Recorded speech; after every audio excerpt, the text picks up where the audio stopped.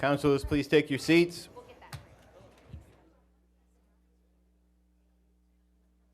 Okay, that's okay.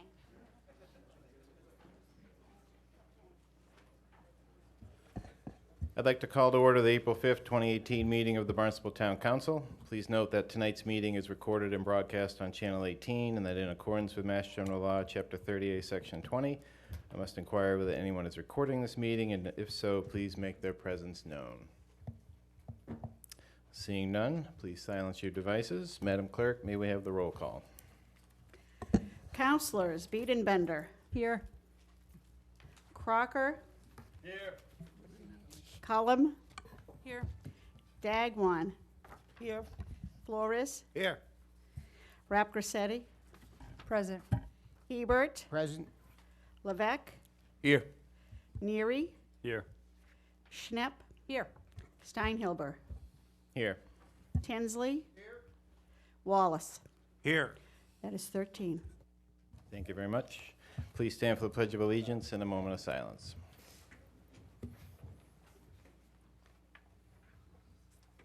I pledge allegiance to the flag of the United States of America and to the republic for which it stands, one nation, under God, indivisible, with liberty and justice for all.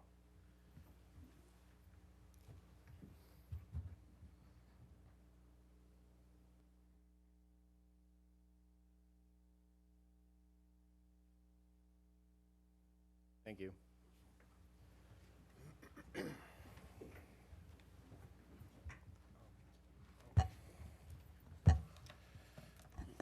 All right. Before we get into public comment, I realize that there are a number of people here from Centerville that want to talk about the tower at the church. And obviously, it's been reiterated, it's not in any way under the purview of the town, but I'd like to have our building commissioner, Brian Florence, and our town manager, Mark Ells, just to speak to what has been talked about so far and kind of the process around that. I invite them up to speak now.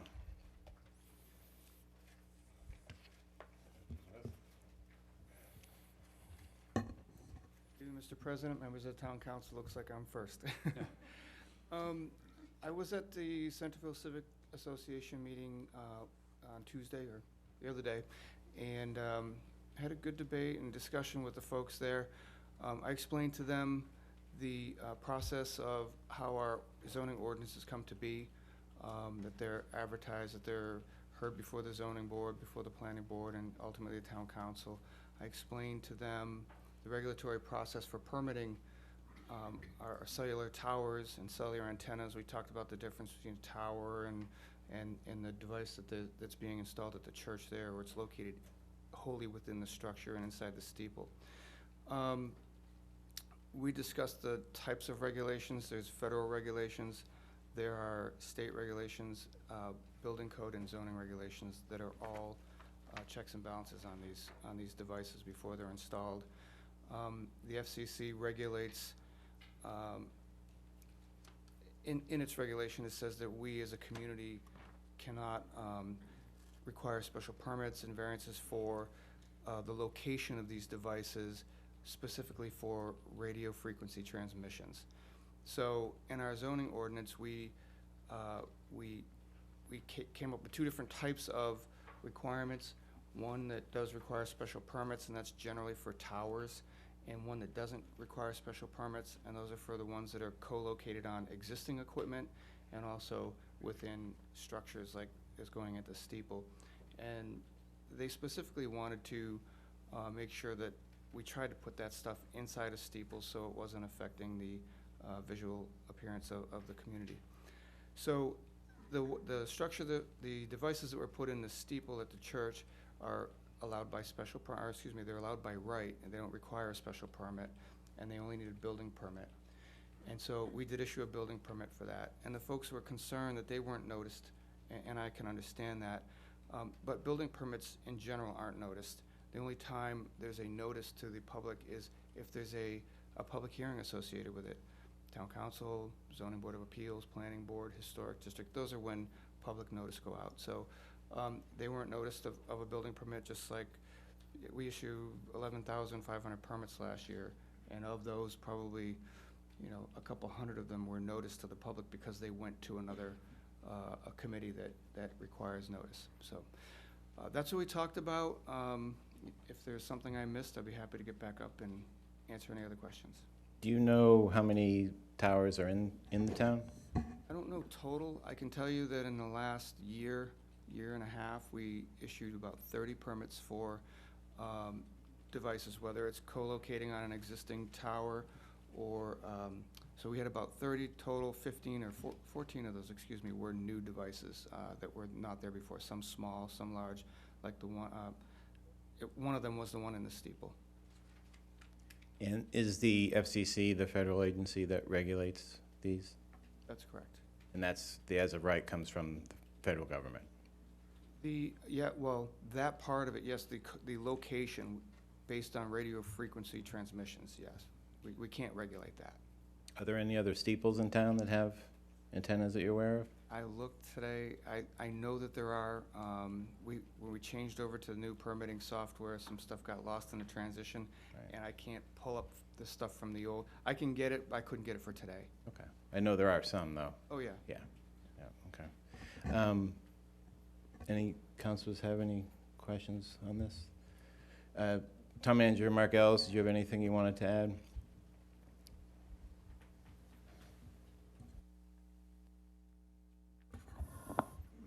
Good evening, Mark Ells, Town Manager. Certainly the concerns of our public and their health and safety are a priority for us. I thank Brian for coming up and explaining the permitting process. But in having many calls from people in the general area that we're talking about on Main Street, Centerville, I think we're certainly here to work with them and understand this issue. If it means that we begin communications with the federal government about these concerns, we certainly stand with our citizens and through you to be able to address this. And if we need to communicate with our senators or representatives on the matter, we'll certainly do that with our citizens. And this was on our radar in a general sense because of the reason I just stated, but certainly in looking at some of the research out there, it's going to be an interesting discussion because it broadens far beyond antennas and goes to, it depends on which research you look at, but right down to some of the handheld devices we use regularly. So, electromagnetic radiation is out there. It's part of technology, and we need to be knowing of it and make sure that we don't end up with the problems that I think the group that's been communicating with us feels could potentially be of concern. So, And your office would help coordinate any outreach that citizens want Yes. to do to our senators or congressmen, so they could take it up with the federal agencies? yes, we Okay. will. Have we received any data on what these We've emit, heard or- from manufacturers that have categorized the, percentage compared to federal standards as, very low percentages. But I also understand the residents' concerns that, not knowing the long-term effects certainly is of concern. So I think this, as technology develops and has been readily available and becomes even more readily available, I think we need to, put this on put this on one of the issues that we monitor and make sure that we maintain that healthy and safe environment that we all want here in Barnstable. Yeah, thank you for that. I just wanted to have that information kind of go out in a broader sense. I know a lot of it was talked about at the Civic Association meeting the other night, but I just wanted the public and the full council to hear some of that information. I appreciate your willingness to work with individuals that want to reach out in an appropriate way to the federal agencies and our representatives. So thank you for that. Yes. All right, so we'll go into public comment. I know there are a number of people that want to speak. What I'd like to have happen, when there's a number of people that want to speak on one issue, what we're really looking for is different things, not the same thing repeated over and over. So if we get to that point, I'm just going to stop the comment on that subject and move on. So anyone who wants to speak, you're definitely welcome. Please step in, sign in, state your name, and limit your time to 3 minutes. Okay. Thank you. Good evening. I'm kind of short. Okay. My name's Sarah Burns.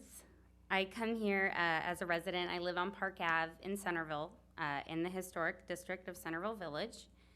My family's lived in this area for over 60 years. I grew up in this neighborhood.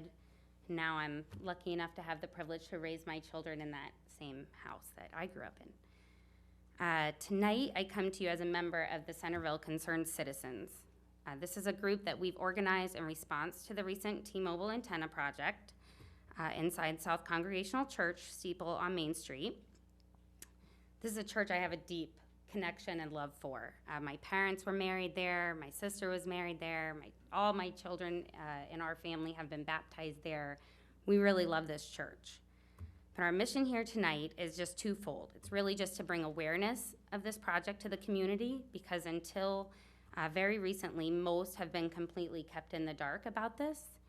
And then two, to hopefully appeal to the conscience of the church trustees to ultimately terminate this contract with T-Mobile.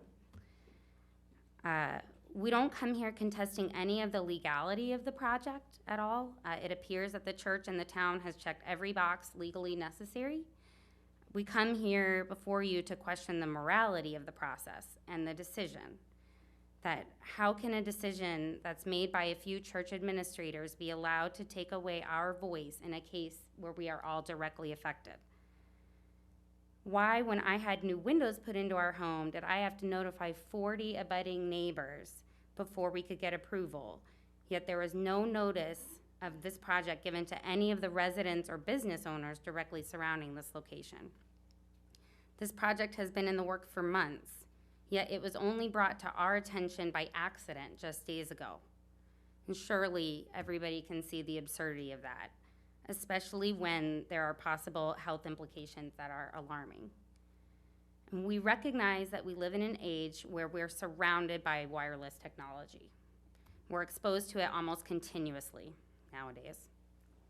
However, there are studies that now show that there's a significant difference between the radiation from cell phone use and private devices, tablets and such, and long-term, 24-hour-a-day chronic radiation exposure, which is what we're going to be forced to live under. The wireless representatives will point to the American Cancer Society's claims that this kind of radiation is still considered safe for humans. However, in the short amount of time that we've been able to research similar case studies, medical journals, and other countless credible sources, we've found an appalling amount of data to the contrary. And in fact, there are very high-profile organizations and medical journals that are publishing recent data showing a definite link between serious illness, cancer, and being in close proximity to these antennas and towers. So we have current studies from Scientific American magazine showing that there are many red flags still to be seen to the long-term safety and the type of this equipment that they've installed. The radio frequencies have actually had a classification by the World Health Organization since 2011 as a possible carcinogen, a potential carcinogen. And the only reason it doesn't have the probable carcinogen rating is because they haven't had a long enough term study to answer that question. Take about 30 seconds to wrap it up. So basically, I just wanted to say that this is an area of discussion that is still becoming current to science.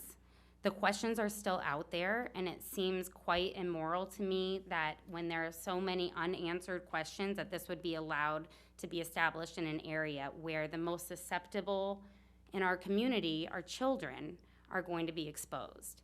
It kind of makes me feel like a rat in a cage being part of an experiment where 5 or 10 years down the road, like big tobacco, they say, whoops, okay, it is a carcinogen. Sorry, everybody that is in this immediate neighborhood.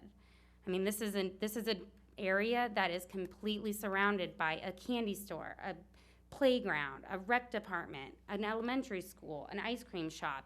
It doesn't seem more unconscionable to me that a church, the center of morality, could do something like this without anybody knowing, especially the residents in the area. So what we would like to accomplish is to still reach out directly to the church trustees. We want to sit down directly with them and try to figure out, I'm sure it's a daunting idea to try to get out of a contract with a large wireless company like this.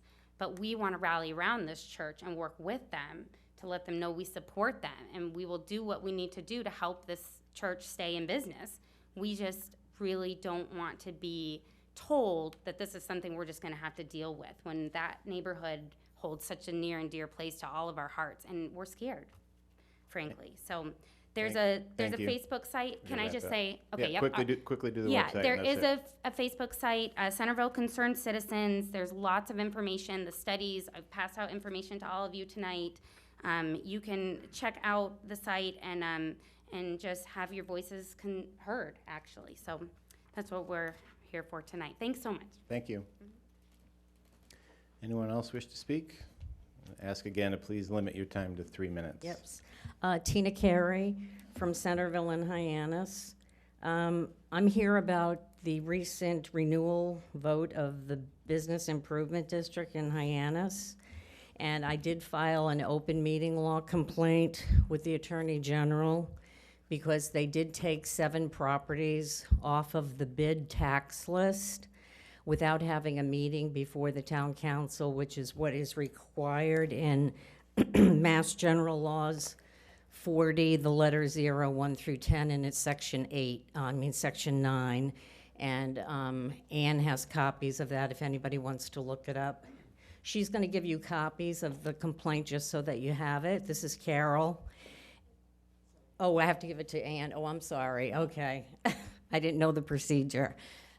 Just so that you have a copy of it, the Attorney General did get back to me, and they said that they dismissed it because the Hyannis bid is not a public agency. And I did hear from Ruth and from the Assistant Town Attorney with that information and from the Attorney General. So what I'm requesting of you, the Town Council, is to enforce the Mass General laws and hold a public town meeting as to why the bid map was changed, because they have placed 28 liens on business properties in town for not paying bid fees, plus they charge 14% interest.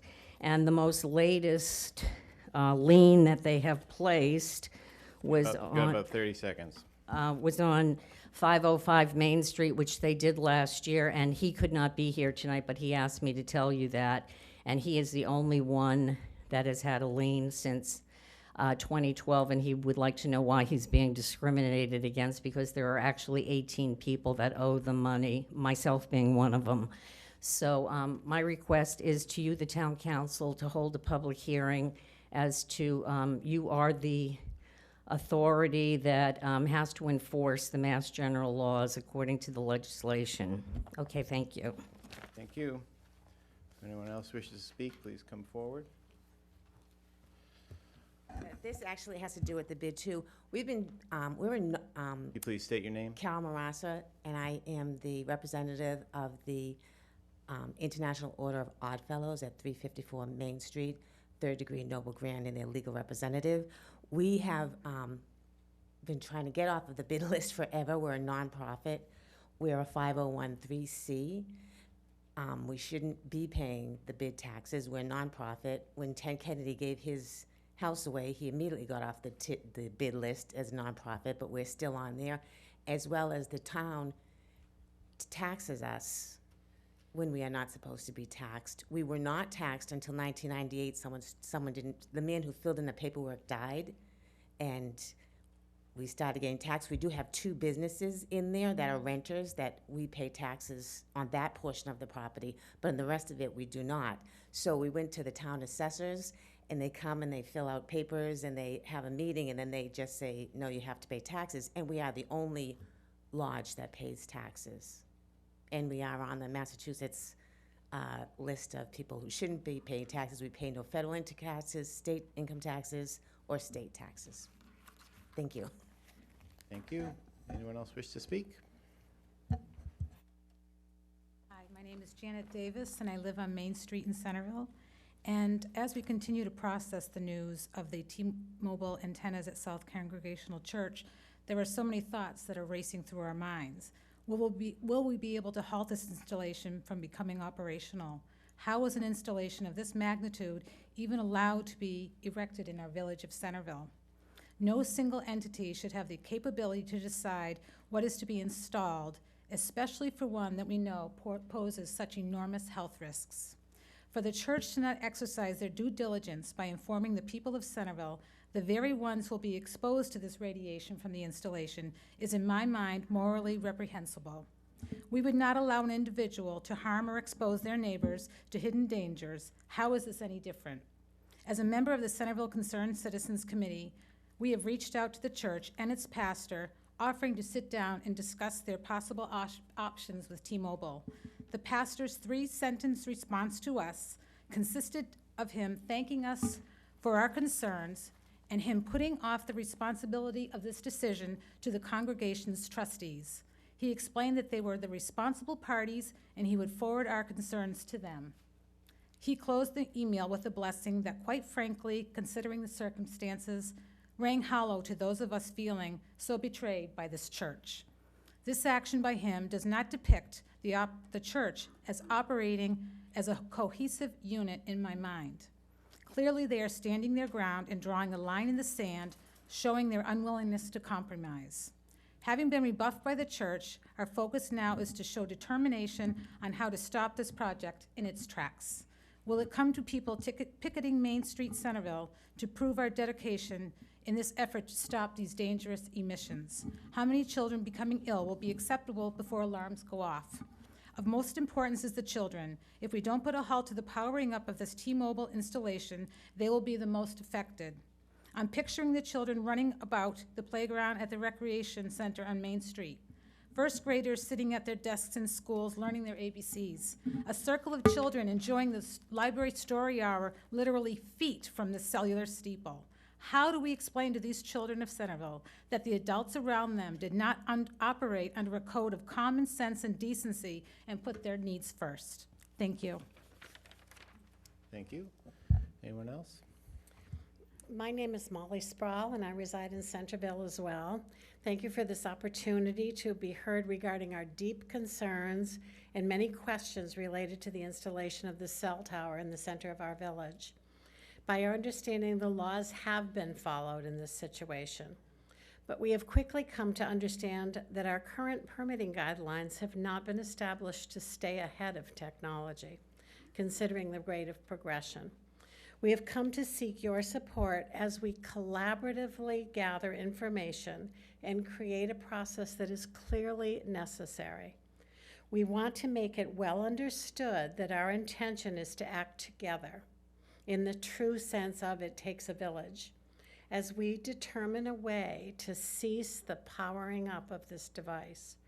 We have repeatedly requested a meeting this week with the church trustees, as suggested as a follow-up to the Centerville Civic Association exchange on Monday, but there's been no response as of yet. Throughout our country, towns have found themselves in similar situations.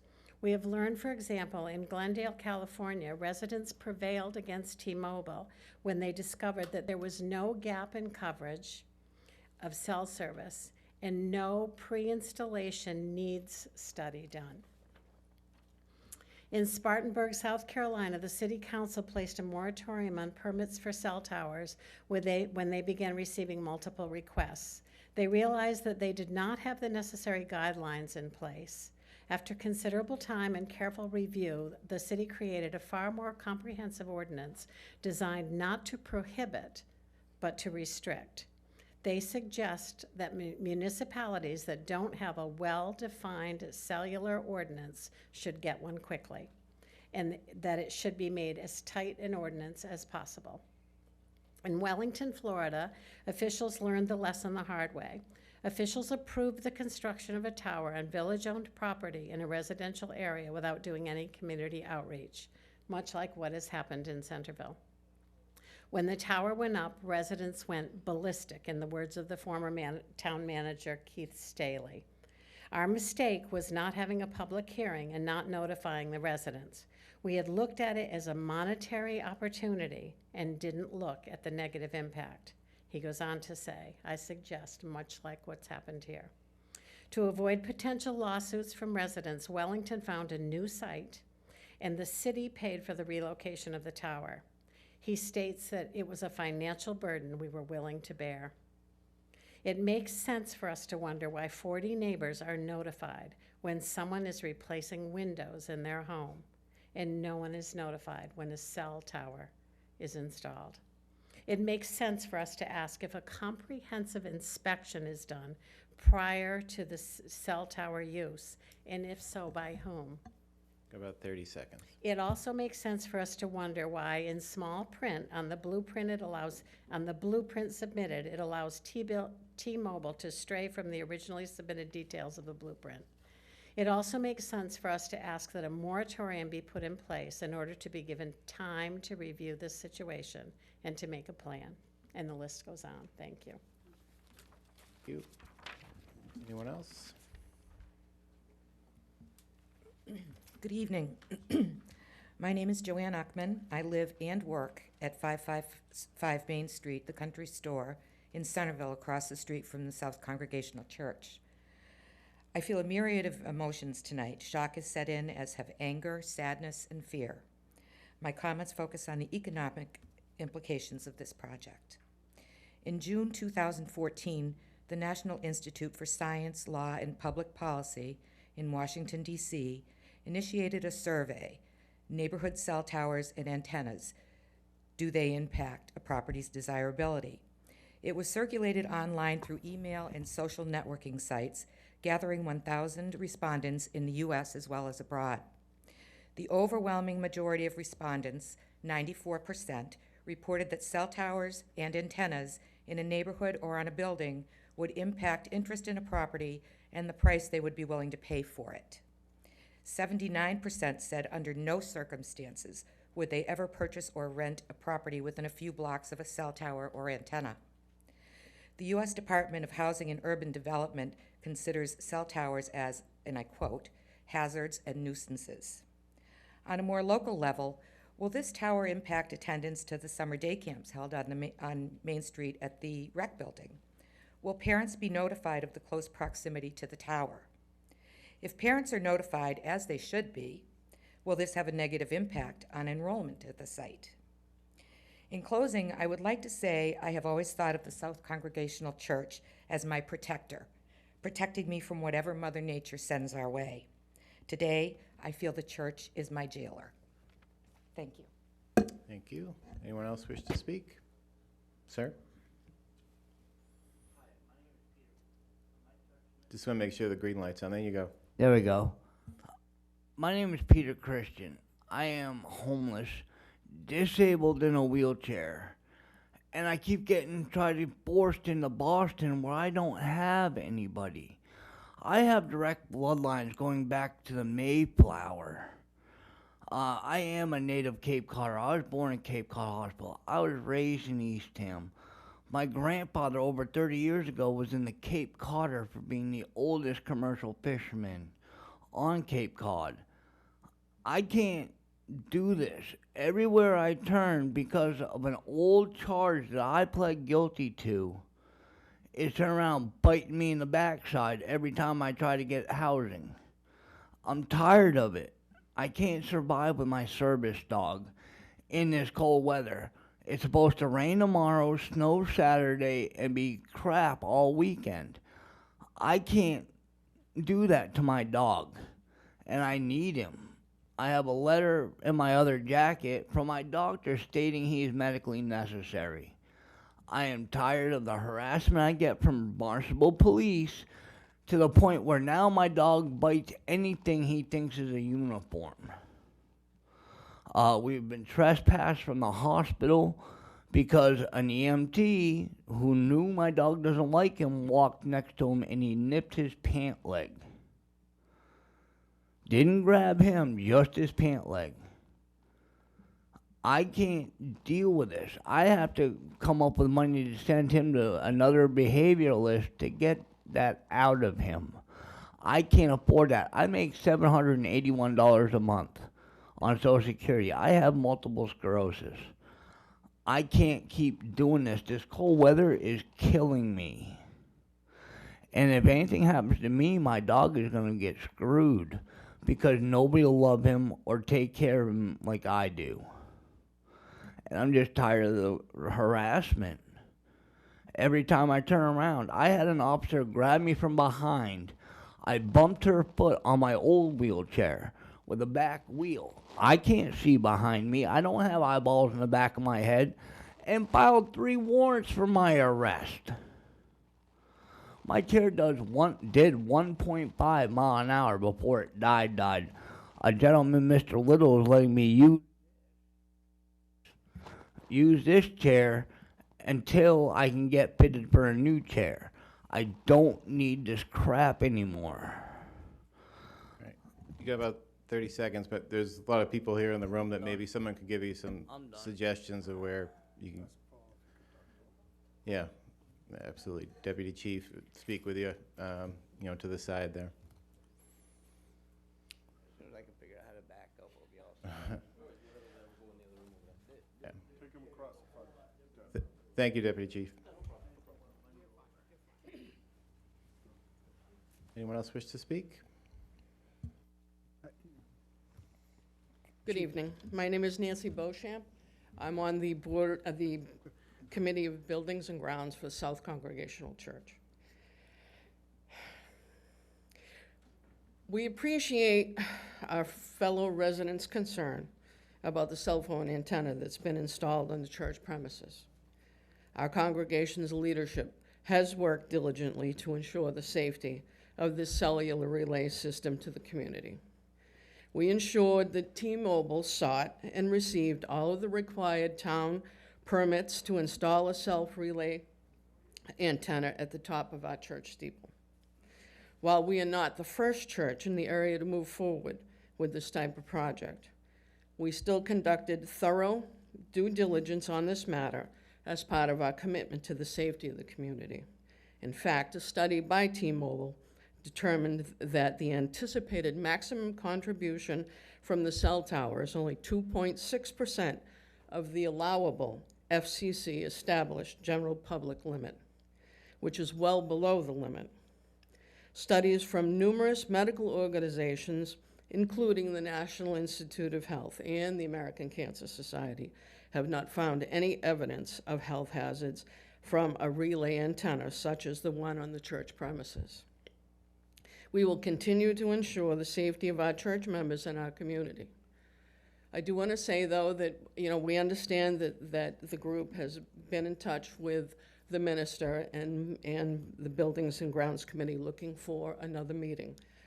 This is in the works. It might not have been relayed to the group, but we are working towards another meeting in probably a couple of weeks, as well as a private meeting with the T-Mobile representatives. But this right now is where we are. This has come to us as much as a surprise as well. As I said, we've worked with T-Mobile. They're the ones that have done all of the permitting. So we just wanted to make this, state this tonight, and we're open to discussing this with the group. Thank you. Thank you. We've obviously covered some ground here. I'll allow one more speaker on this subject if someone wants to speak. Thank you. My name is Kathy Garrity. I live in Centerville, a half mile from the South Congregational Church. I have serious concerns over the hidden cell tower being erected inside the steeple of the South Congregational Church on Main Street. People need to understand and have a right to know what exactly is being installed in the steeple of the church and the health risks. When I looked up the model number from the information from the town, the model number of the antennas being installed, I Googled it online, and I was shocked at the images that I found. I found images of the kinds of cell towers that you see along highways like Route 95. You're not seeing that when you drive down Main Street because of the way it's hidden. And I know that folks have mentioned about the aesthetics, and I'm not concerned about that. I'm concerned about what's inside that you're not seeing. Typically, when you see a cell tower like this, it's not near a school or a playground. It's on the side of a highway where there's not people living under it. It is incomprehensible to me that something like this could be happening within a residential neighborhood next door to a library, across the street from a children's playground where a summer camp is run. Not to mention Centerville Elementary is 0.59 miles away. It horrifies me to think children in a classroom or attending a summer camp will be subjected to continuous radio frequency radiation emissions from a nearby cell tower. As a parent, I would not send my child to a school or camp knowing that information. Parents have a right to know the kind of environment their children are spending the better part of their day in.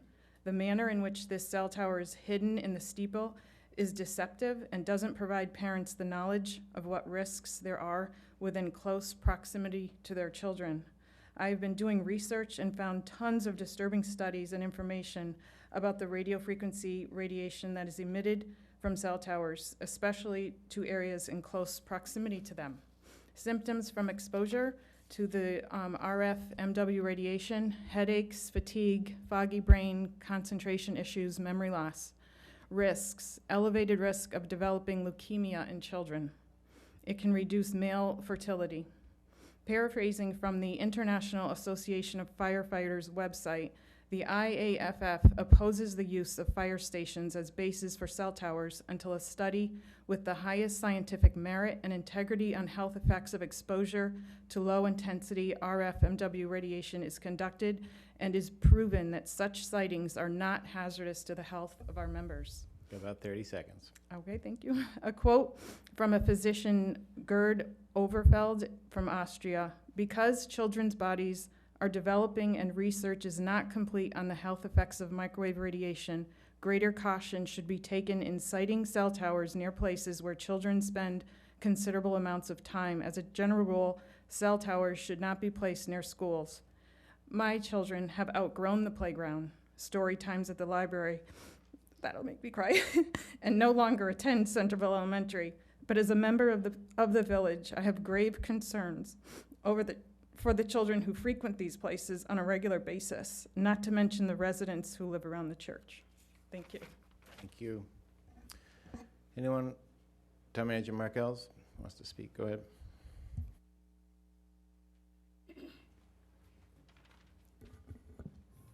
Good evening, Mark Ells, Town Manager.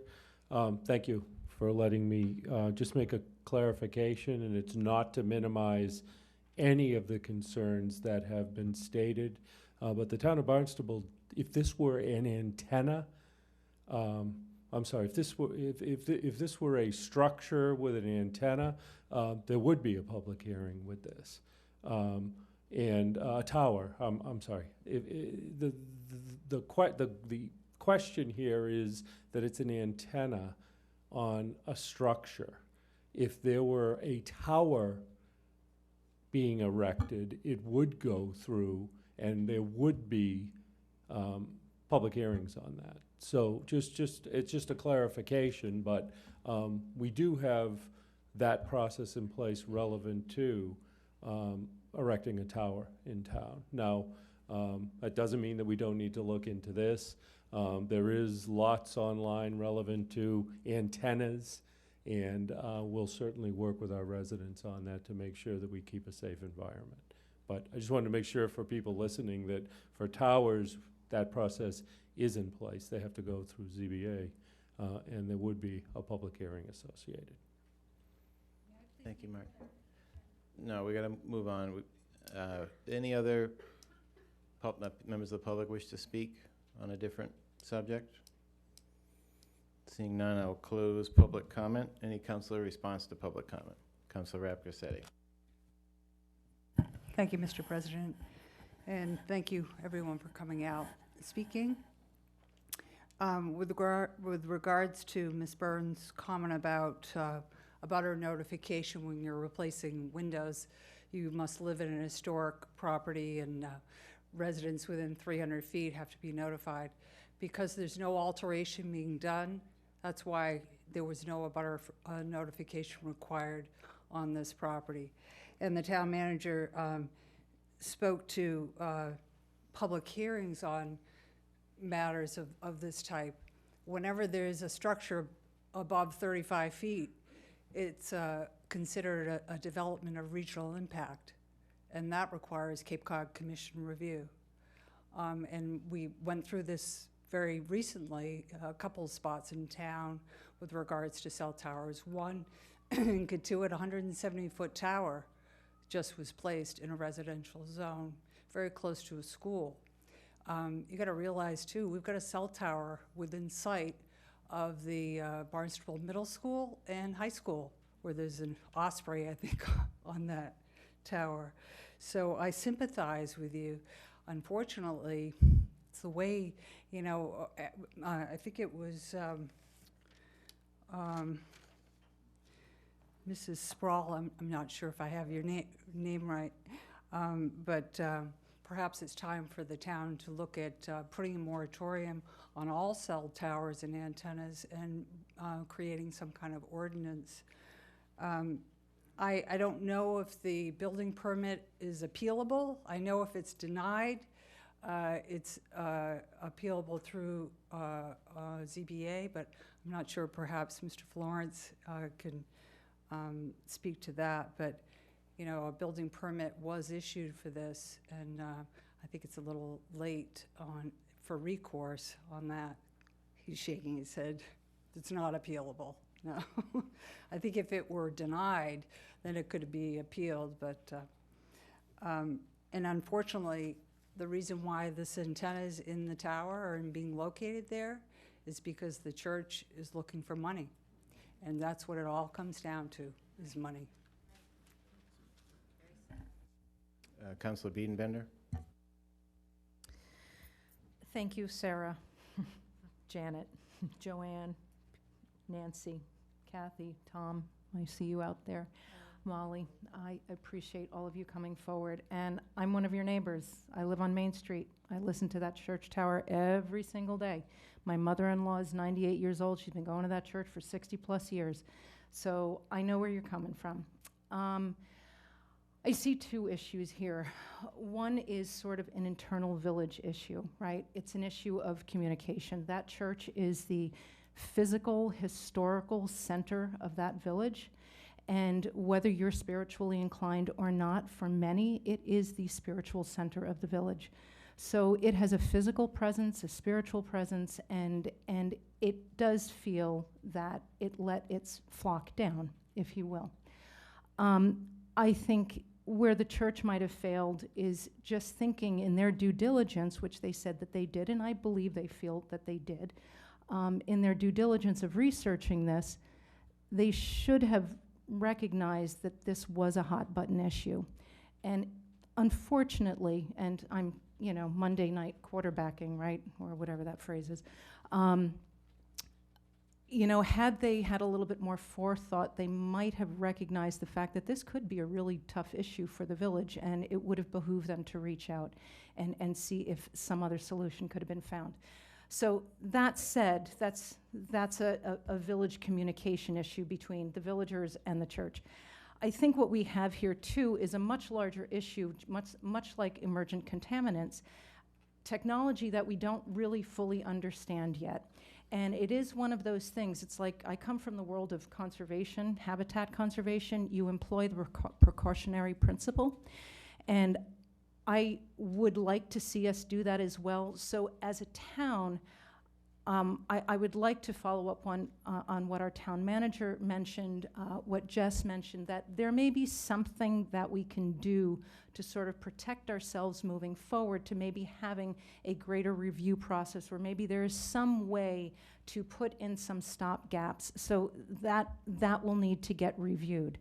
And I also agree with our town manager that because this is a federal issue in reality, where we can't deny the structure or this antenna to be put in place because of FCC rules, that it is a federal issue and that is ultimately where we need to take this issue. So I will also work with our town manager and you and the other constituents to see if we can't get some legs under it to move it up and get a voice, you know, with our state reps, and then having them help us move it up the chain to our senators. So again, I hear you. My heart, you know, breaks for our village, and I understand how tough this is. And as you know, the conversations that we've had, to a large degree, the town's hands are tied in many ways, because the proper things were followed, right? All the protocols were followed. That said, I will talk to our manager and see and our Brian Florence to see if there's something that we can do moving forward that maybe doesn't put us in this situation again. Councilor Flores? Thank you, Mr. President. I would agree with the comments that have been made by my fellow town councilors, Jessica Rapcorsetti, as well as Britt Biedenbender. But I think when you come right down to the bottom line, this is a revenue-related issue. That's probably why the church is doing this. So perhaps the fact that we don't have a moratorium at this point, the fact that we don't have probably appropriate enough policies in place to prohibit this in the future, as a matter of revenue for the church, once that number is determined, perhaps as a community, that could be donated to the church in lieu of obviously having that tower there. I think at a minimum, I would support you know, the concerns that all of you residents have brought forward, and at a minimum, we probably as a council, I can't speak for the entire council, but I'll speak for myself, that I would propose at some point that we do create a moratorium and that we do have a very solid policy in place. We do have a notification policy in place, whether it's required by law or it's not. We can, as a town, mandate that one would be always held for any kind of a tower relocation or initial erection. So my point being is that I think at this point, this horse is already out of the barn, so to speak. So you've got to come up with a way that you can meet the needs of the church, perhaps generating enough revenue to make that happen, to forestall the overall implementation and the connection of this particular physical piece of equipment, and then subsequent see if there can be some kind of a compromise so that you can move forward feeling safe that your kids are going to school, safe that you're walking down Main Street, safe that you're going to the library, that you're going to the ball fields, that you're going to the playground. So I empathize with what you've said. I think that there's a way that a compromise can be met. Cooler heads should prevail. The church in its own way is looking to survive. Churches are always looking for different ways to create revenue opportunities. I don't know if T-Mobile is paying 5,000, 5 cents, 10,000, or 10 cents, but if it's not an astronomical amount, then perhaps you can coalesce around, you know, a particular fundraiser, at least in the short term, to alleviate, if you will, the final installation, and then we'll try to figure this out collectively together. But I would support, obviously, what it is that you're saying and what it is that you want to have done, because I know in my neighborhood I would be quite concerned if my grandkids were coming down to my house and going outside and playing underneath the tower. Councilor Cullen? Yes, I have to say I agree with all the comments that have been made by the other councilors, but the biggest disappointment to me is that the church didn't inform the residents. And moving forward, how do we heal that kind of break? Because it's such a tight-knit community. So, you know, a fundraiser is a great idea, but where's the trust, is my question. So I would hope that I mean, I hope we turn a corner and there's a dialogue that's effective, and that some of you guys could maybe get on the board of the church and drive it the way you feel it should be represented, because it's a shame that in the end it all boils down to money, but that is actually the case, unfortunately. So thank you for coming out. It's a big concern. My son actually goes to Centerville Rec in the summer, so I'll be checking in on you too and making sure. But I really wish that there had been better communication from the church, because it's heartbreaking that that's the center of everything, and now you feel like you can't trust it. So thank you. Councilor Hebert? Thank you, Mr. President.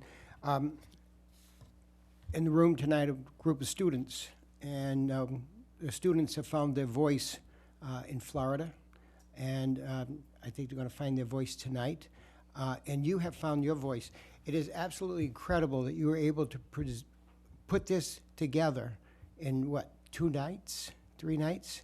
Okay, so your group of villages who have come closer together in 48 hours because of this kind of a tragic event that we're dealing with, okay?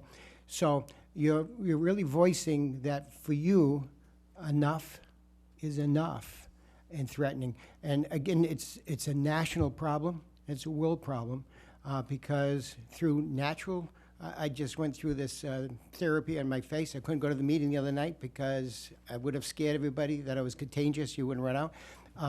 But it's just from sun damage, which is a natural thing, except that we don't have the ozone protection that we used to have. So as we keep putting one thing after another, whether it's chemicals or whether it's radiation or whatever it is, that's affecting the health of our people, and we don't want to hear it after the fact that we didn't pay enough attention. So I make a prediction right now that I don't think that you're going to be easily dissuaded.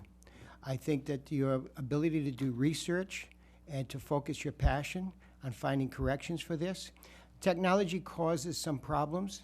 We get some benefits from it, but it causes problems. I think that technology can also help solve the problems. So if anybody's going to find out the shield that goes there that directs the radiation away from the street and up in the air and away from harm's way, that group will be you. If anybody can encourage them to find it yesterday, it'll be you. So I cannot thank you enough. And I love that I live in a town that we have the quality, educated, smart, passionate people that we have. So my hat's off to you. Thank you very much. Any other councilors? Vice President Crocker. Thank you, Mr. President. If I could, through you to the manager. Mark, tonight we received at public comment a list of different discussions regarding our assessor and our tax collecting practices. Could I ask for the 13-member board that you run these through the collector and just give us the response that would be appropriate for it? Yes. There was one verbal one about the Oddfellows property, and so whatever could be stated on that as well. I think we all should have an understanding of what the accusations are and what is available through relief and what isn't because of the state statute. Okay. So thank you for your time. Yes. Any other councilors? All right, don't go away, Mark, because we're going to go right into town manager communications.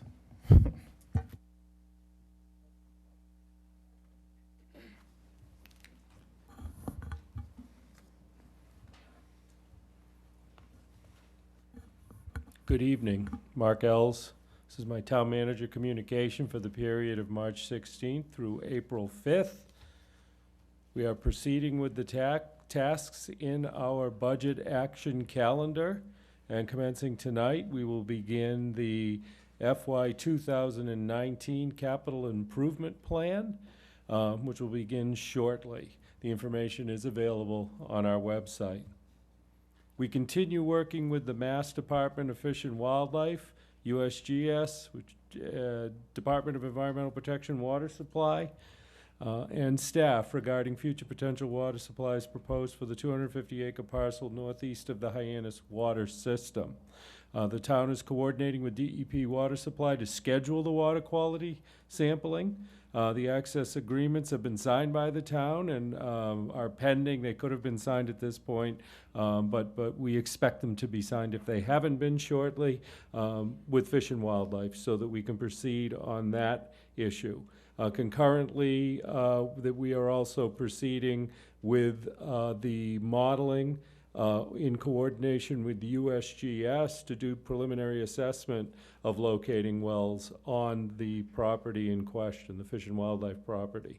We have a technical meeting on April 9th with USGS to continue moving forward. So we are optimistic that this is progressing the way that we expected it to, and at this point on schedule, and I'll keep you advised as we continue to progress on this matter. We are proceeding with the hiring process for the position of Chief of Police. We have received the list of the top 3 candidates. I believe I've provided them to the council at this point. For the viewing public, I think I've been on Channel 18 discussing it, but it is Deputy Chief Sonnenbend, Lieutenant John Murphy, and Lieutenant Gene Chalice are the 3 candidates as we progress forward into the interview process. I will be establishing an interview committee that is representative of our organization and our public, and I'll keep you advised as we progress with this. Enclosed is a letter sent by the Barnstable Town Manager to the Commissioner of the Massachusetts Department of Agricultural Resources in reference to the Eversource Vegetative Management Plan, called the VMP. The letter rejects Eversource's VMP as proposed and offers to further discuss options for vegetative management that protects our natural resources. I've enclosed the letter. You had brought that issue up at a prior council meeting. I just wanted you to see that we had done that, and we will continue in a cooperative effort to identify to Eversource that there are many means of addressing their management of their lines and easements, and we'll certainly work with them to do it in a safe manner. The Energy Facility Siting Board will conduct a public comment hearing on the petition of Vineyard Wind to construct a transmission facility that would interconnect with a proposed offshore wind farm in federal waters. Specifically, the Vineyard Wind petition requests that the Siting Board and DPU approve 3 things. Installation of a total of 27 miles of new onshore, offshore electric transmission lines, which would come ashore in Barnstable or Yarmouth, and then travel underground to a new electric substation in Barnstable. Second item is to construct the proposed new substation in Barnstable. Third item is to install a 1/10 of a mile of underground transmission line connecting the new substation to the existing Barnstable substation here in our community. The Siting Board will conduct a public comment hearing on Tuesday, April 24th, beginning at 7 p.m. at Barnstable High School in the Knight Auditorium. We've continued our discussions with Vineyard Wind relative to a host agreement, and I expect we will continue that dialogue. But they are progressing, as I have advised you previously, with their plan as proposed. We'll keep you advised as this progresses. On April 4th, beginning of this week, we submitted a memorandum of understanding with the Cape Light Compact to apply for a municipal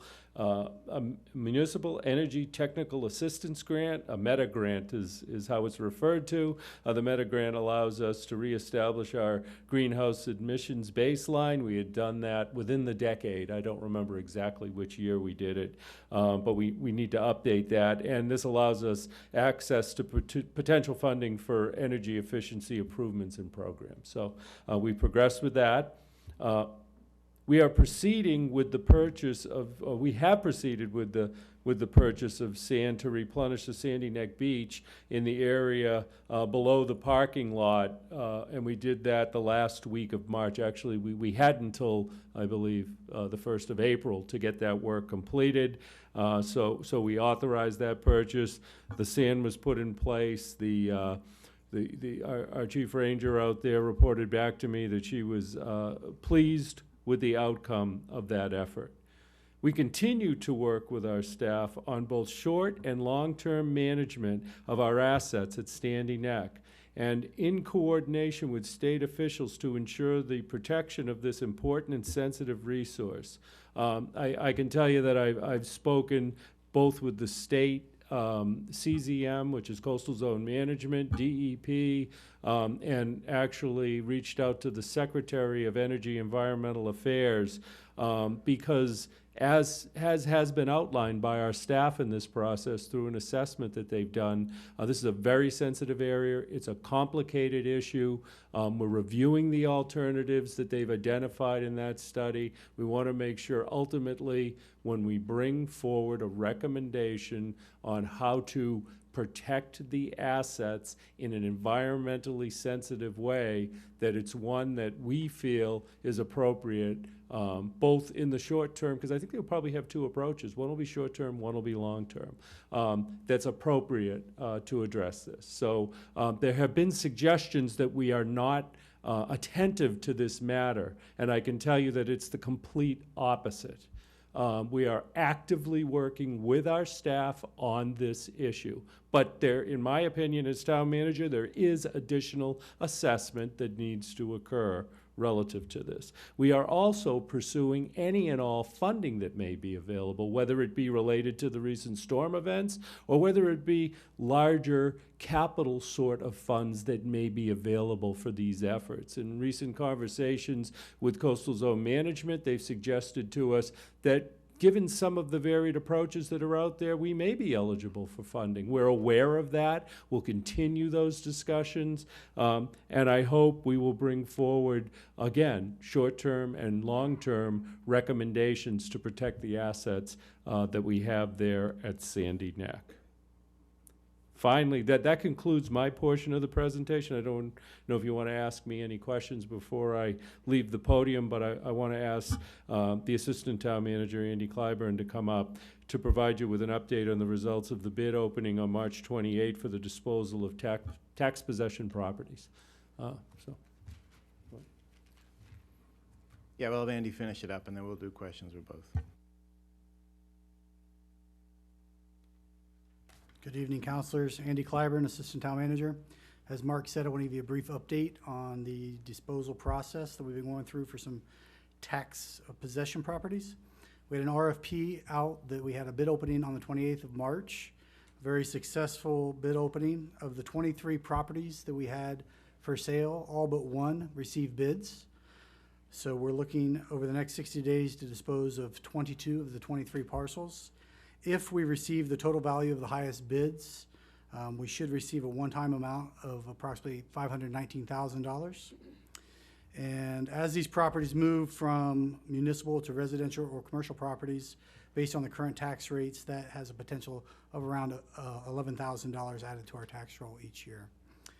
The next step, over the next 60 days, we're working with our land conveyance attorney to engage with each of the high bidders to go through the purchase and sale agreements, but we're hopeful in the next 60 days to dispose of all of those properties. And then our efforts will continue. Like I said, those were the first 23. As a reminder, I know I've given a couple presentations on this. Those 23 parcels are 23 of 140 tax possession parcels that we have. We wanted to start with that, get the process down. I think we've done a good job of that. We know where we want to go moving forward with the next set of tax possession properties, and to review all of our parcels. You know, the town of Barnstable has about 1,000 parcels, so this 23 really is the tip of the iceberg. So we're really looking forward to continuing the effort as we move along. With that, you'll see in the coming months as we roll into our operating budget, we're going to be asking to establish a revolving fund where we can put the revenue that we receive from these and other possible future sales into a revolving fund, but that will require council action. So in the coming months when we get into the operating budget, you'll be seeing that. If that isn't supported, then the proceeds from this would go into our general fund. Do you have any questions on it? Any questions for the Assistant Town Manager before I have Mark come back? All right, thank you, Andy. Mark, I had a couple comments and some questions. One, I just want to thank you for getting the Eversource letter together. Councilor Hebert and I spoke last week, and that's in everyone's packet, so I appreciate you putting that together. And also, again, I just want to thank you for all the work you're doing with fish and wildlife. I mean, there's really nothing more important than our public drinking water, and that's a big lift there, but you're making great progress.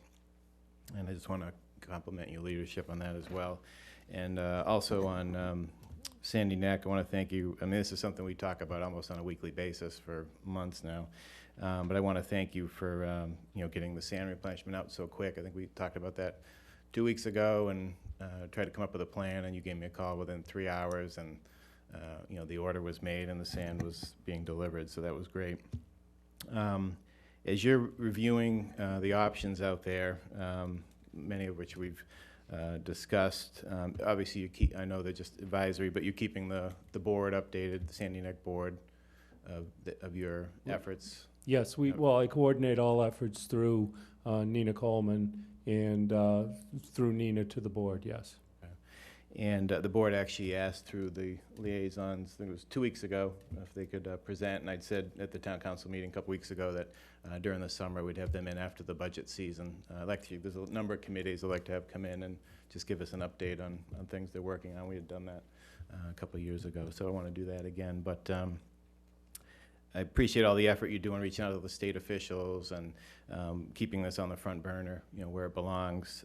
And you do anticipate bringing forward a recommendation at some point for the council to consider? Yes. Okay, that's fantastic. Again, thank you for all your efforts in that. Anyone else? Well, Councilor Biedenbender, you were waiting, right? Go ahead and then. I was, but you actually, I think you answered it, because I was going to ask you about the Sandy Neck piece, because it was one of the deferred projects, and I was going to ask where was that going, and you completely answered it. So we're looking at a short term and a long term, and I'm glad that conversation is happening. Thanks. Councilor Flores. Thank you, Mr. President. Mark, good presentation as usual. I just have a couple of quick questions. One is on the process that we're employing in the hiring of the police chief. I know that you have a screening committee that you've put together.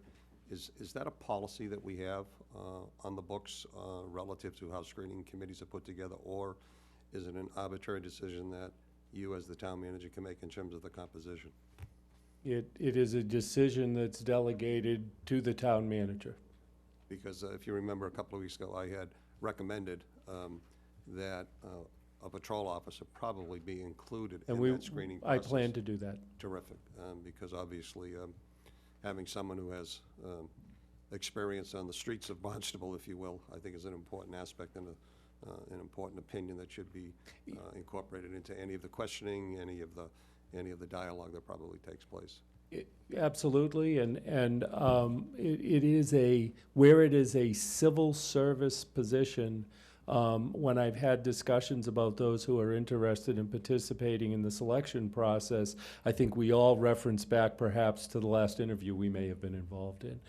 This is a much more structured process, and really within the interview questions that we will ask, there are 6 major areas, and I know that I've distributed all to all of you the guidelines relevant to civil service promotion.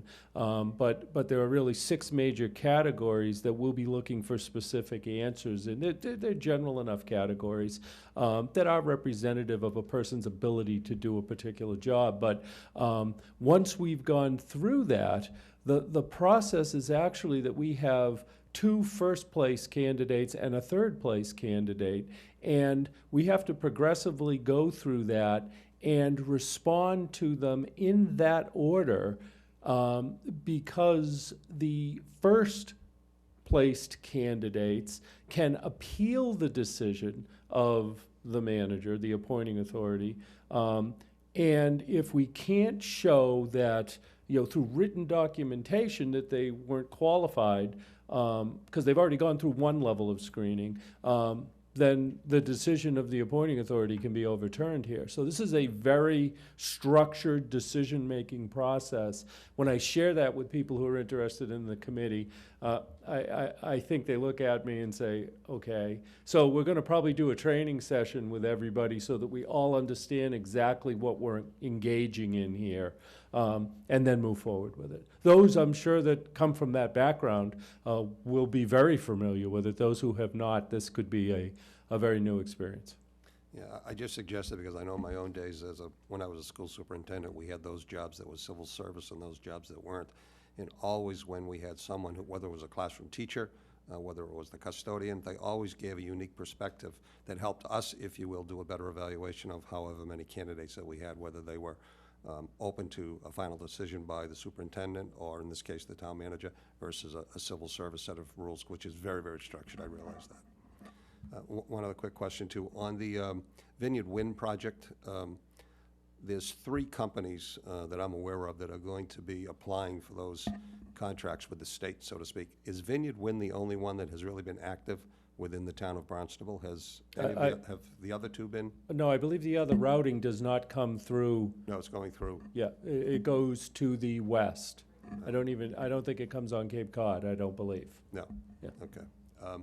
And when we create the new substation that connects to the current substation, we're talking about the substation at Independence Park? Or where is the substation located? Yes, I believe. Well, that is what Vineyard Wind That's what Vineyard Wind has wants. selected as the site. We've expressed very clearly, both in our filing with the state and in our discussions with Vineyard Wind, that we have 2 major concerns. There's many, many details, but 2 major concerns with the proposal. One being related to an interconnect into that cable as it comes through federal waters to our coastline, and could some other project beyond Vineyard Wind connect into the cable without any involvement of ours. And I believe that we don't have jurisdiction where those are federal waters, as I understand it. So we want assurances that that could not happen. And then secondly, to protect public water supply. And the existing and potential future substations can contain oils and fluids that could be of great concern to our public water supply, so that whatever they are looking to do with substations has to assure that there will not be a threat of contamination. That's why I raised the question, because when you look at where the ridge line is and where we're talking with Department of Fisheries and Wildlife in terms of, hopefully spotting some new wells, that's very close to the proximity of where that substation is now located. So to add potential dangers to that water source is very troubling to me. So I want to be sure that we are, we really lace this up very tightly to be sure, if in fact any award is given down the road, that is very protected for the future. Yes, and we can assure you we will do all within our authority to focus on all issues, but certainly those 2 major issues. But there is the, I guess there is the potential that they may try to approach this with a comprehensive sort of permit that would really remove us from this review process. And really, I believe, but I'll defer to our legal staff, but would really put us in a position in a defensive rather than a cooperative mode in response to that. So basically, they'd come in and they'd move forward with their plan as proposed, if granted this, and then we'd have to react to that. We're not there yet, but that's certainly a potential. Well, I hope we don't reach that point. I hope it because you'll doesn't have a either. very That's why we're vulnerable out there being proactive and having good discussions with them. Thank you very much. Councilor Wallace? Thank you, Mr. President. Thank you, Mark, for that outstanding presentation. About the Sandy Neck, the sand, the purchase of the sand, what's the invoice going to read at the bottom line for that sand? $100,000. Okay. And do you know roughly how many cubic yards that would be? I want to say it was about 6,000 cubic yards, but let me confirm that. Okay. This isn't as bad as I had originally anticipated the situation was going to be, because I saw what had happened after we had Nemo, and I think we had to cough up $123,000 for 11,000 cubic yards I of think sand. there was some sand left there. I want to say there was a couple thousand, but let me get better numbers. But like Nina was satisfied when I spoke with her, Nina Coleman was satisfied when I spoke with her that we had brought it back to a grade that was where we were before it began to be eroded. So we were pleased with that. We also got a very good price on sand, so we were pleased with that as well. Oh, that's great. It seems as though sand would be in high demand these days around here. With the payment of the $100,000 for the sand, would that come out of the enterprise fund at Sandy Neck? Actually, there was $40,000 in the enterprise fund. There was an operating capital budget item with a remaining $40,000. We took $60,000 from the Public Works Department operating capital line item, and we'll be coming back to the council to do a transfer from initially general fund to DPW ops budget before the end of the fiscal year, so they can do what that money was planned to be done with, which was vehicle replacement. And then we will come with another to transfer from Sandy Neck Reserve back to the general fund. So ultimately, yes, it will come from the enterprise fund, but we've got to do a few in-between steps here. But given the time frame that we had, which as President Steinhover referred to, I think when we first spoke, we had about 10 days before our opportunity to even respond under a emergency permit would expire. We moved in this manner so that we could get this in place by the end of March. Yeah, thank you. With respect to the planned dredging programs that we have set forward for the next fiscal year, would we be able to stockpile some of those dredge projects for future erosion that, you know, if the storm patterns don't change, we're probably going to end up buying sand again? We have replenished beaches with sand when the sand has met the permitting requirements for beach replenishment.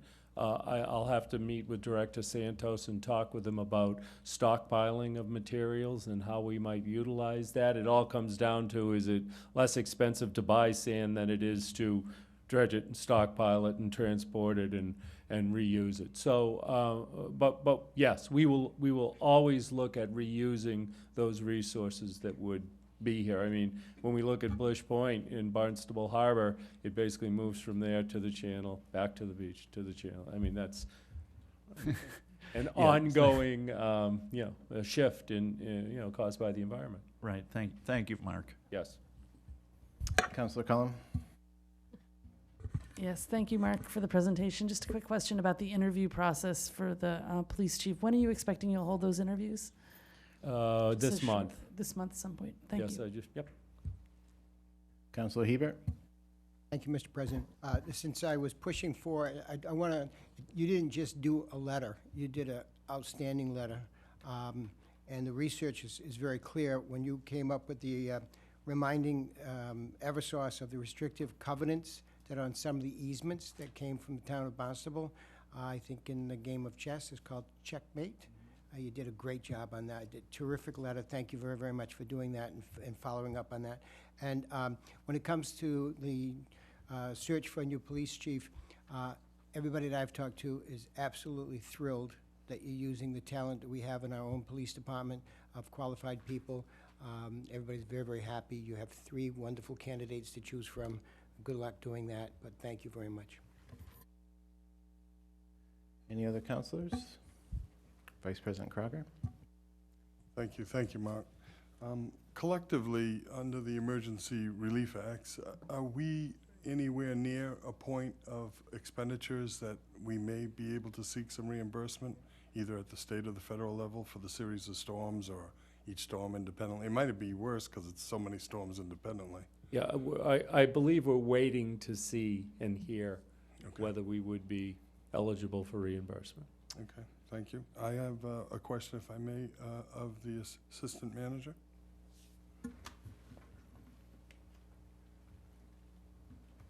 Yes, sir. Congratulations.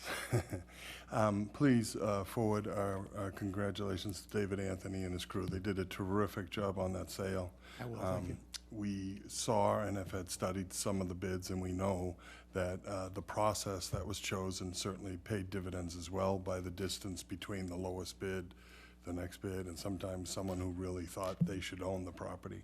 So collectively, it certainly appeared as though the strategy he took, the way he invited the neighbors, all the advertising and certainly paid its dividends. So please send them our thank you for their effort. It was a hard fought issue because it was brand new. He was clear that nobody had ever tested liquidating assets this way.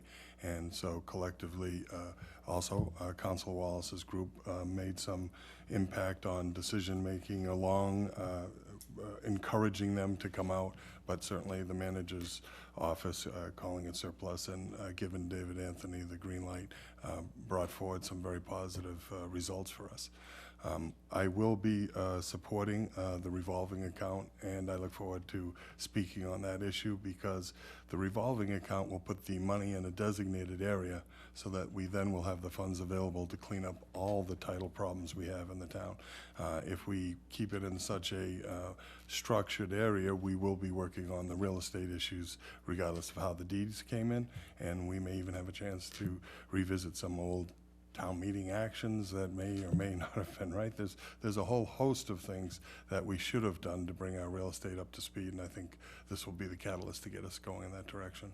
So again, thank you, and please thank you to David and the staff. Yes, sir. Thank you very much. Councilor Flores.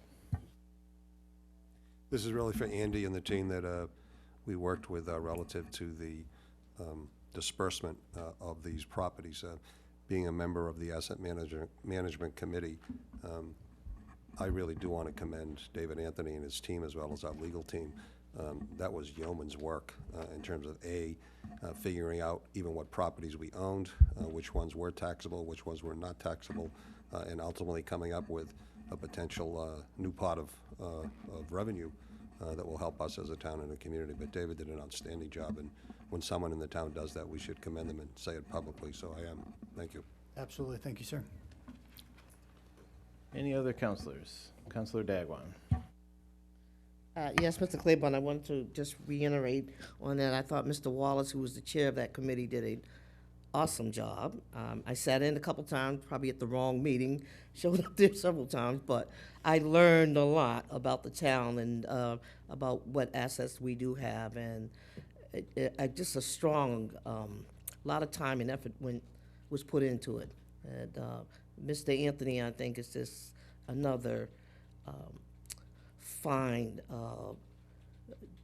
employee that we have here in the town. He does such a thorough job, and it was interesting watching this group and you heading them up as well. Thank you. David's not able to be here tonight. He's driving some band equipment to Atlanta, but I will pass along the great job that he did do. And he's not off the hook. There's a lot of work still to be done, certainly, like I said. But thank you very much for the kind words. Just beginning. Anyone else? No? Good. All right. Oh, you want to say? Go ahead, Councilor Wallace.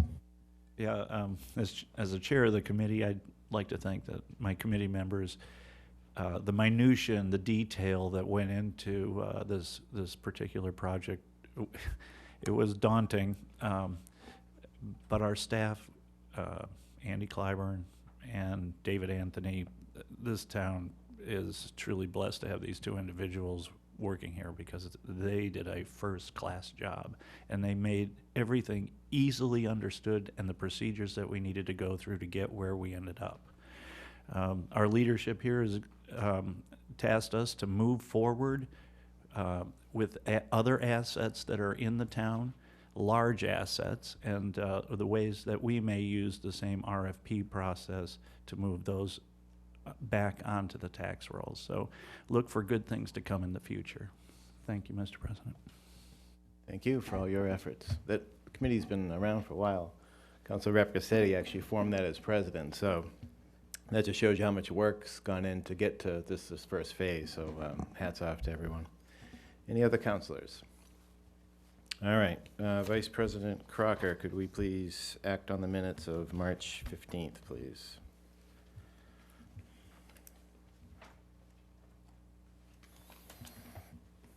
Yes, Mr. President. In our packets tonight, we have the minutes of Town Council meeting dated March 15th, 2018.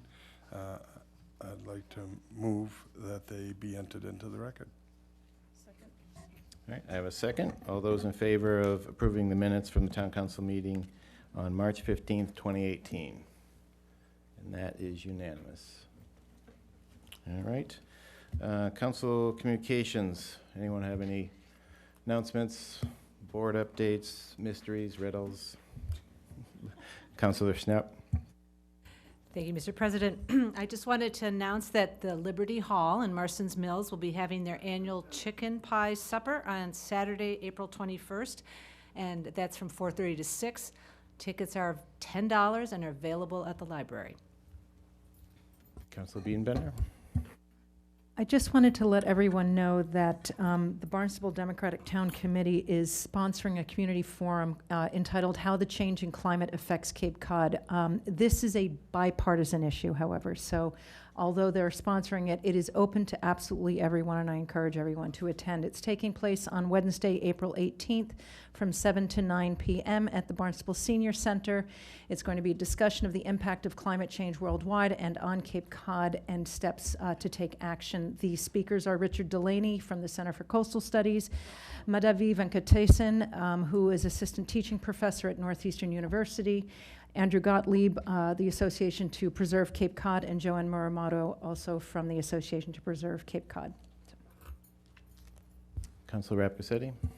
Thank you, Mr. President. Just want to make an announcement that this Saturday is the first of, I think, 4 of the year hazardous waste pickup at the transfer station from 9 to noon. So if you have old paints, oil paints, chemicals, cleaning supplies, stuff that shouldn't be thrown into the green bag, bring them to the dump, or transfer station, excuse me. Thank you. Councilor Levesque. Just wanted to announce that there is a meeting at Liberty Hall on April 25th, I believe it's at 7 o'clock, for a discussion about the village, Marston's Mills Village project, construction project, improvement project that's going to be taking place. That's one.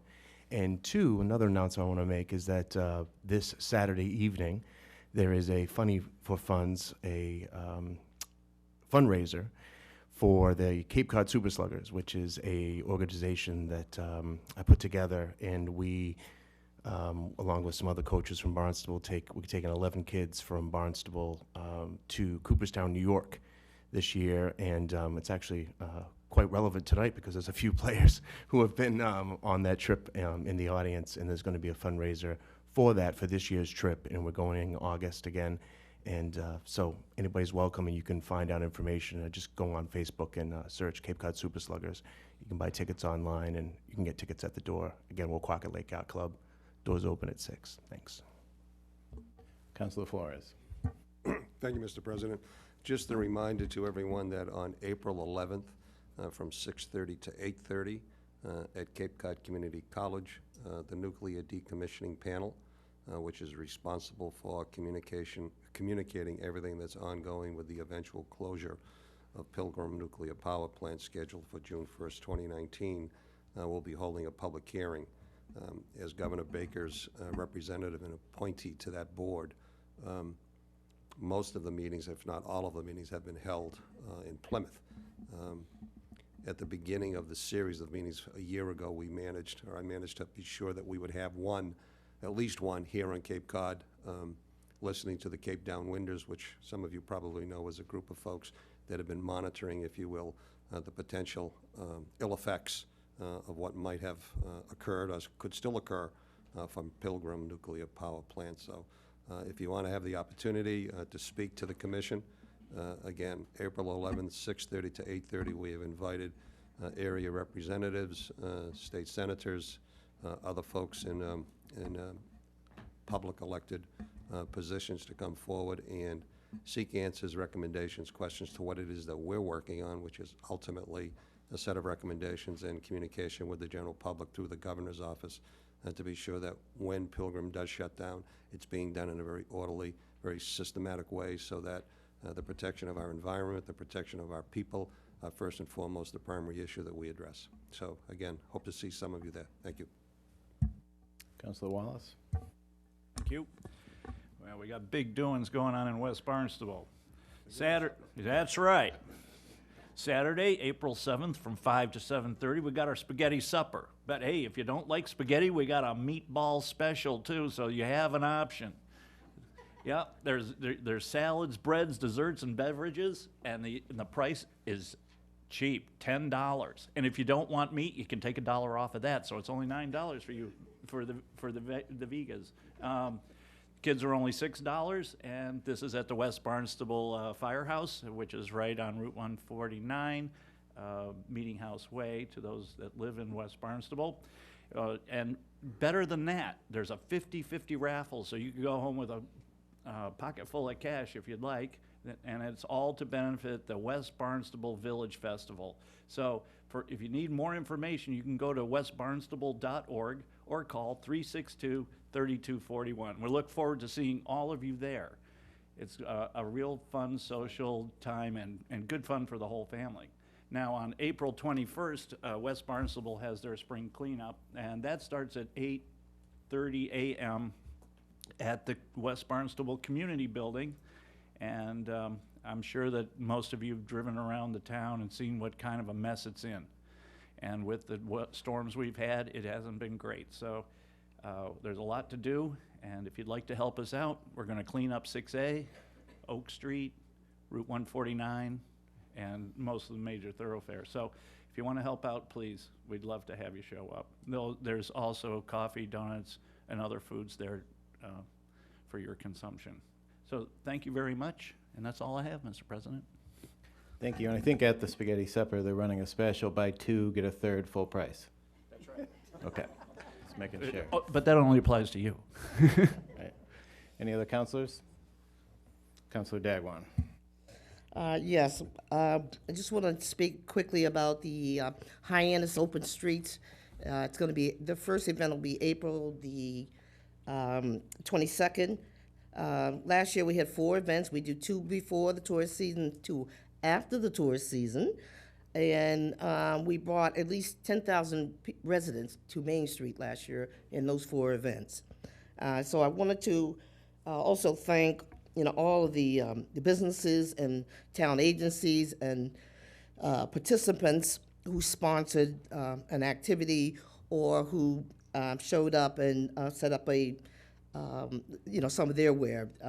You can come and just bring a table and hand out some of your own material, but there's a lot that's going on Hyannis Open Street. We shut down Main Street Hyannis from 12 to 5. And it's just a great time. One of the things I liked about this concept of Hyannis Open Street is because it's an international program that's being done all over the place.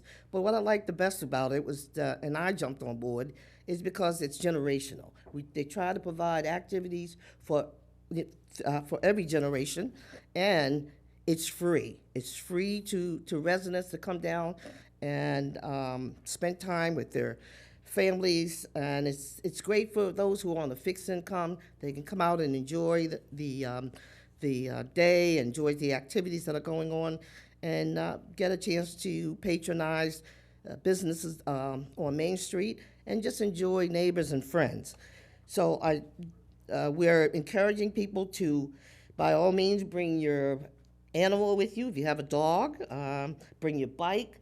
It's supposed to be, designed for a kind of walkable activity.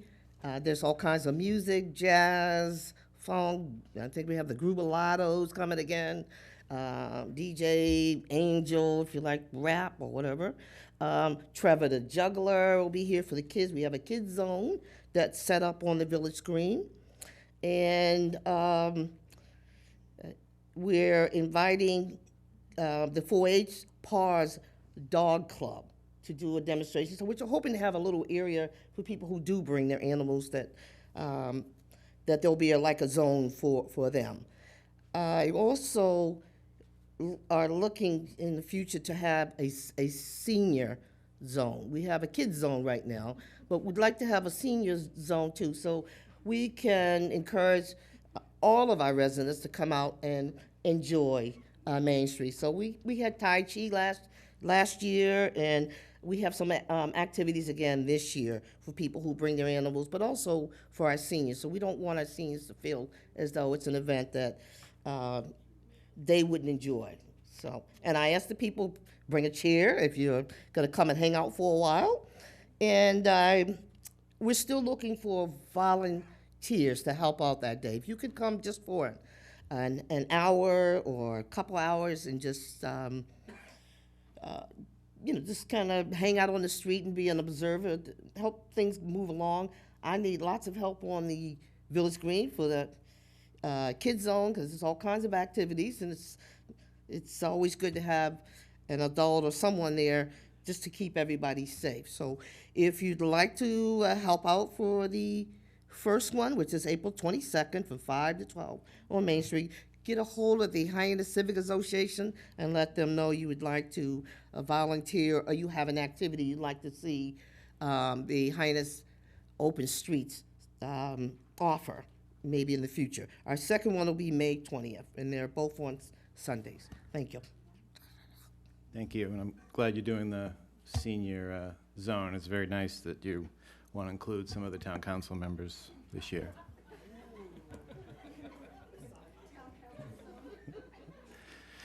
All right, we're going to move into the orders of the day under old business. I'm going to invite the school department up. We have a lot of reading to do, so we're just going to kind of go left to right. We'll read a couple, and we'll move on to the next one. But I want to invite up our school department. I think we have Dave Kenyak, Director of Facilities. We have Superintendent Meg Mayer-Brown, and Gareth. Are you coming up as well? Gareth Markwell, our Deputy Finance Director. Oh, we already had public comment. I'm here under boards and committees. That's council level. We had that, but thank you. Oh. I'd like to welcome the school committee. Councilor Dagwan, could you please read and open the public hearing on 2018-064? Yes, thank you, Mr. President. Item 2018-064, appropriation and loan order in the amount of $4,600,000 for the purpose of funding the Barnstable Public High School sports field upgrade project as outlined in the fiscal year 2019 to 2023 capital improvement plan. And this is open for a public hearing, and we need a 2/3 vote for it to pass. Do I have a second? Okay. All right, go ahead. Welcome. Good to see all of you. Thank you. Good evening. Thank you for the opportunity to be here on behalf of the Barnstable School Committee. School Committee Chair Chris Joyce couldn't be here with us this evening. Stephanie Ellis, School Committee Vice Chair, is in the audience. We, again, appreciate the opportunity to represent our needs from the school department in terms of our capital planning to the town council. Certainly appreciate the strong investment that the town makes in education, both in our classrooms and in our facilities. I don't want to take too much time in terms of my opening, but just want to take a moment to share the vision that the Barnstable School Committee adopted for our students, because I think it sets the stage for this evening and our requested projects. The Barnstable Public Schools educates the whole child by creating student-centered school culture that addresses students' physical, social, emotional, and academic needs by creating a safe and healthy learning environment in which students are challenged, supported, and engaged. And I would be remiss if I didn't acknowledge the student, and specifically student athletes that are in the audience tonight. They certainly are witnessing and participating in civic engagement in the town. So they've been very patient in waiting for us to come up here. And then finally, the core values of the school department as adopted by the school committee are commitment, collaboration, and community. And I'm just, I think Councilor Hebert had said something about being proud to live in Barnstable. I am equally proud to both live and work in Barnstable, again, in a town that supports so well its youth. So again, pleasure to be here, and thank you. Could you just introduce the gentleman to your right? I'll let him introduce himself. Have a Red Raider day. Thanks, Jim. Appreciate that very much. I'm Pat Clark. I'm the principal at Barnstable High School. Thank you very much for giving us this opportunity to speak to why we need to upgrade the facilities that we have for our student athletes and for the community at large. Thank you.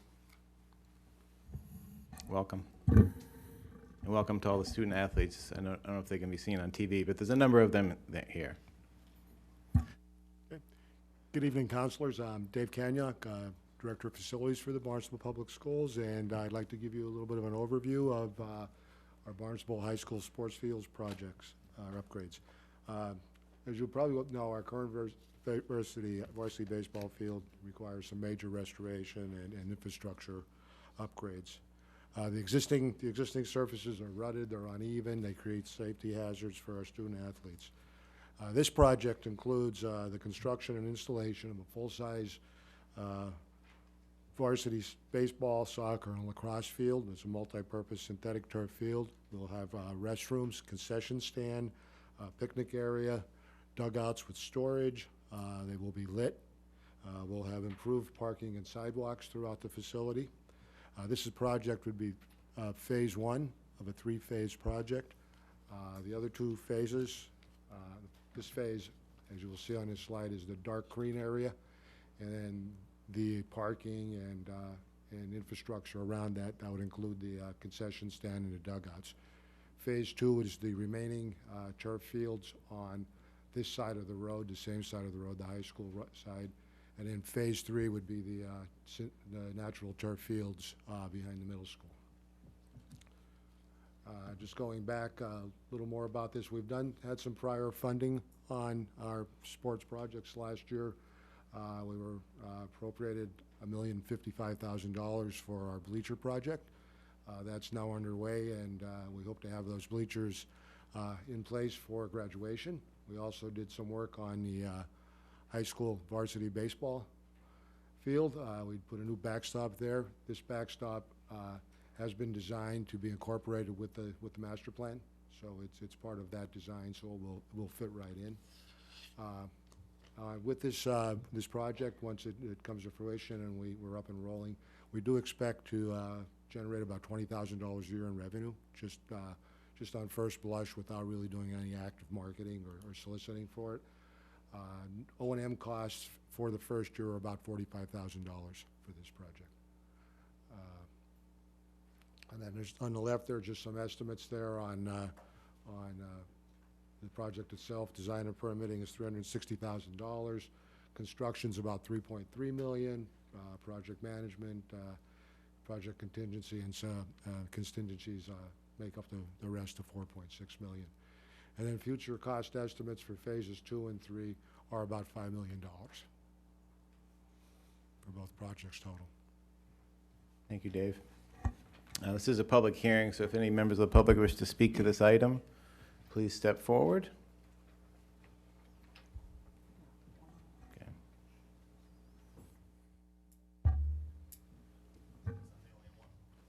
It's all right. Good to see you. My name is Scott Swalick, and I live in Marston's Mills. My wife and I are both Barnstable High graduates, and our son is a freshman at Barnstable High School and a third-generation BHS athlete. Over the past few years, his travel teams have required us to travel around New England and discover many small, off-the-beaten-path high schools and sports complexes, as well as some of our abutting neighboring towns. We are often surprised and honestly jealous of the impressive facilities that these smaller towns have, along with the cleanliness, detailed to specific sports, technology, landscape surroundings, and the amount of stands at each complex. Why? Because the locals take pride in their athletics and enjoy coming out and seeing their youth practice and play. Scudder, Scaletti, Nicholas, Hassett, O'Neill, Moore, Clark, Auger, Hostetter, Fine, Ellis, Dacey, Princey, Pina, Joyce, Machado, Blaze, Maffey, Treveri, Houston, and many, many more. These are just a few names that you may recognize as Barnstable High School graduates, but also BHS athletes. Some of them are Hall of Fame members. Some of them are responsible for building many of the neighborhoods that our Barnstable families live in today. A few of them are the largest private employers on Cape Cod. They are all leaders within their own industries and professions. And if you were to ask many of them, they would credit much of their success due to their athletic experiences here at Barnstable High School and the coaches that helped shape their character and work ethic. We owe it to these alumni, along with the elementary age kids who will drive by these fields and say, I'm going to play on these fields someday. This desire, goal setting, discipline, pride, and dedication will give these kids the experiences and tools to hopefully someday join a list of successful alumni that I just named. As with all town projects, completion is spread out over multiple phases, which is understood. Nothing is for free, and there is always a sacrifice to be made. Although I would argue that these costs are small in comparison to the impact that our Barnstable High School athletes have had on our community, their profession, and quite frankly, our own local economy.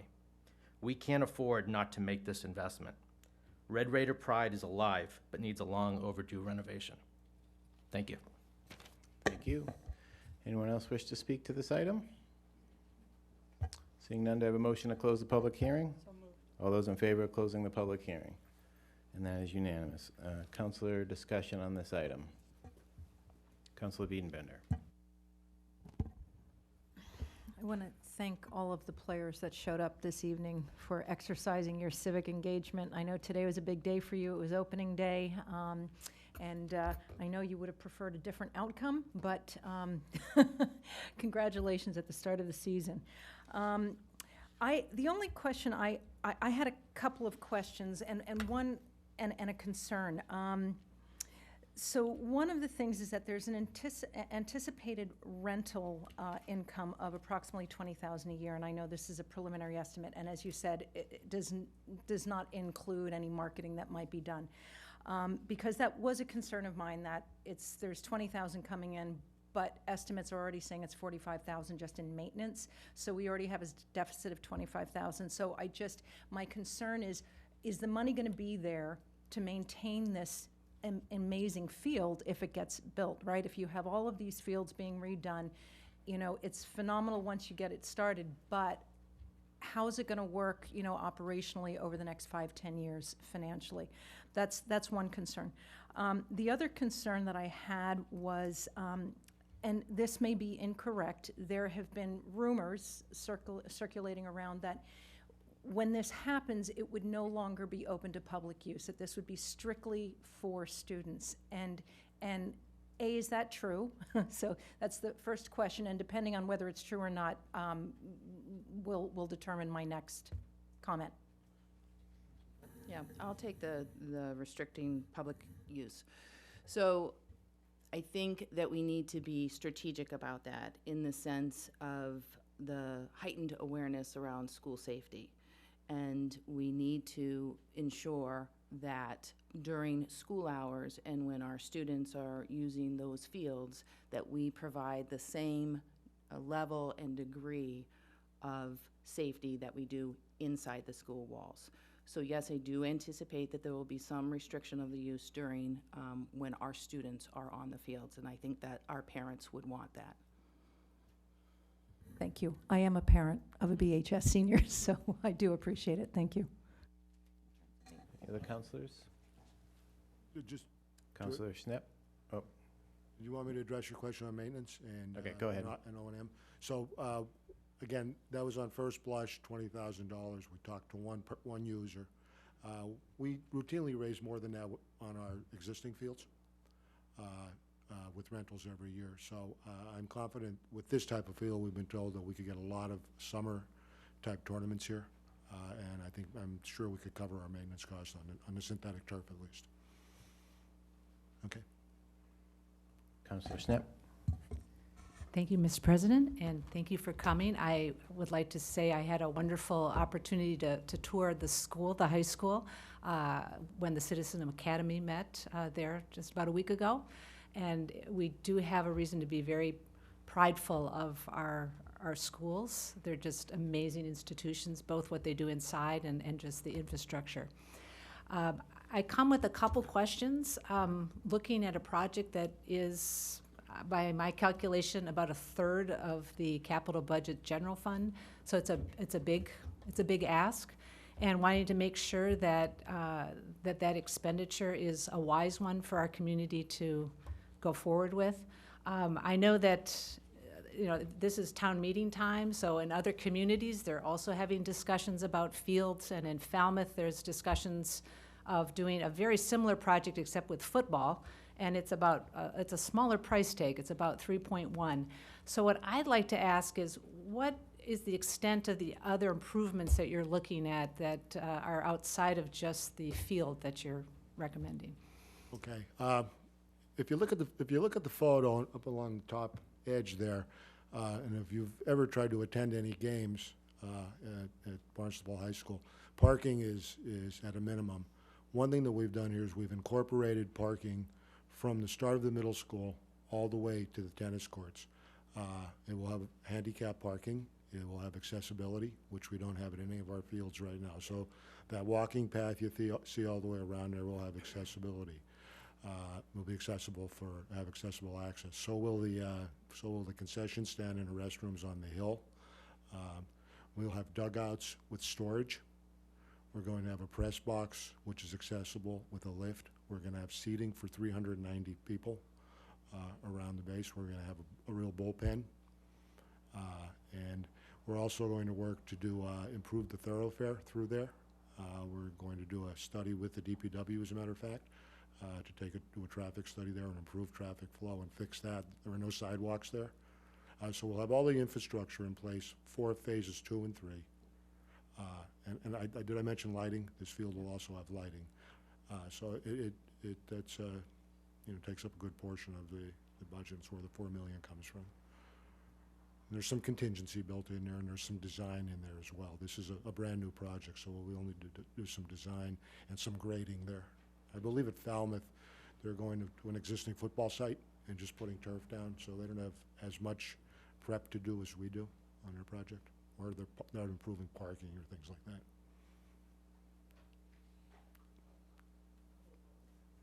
We can follow up if you need to.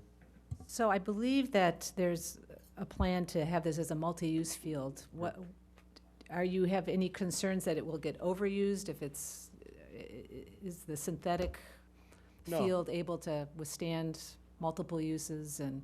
No, I mean, our football field gets a lot of play and gets a lot of public use now. I mean, it's showing some signs of wear, but it can withstand it. And if it's groomed properly and taken care of properly, when we say multi-purpose, I mean, it will be baseball and then and soccer and some field hockey on it during the regular seasons. That field is used for all those purposes right now, too, except it's grass. So I'm not too concerned about that. And again, we will take care of it and just try and rotate the play. One of the ideas with the entire complex is that if you are familiar with the current layout, we've got more playing space there than we currently have, and the idea is to rotate fields out. It's really tough on anything when you're on it all the time. So hopefully with the new turf fields, the athletic director will have the flexibility to let a field rest every season, which is I'd ultimately like to do, and then play around and do a lot of your practice on the grass, and then use the synthetic for games if you can. So hopefully we can also get that routine in place. Okay. Councilor Flores. Thank you, Mr. President. Good presentation, thank you. Just really an observation. I think the design, as well as the creativity that's been incorporated into the overall plans should be commended. I know that as a parent and as a former educator, athletics are as important in many respects as our scholastic commitments. And there's been many studies that have shown that the better the facility, both scholastically, and the better the facility from an athletic perspective, the more pride that a school system takes.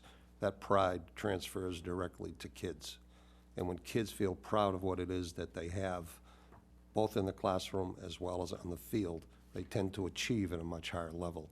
So I'm hoping that through this $4 million plus, although it's a substantial amount, this will be amortized over a host of different years to the point where the return on the investment by us approving this, and I hope unanimously, will then turn around with a reward both scholastically and athletically, where our students, parents, our teachers, our administrators can take pride in terms of what it is that we as a town are giving to the community. So I'm hoping that this passes unanimously, and it has my support 100%.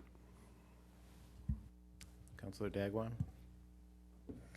Yes, I think it's great that this council and the town has continued to make education a priority. We have a 40-60 split where the school department or education gets the 60 and the town uses the 40. So I hope we will continue with that standard because it is important. It draws people in. You got a good school system. That's what people look for when they are looking for a place to live. And I'm glad that we're doing a nice balance in terms of the other types of activities besides the scholastic. That it is important that we have a nice facility for our students to participate in. I did have a question about the turf, though. I'd like to know what the lifespan is of this kind of turf, because I don't know much about that. It's always grass fields that I knew of growing up. And also, are there any other schools that use our facility? I know we got the Sturgis School, we have the Catholic schools, and I'm just wondering if that's... Okay. To answer your first question, the life of synthetic turf currently, if used, and the average annual use is about 1,000 to 1,100 hours a year, based on who you listen to, is about 10 to 11 years. Okay, and then usually it should be taken up and replaced. So, properly maintained at 1,100 hours a year, you should get about 10 or 11 years out of it. For example, the high school field, we get used about 1,800 hours a year right now, the football field. So it gets used a lot more than what the average is. Can I ask a quick follow-up? How do you maintain that kind of field? The way you do it is we have a contractor groom it twice a year with a bigger machine that hopefully is part of my O&M projection for this next project. But we have it groomed twice a year. The contractor comes with a tractor machine, and they actually move the infill around. There's infill there that creates a cushion under the turf. And they move that around, get it spread evenly, so that when they do what they call G-max testing, which is an impact test to make sure that that it's soft enough and doesn't cause concussions, there's that maintenance. We try to clean it about every 6 weeks with a smaller machine, just to get the dirt off it and clean it up a little bit. And then there's painting. Some fields you sew the stripes in, sew some of the markings in. It gets confusing if you sew them in with too many sports, especially multi-purpose fields. So this field will be mostly painted, and then we're going to also get our own paint machine, and we'll paint that. It requires a different kind of paint for synthetic turf because you want the fade out faster, so you don't bleed over other sports. There are a lot of other districts that we went around and toured some other schools that had multi-sports facilities in them. Plymouth North has a real nice one. We checked that out, and they use these types of fields as well. Thank you for educating me. Are there any other schools that use it, though? Oh, other schools, not this one, no. Other schools, Sturgis and Pope John Paul, use some of our other grass fields through the Park and Rec, but no other schools. We don't have any available playtime for other schools. Keep them plenty busy. Councilor Representing. Thank you, Mr. President. Good to see everybody. I have a question on how this project became priority number one, because in last year's capital plan, field ground improvements by the schools was priority 25. Turf replacement in the current ranking, in your rankings, is 18. And so I'm just wondering how it jumped up from priority 25 to priority 1. And another question I had was And that, I have that question because I see priority 8 last year was campus-wide mechanical upgrades, burners, boilers, HVAC, and pumps, and that's nowhere in your capital budget, as is Hyannis West walk-in cooler replacement, which last year was number 6. It's not anywhere this year. So those are, that's a question I have. The other one is, I know the town just embarked on a field study throughout the town. Where did these fields sit with that field study? And is it supported by the rec? So I'll take the question regarding how did it move from priority 25 to priority 1. So just in terms of always considering the needs of our students in light of our district vision that I read, in terms of paying attention to the physical, social, and emotional needs of our students. As the school committee reset and adopted that vision, that causes us to take a look at what are our priorities for the district. And certainly, we have 800 students who use those fields between fall and spring sports.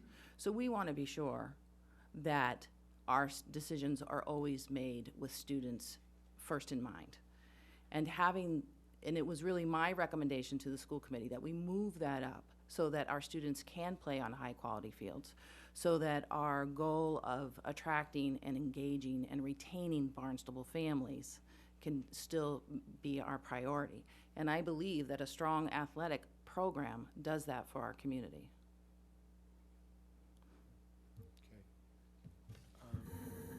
And the rest of the question really was, what happened to the walk-in cooler and the pumps? Mechanical. Okay, the mechanic, they were actually up at a higher rate. It's where they fell out in the scoring process, the town scoring process. They weren't, I mean, the fields scored really well in the town scoring process.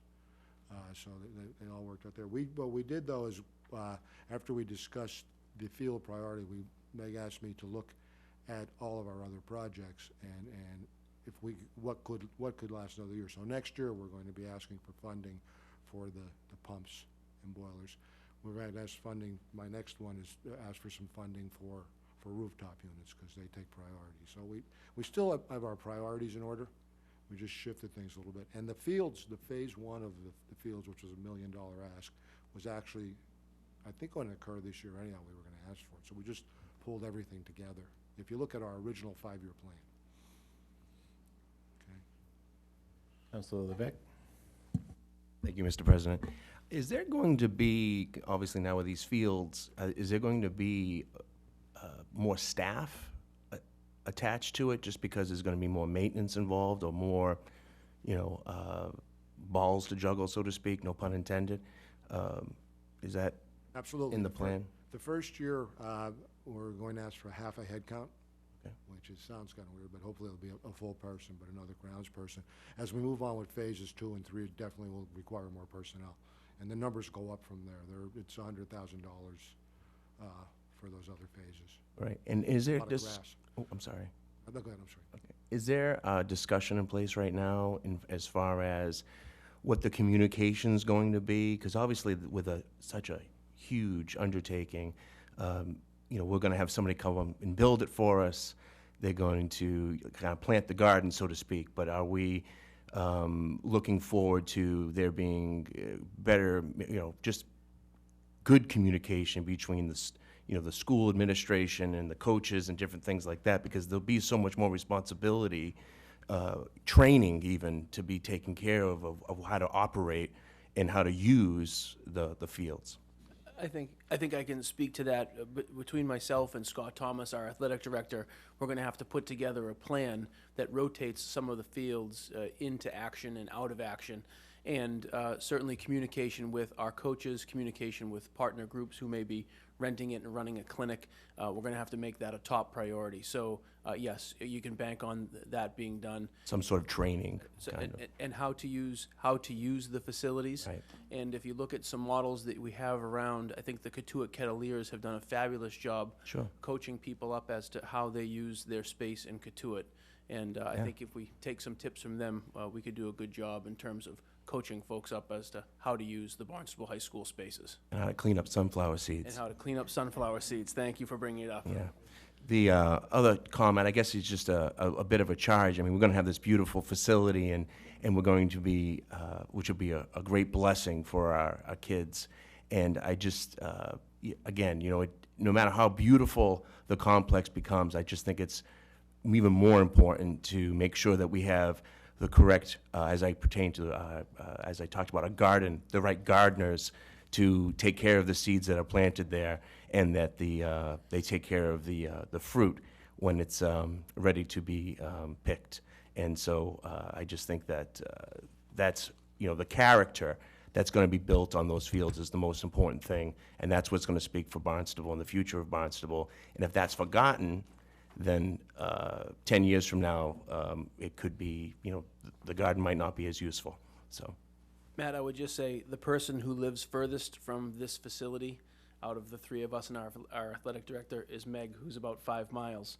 Scott lives a mile from the field, Right. a mile and a half, and I think David may be even closer as the crow flies, and I'm Right. 3.7 miles. Right. So you have 4 very engaged caretakers Right. here who are going to make sure and that the space I is do handled. not doubt that in the least. I just, you know, even when, you know, even when you're gone, so to speak, you know what I mean, and when we've moved on, we'll hopefully still have this facility, and that it'll continue to carry on that Red Raider pride. Councilor Cullen? Yes, I think that overall, I believe that I agree with Councilor Flores that, you know, it's education, it's exercise, it's balance, it's teamwork. It's all of these things that give our kids confidence and teach them how to be good, engaged adults, to sit through a boring town council meeting, even though their eyes are bleeding back there. I see them, I see your eyes bleeding.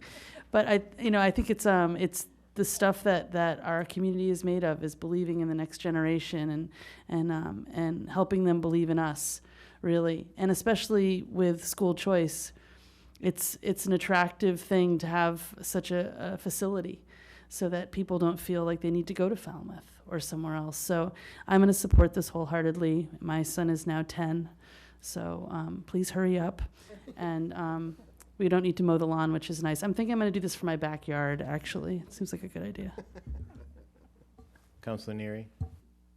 Thank you, Mr. President. I have a question for Mr. Milne, Mark Milne. When I look at the efforts that's going to be required to pay for this, I assume a bond is going to be issued. And what is the term of the repayment on those bonds if it actually reaches the $9.6 million level? Is that a 10-year, 20-year bond? How long will that bond go out? And the reason why I ask this is if we're funding fields that will last, give or take, 10 years, this will come around again, and we'll be looking at spending more money. And I'm curious, what would the cost be also of the replacement fields 10 years from now? The cost to replace synthetic turf is anywhere between $700,000 and $1 million. So it's substantial. And as far as how we'll be paying for this? Yes, good evening, Council. Mark Mellon, Director of Finance.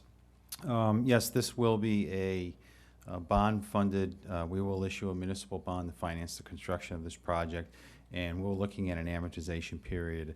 We could go as long as 15 years, so with the proper maintenance, you could probably, and depending upon the amount of usage that the field receives, we could extend that bond as many as 15 years, but we often borrow money and use a shorter amortization period just because we like to save interest costs. So we're going to look at that closely and determine what would be the best amortization period for this project when we get close to going to the market.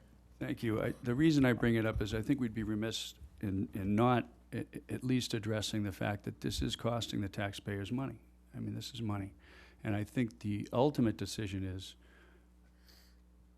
do we want to provide the townspeople and our student athletes and high school students and local folks this type of what looks to be an outstanding facility? It's a great facility. I'm assuming, this all started prior to my coming here, but I'm assuming that there was a initial ask at some point, and I don't know whether that ask was changed, rebutted, or is this the first ask? This is the first ask. Okay. This has all been done. All right. I was fortunate to be a coach in town. I was fortunate to try to run practices and games on the fields, and some of those fields, especially the back ones, they're abhorrent. They're improperly drained, and they're in tough shape. But I think as a town, we need to look at this and say, is this a benefit that is worth it to look at really a long-term? This is a long-term pay for this project. I would vote for it, and I will vote for it, but I think that we need to actually look at it in that light, understanding that we're asking our townsfolk, people on fixed incomes and those type of things. It all ultimately comes down to what we're paying in taxes. And it looks fabulous. I think the students and the townspeople are going to love this, but we still need to be cognizant of the dollars and cents that it costs. That's my comment on it. Thank you. Councilor Bean-Bender. Thank you, President. So I just wanted to address Councilor Grassetti and Councilor Levesque's comments and just tie them into a couple of things. So there was a rec assessment done, and when I was reviewing it, I have to say, I was incredibly taken aback at the report, at how dismal all of our fields really are. And the high school in particular, across the board, you were either poor or bad.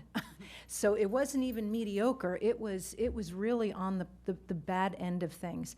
And so, without a question, something has to get done. And I am for this project. My son from another mother is sitting in the audience here, and I can't let him down. But the other part here is, too, that just tying into what Councilor Neary was just saying, that rec assessment also points out the multitude of needs we have across the board with our fields. So this is 10 million when all is said and done, give or take. But we have all of these other fields we're also going to be needing to look at and funding. And in making those decisions, it's also making sure that we have a comprehensive vision for how those fields integrate with one another, right? Because it's important for us to have those after-school programs. We need those 7-year-old kids on the pitcher's mound practicing so that they can play for BHS, right? So I just throw it out there so that we're all cognizant of these multitude of things that are happening behind this, and this is incredibly important, and I'm very much for it, but I just feel like I would be remiss if I didn't point out to everyone in the audience, and people are paying attention, it's part of a much bigger picture of what needs to get done in our town to address our recreation needs. Thanks. Councilor Flores. Thank you, Mr. President. Relative to the overall expenditure and the planning of the budget for this, I have total confidence in terms of when we ever go out for a bond bid, we usually get the best rates. I have total confidence with Mark Milne, with Mark Gels, that in terms of the overall financing, whether it's 5 years, 7 years, 10 years down the road, that will be managed in the most effective, efficient way possible. With that being said, I do have one concern, and that is the issue of access to the fields.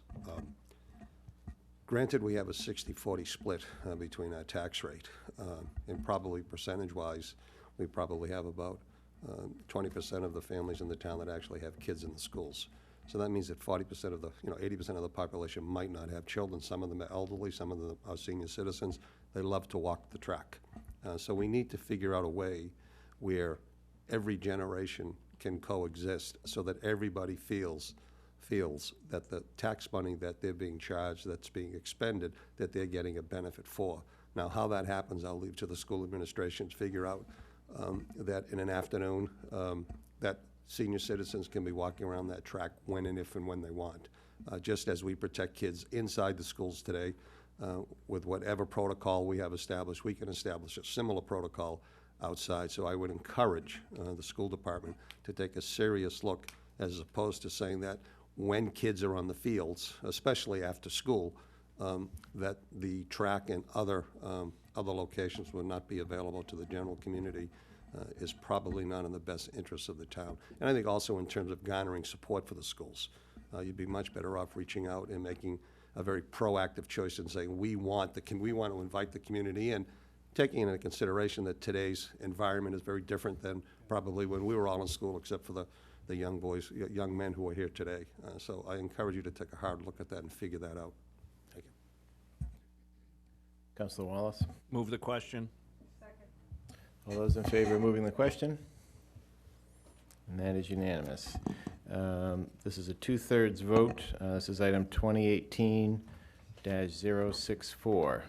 All those in favor of this item?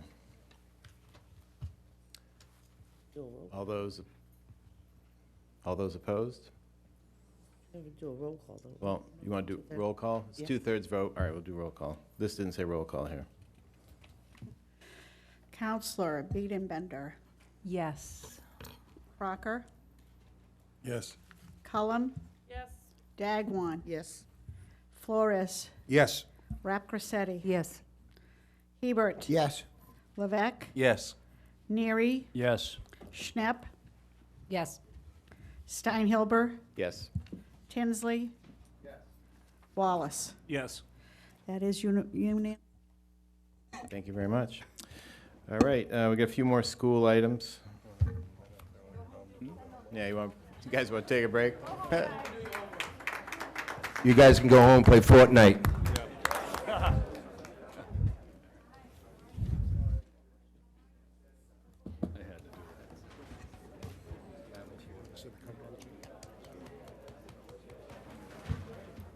I'm pissed at, I was skating on Kennedy Rink. Chain link fence to it. It's not break time. You can go ahead, you can get up anytime.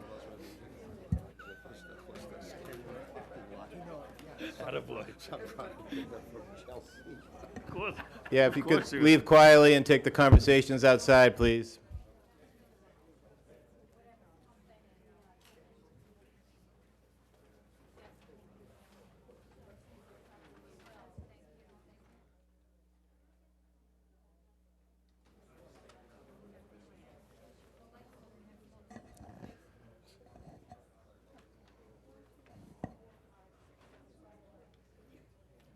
Councilors, please take your seats because we can't continue without you. I didn't excuse anybody. We only got 50 items to go.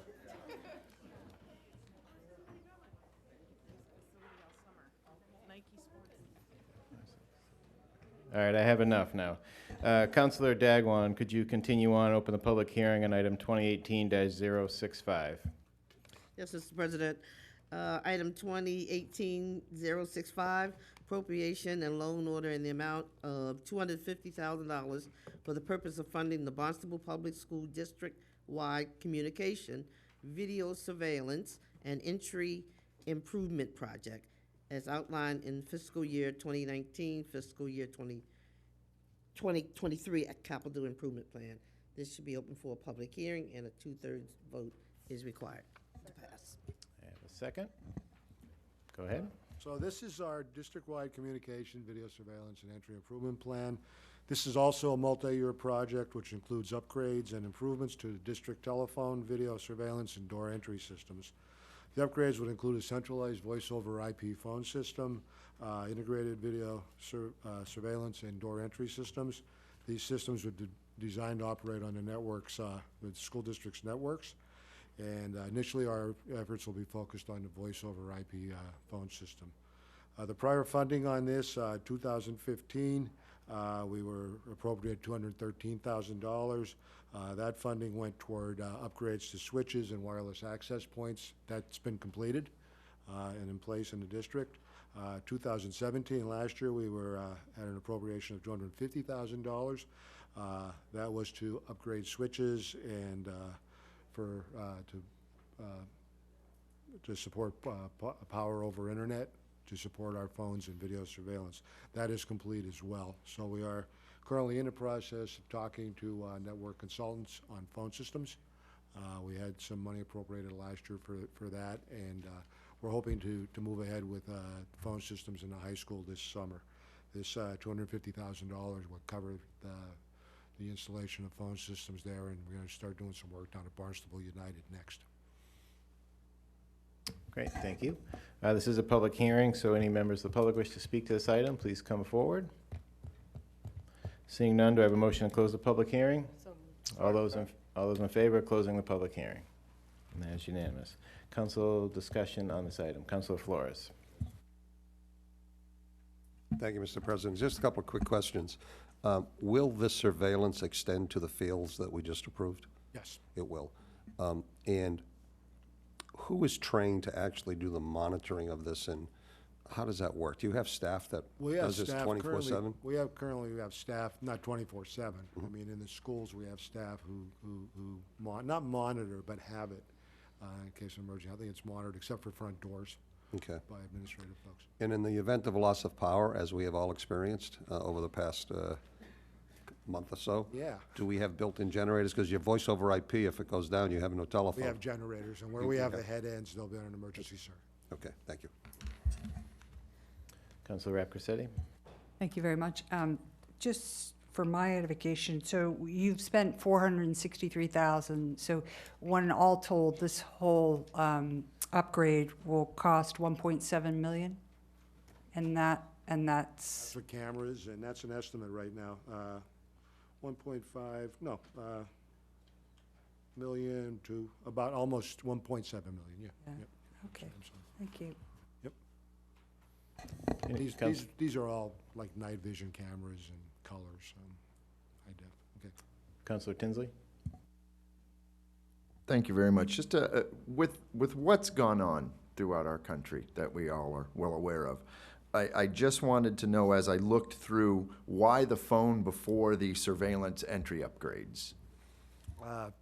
The short of it is, a lot of our phones don't work. We have aging phone systems. The high school, there's a simplex system, and it's just, we're having a tough time getting parts for it. Voice over IP is much more reliable, and we're running on our network. A lot of this old twisted pair wire, it's getting old. Okay. Any other councilors? Move the question. Second. All those in favor of moving the question? All right, this is item 2018-065, two-thirds roll call. Counselors Crocker, Yes. Cullum, Yes. Dagwan, Yes? Flores, Yes. Rapcorsetti, Yes. Hebert, Yes. Levesque, Yes. Neary, Yes. Schnepp, Yes. Steinhilber, Yes. Tinsley, Yes. Wallace, Yes. Biedenbender. That is unanimous. Thank you very much. Councilor Schnepp, could we open the public hearing on item 2018-066, please? I believe it's on page 8. This is for the appropriation and transfer order in the amount of $100,000 for the purpose of funding the Barnstable Public School High School and Intermediate School Rooftop Unit Ventilator Replacement Project as outlined in the fiscal year capital improvement plan. Okay. Yeah, go ahead. Okay, this project is to begin, do the engineering and determine specifications for replacement, eventual replacement of all the rooftop units at the high school and the middle school. They're all around, coming up on 20 years old. Some of the units we're having a tough time getting parts for, and it'll be time to change them out. So we'll do a phased change out there, hopefully starting next year at the high school, and we'll start changing out some of the rooftop units and then work our way to the middle school. So it's pretty straightforward. This has been on a 5-year plan for a while, and All right, this is a public hearing, so any members of the public who wish to speak to this item, please come forward. Seeing none, do I have a motion to close the public hearing? All those in favor of closing the public hearing? And that is unanimous. Councilor discussion on this item. Councilor Flores. Just a point of inquiry. On all of these projects, even with the fields, are we putting everything out on separate bids, or are we also using what are customarily the state bid system? Are a lot of these items on the state bid? because of the dollar amount, we put these out to bid. You put them out? Yes. But on the state bids, for example, in the facilities department, a lot, compressors and things of that nature. Well, yeah, when we are buy on there. smaller things, I use state contracts and I compare. Yes. Thank you. Councilor Rappacetti. How many units in this in this project? I know you mentioned 47 in the next project, sir. There are 11 units on the high school. 3 of those were already included in the library upgrade project, which we're working on this summer, and there are 14 on the middle school. Okay, thank you. Any other counselors? Do I have a motion to move the question? All those in favor of moving the question? And that is unanimous. This is item 2018-066, 2/3 roll call. Counselors Cullum? Yes. Dagwan? Yes. Flores? Yes. Rapcorsetti? Yes.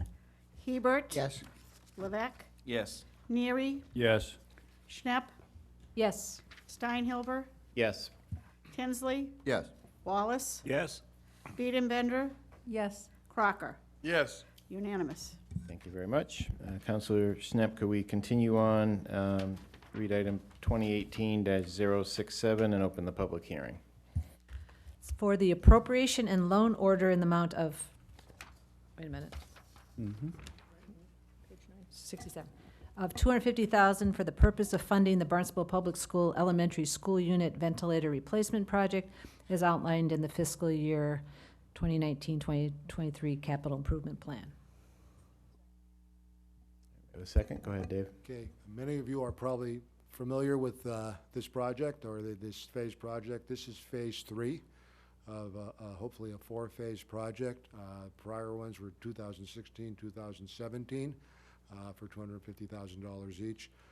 That got us through all of High West. We were able to replace 20 units in there, plus the gym units and cafeteria units. So High West right now has the entire HV system has been replaced in there with new upgraded digital equipment. This funding will start over at BWB next year and start ridding that building of its aged unit ventilators. There are only 13 in there, so that one will go pretty quickly. And then we'll head over to Centerville. And hopefully with next year's phase 4, we'll be able to finish it up. All right. This is a public hearing. Any members of the public wish to speak to this item, please come forward. And seeing none, do I have a motion to close the public hearing? All those in favor? That's unanimous. Councilor discussion on this item. Councilor Flores. Again, these are the ventilators in the main building. I'm just curious how the modular units are holding up. Oh, they're holding up. Well, they're rooftop units and they're brand new. Yep, they're working well. Thank you. Vice President Crocker. Any Energy Star credits or anything co-participation? Not with unit ventilators. Come on. But going back to the rooftop units, there are. And Okay. we'll be working those. Thank you. Any other councilors? Move the question. All those in favor of moving the question? That is unanimous. And this is item 2018-067, so 2/3 roll call.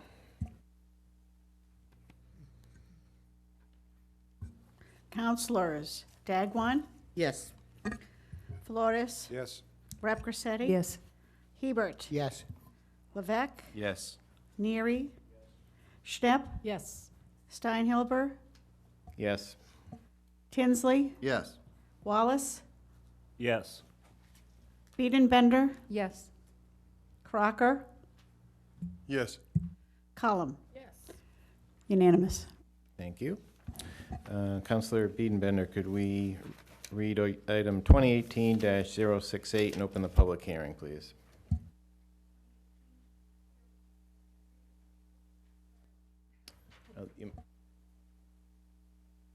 Thank you. Sorry. Rookie 068. mistake. 2018-068. This is an appropriation and transfer order in the amount of $100,000 for the purpose of funding the Barnstable Public School Emergency Generator Replacement at West Villages Elementary School as outlined in the fiscal year 2019, fiscal year 2023 Capital Improvement Plan. All right. Go ahead, Dave. Okay, this is the replacement of the existing generator down at West Villages. The machine that's there now is well over 20 years old.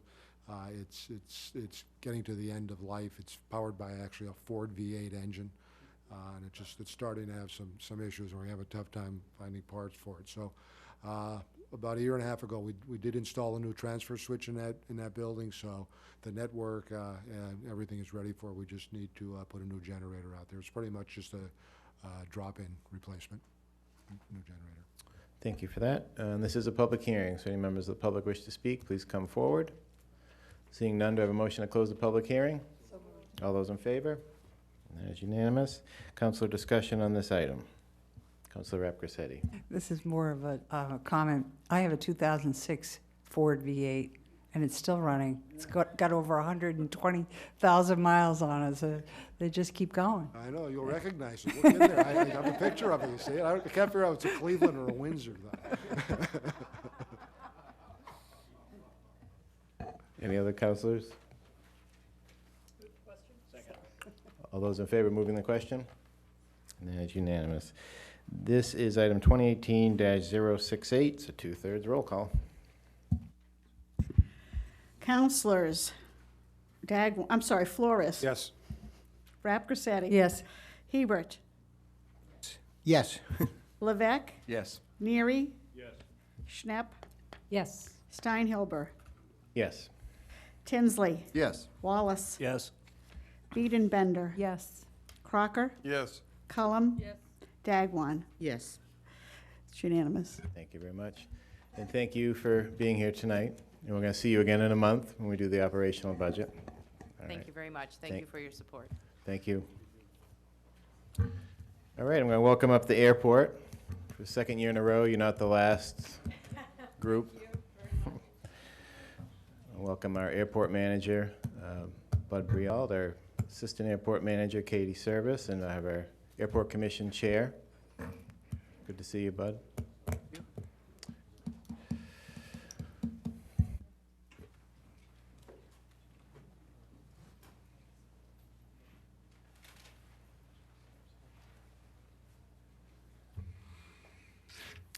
All right, well settled in. Councilor Biedenbender, could you continue on with item 2018-069 and open the public hearing?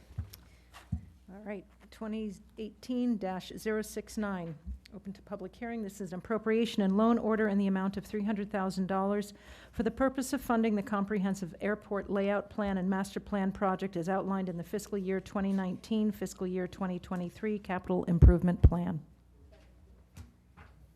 All right, welcome. Good evening. Thank you. No, there it is. Thank you for having us here tonight. I appreciate it. So thank you to the President, Vice President. My name is Katie Service. I'm the Assistant Airport Manager. With me tonight, we have our Airport Commission Chairman, John Griffin. Thank you, John, for coming. And the Airport Manager, Bud Briald. I'd like to extend a welcome to the new counselors that are on the team. Anytime you would like to come to the airport for a visit, please reach out to us. I know that some of the faces are familiar from the Citizenship Academy, but if you'd like to come out to the airport at another point in time, please do so. I'll buy you a cup of coffee at Cape Cod Coffee. I'm there. That sounds good. But you can't fly any planes while you're there.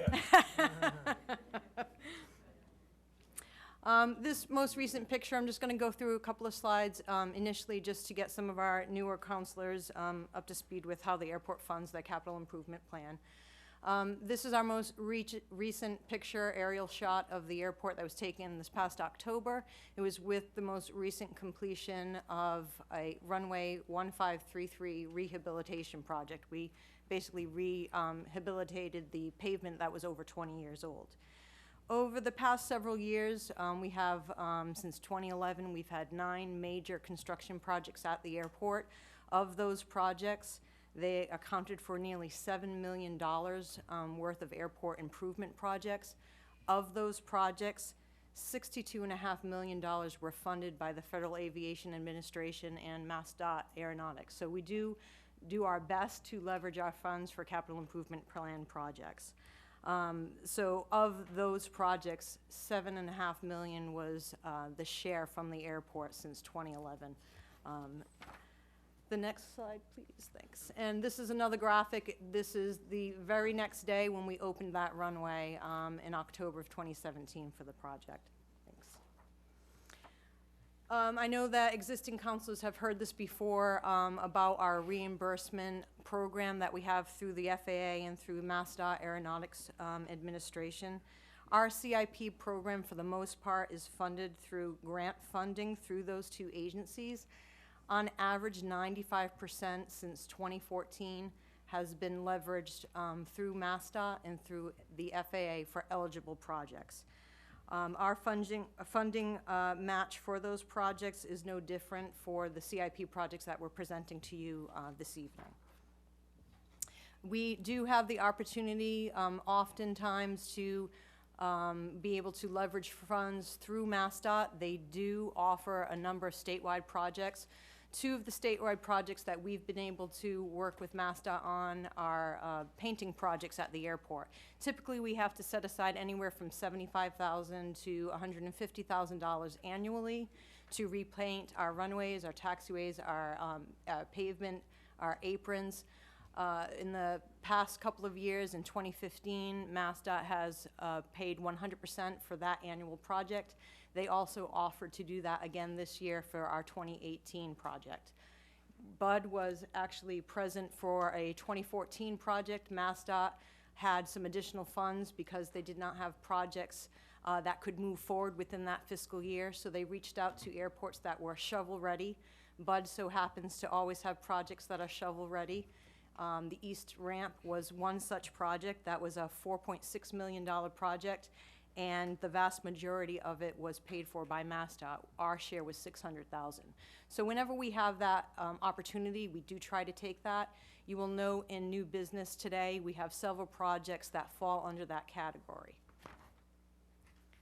Tonight we have the three projects as mentioned that we will go forward with for request through appropriation and loan orders, and an appropriation and transfer order for one of them.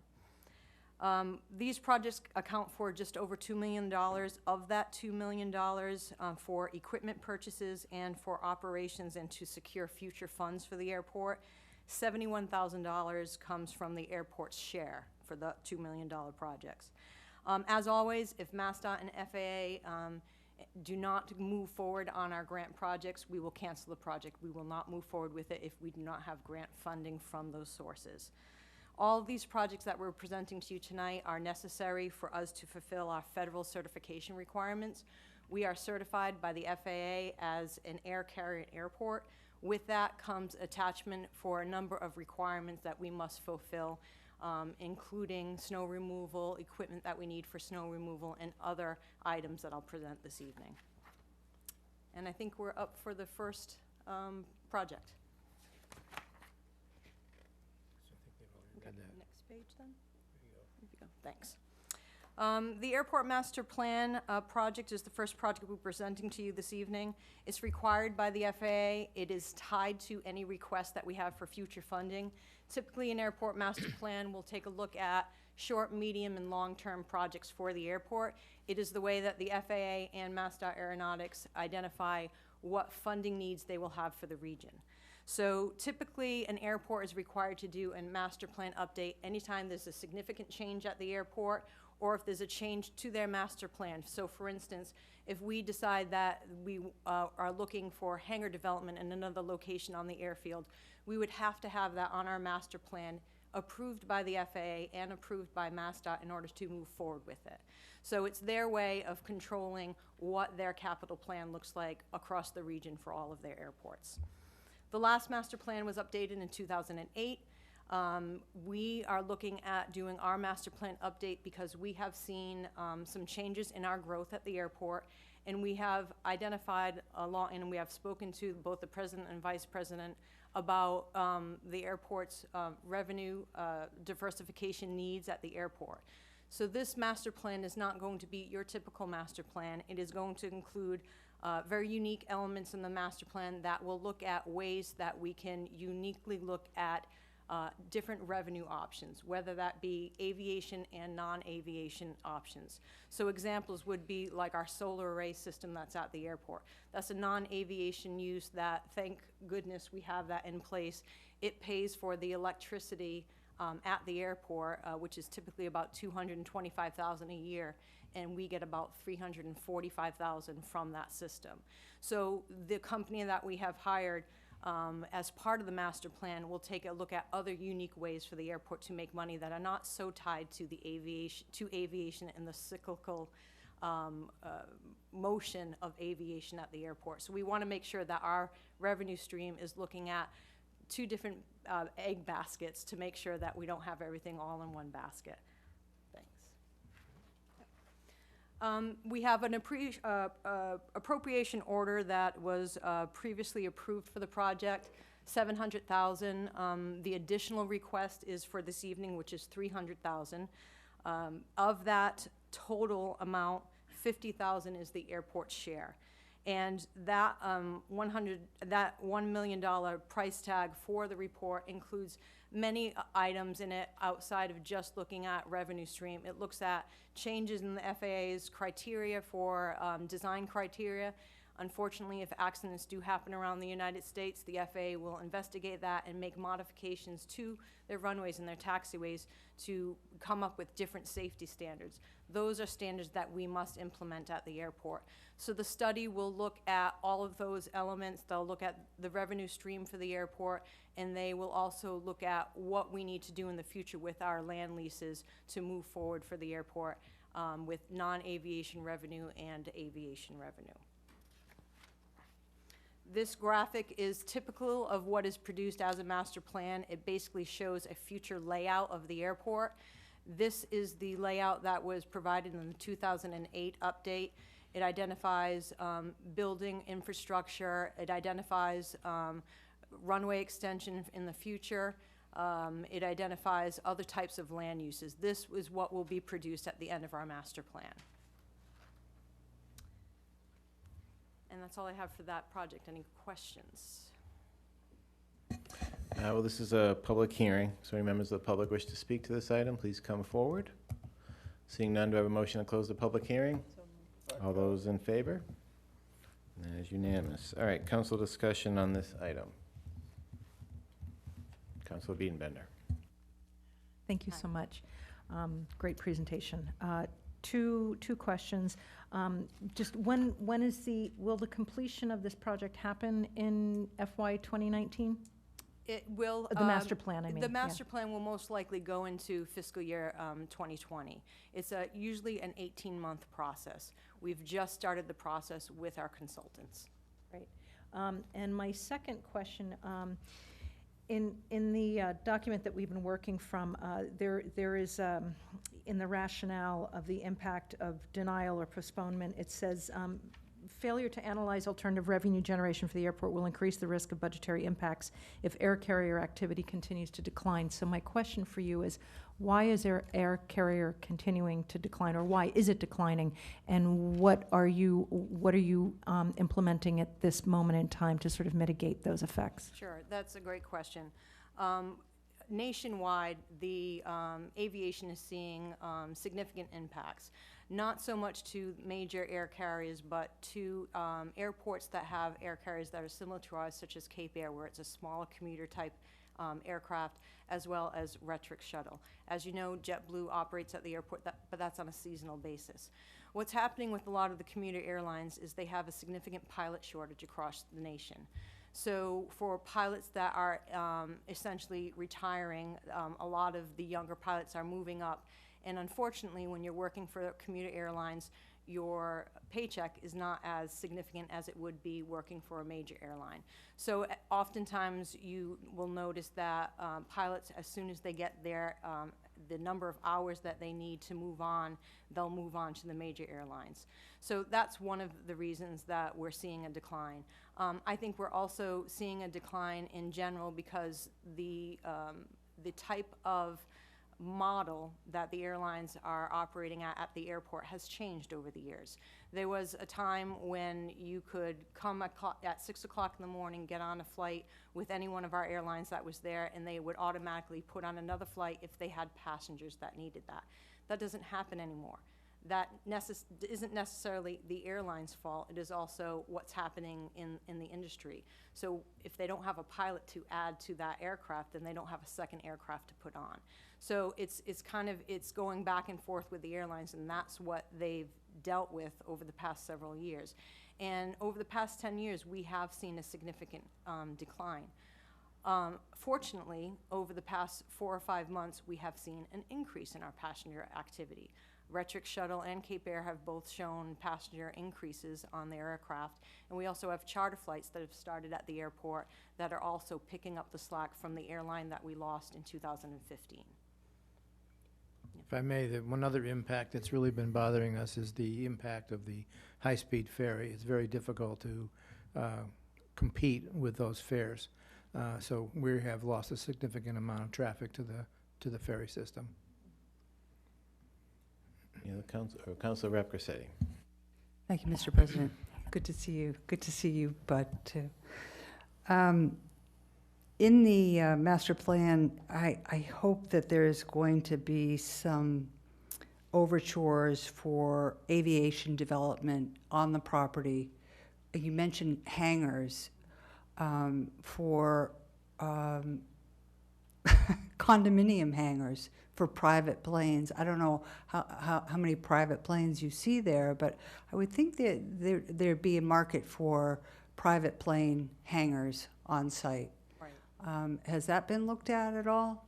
It has been. One of the things that we've been working with our Airport Commission on for the past several months is a marketing plan to identify what our goals are for the airport, what areas or what are our priorities that we need to market to. One of those priorities is to market to general aviation aircraft to bring them back to the airport. We have lost some general aviation activity that would be using those types of hangars. One of the major detriments that we have is that we have a very poor access road that leads to that location on our facility. It needs some work. We have plans to look for grants outside of FAA and MassDOT to get that road further developed and enhanced. We also need to put in utilities and sanitary sewer on that side of the airfield. So doing that would prepare that area to draw in more aircraft to that area. Right now, to be honest with you, it's an eyesore, and it's something that we really need to work on. That is one of our highest priorities, to get that implemented. Great, thank you. Councilor Flores. Thank you, Mr. President. Good to see you, Karen. Good to see you, Bud. Good to see you, Chairman Griffin. I think you hit the nail on the head, Bud, when you suggested that the ferry has really impacted what has happened at the airport. Having lived on Nantucket for a number of years, we used to always fly on a regular basis until the ferry came to be, because usually 6 out of 10 times would be grounded. They don't call it the Gray Lady for nothing. And without that 400-foot ceiling, you're not going to get off that island. Yeah. So that was a problem. So I think also, in addition, with Island Airlines going down, the sale of that fuel, all of those kinds of related ancillary services that you provided impacted. But I think in spite of all of that, with Retrix coming on board, with Cape Air, which also I believe just had a layoff, they're suffering. They lost their entire Caribbean business over the past year and a half. I still commend you for obviously trying to make the bottom line black as opposed to red. But I just have one issue in this overall plan. As you go up Route 28, where Mildred's Chowder House used to be, where the gas station is, that's your property. That's about as ugly as it gets. It's probably the worst representation as an entrance into Hyannis that you could possibly, you can't create this. I know it's happened through happenstance, if you will, but it is downright ugly. Yes. Is there a way that we can begin to clean that up so that as you come up 28, it's a little more pleasant? You've got mounds of dirt from the runway project. You've got, you name it, it's there. It's just ugly. A couple of things are going on with that property right now. We're talking to two prospective entities, if you will, that would like to lease a portion of that lot, and as part of it, they would put in landscaping, which would help. And then with regard to the dirt, we're hoping that will be released within about 2 weeks, and that we'll be starting to remove that, and so that we would no longer look like a stockpile for dirt and gravel and other things. And then we need to market that piece of property, or if we can't market it, as has been suggested by some people, that we turn it into a park. So we'll see where that goes. But we were told by our financial consultants about 10 years ago that should be considered airport waterfront property, and we would really like to lease it out to a business that would bring in additional revenues to the town. Well, anything that you can do to address, if you will, We are. how it looks now would be really appreciated. It's awful. Thank you. Councilor Cullen? Yes, thank you. That was a great presentation. Nice to see you both.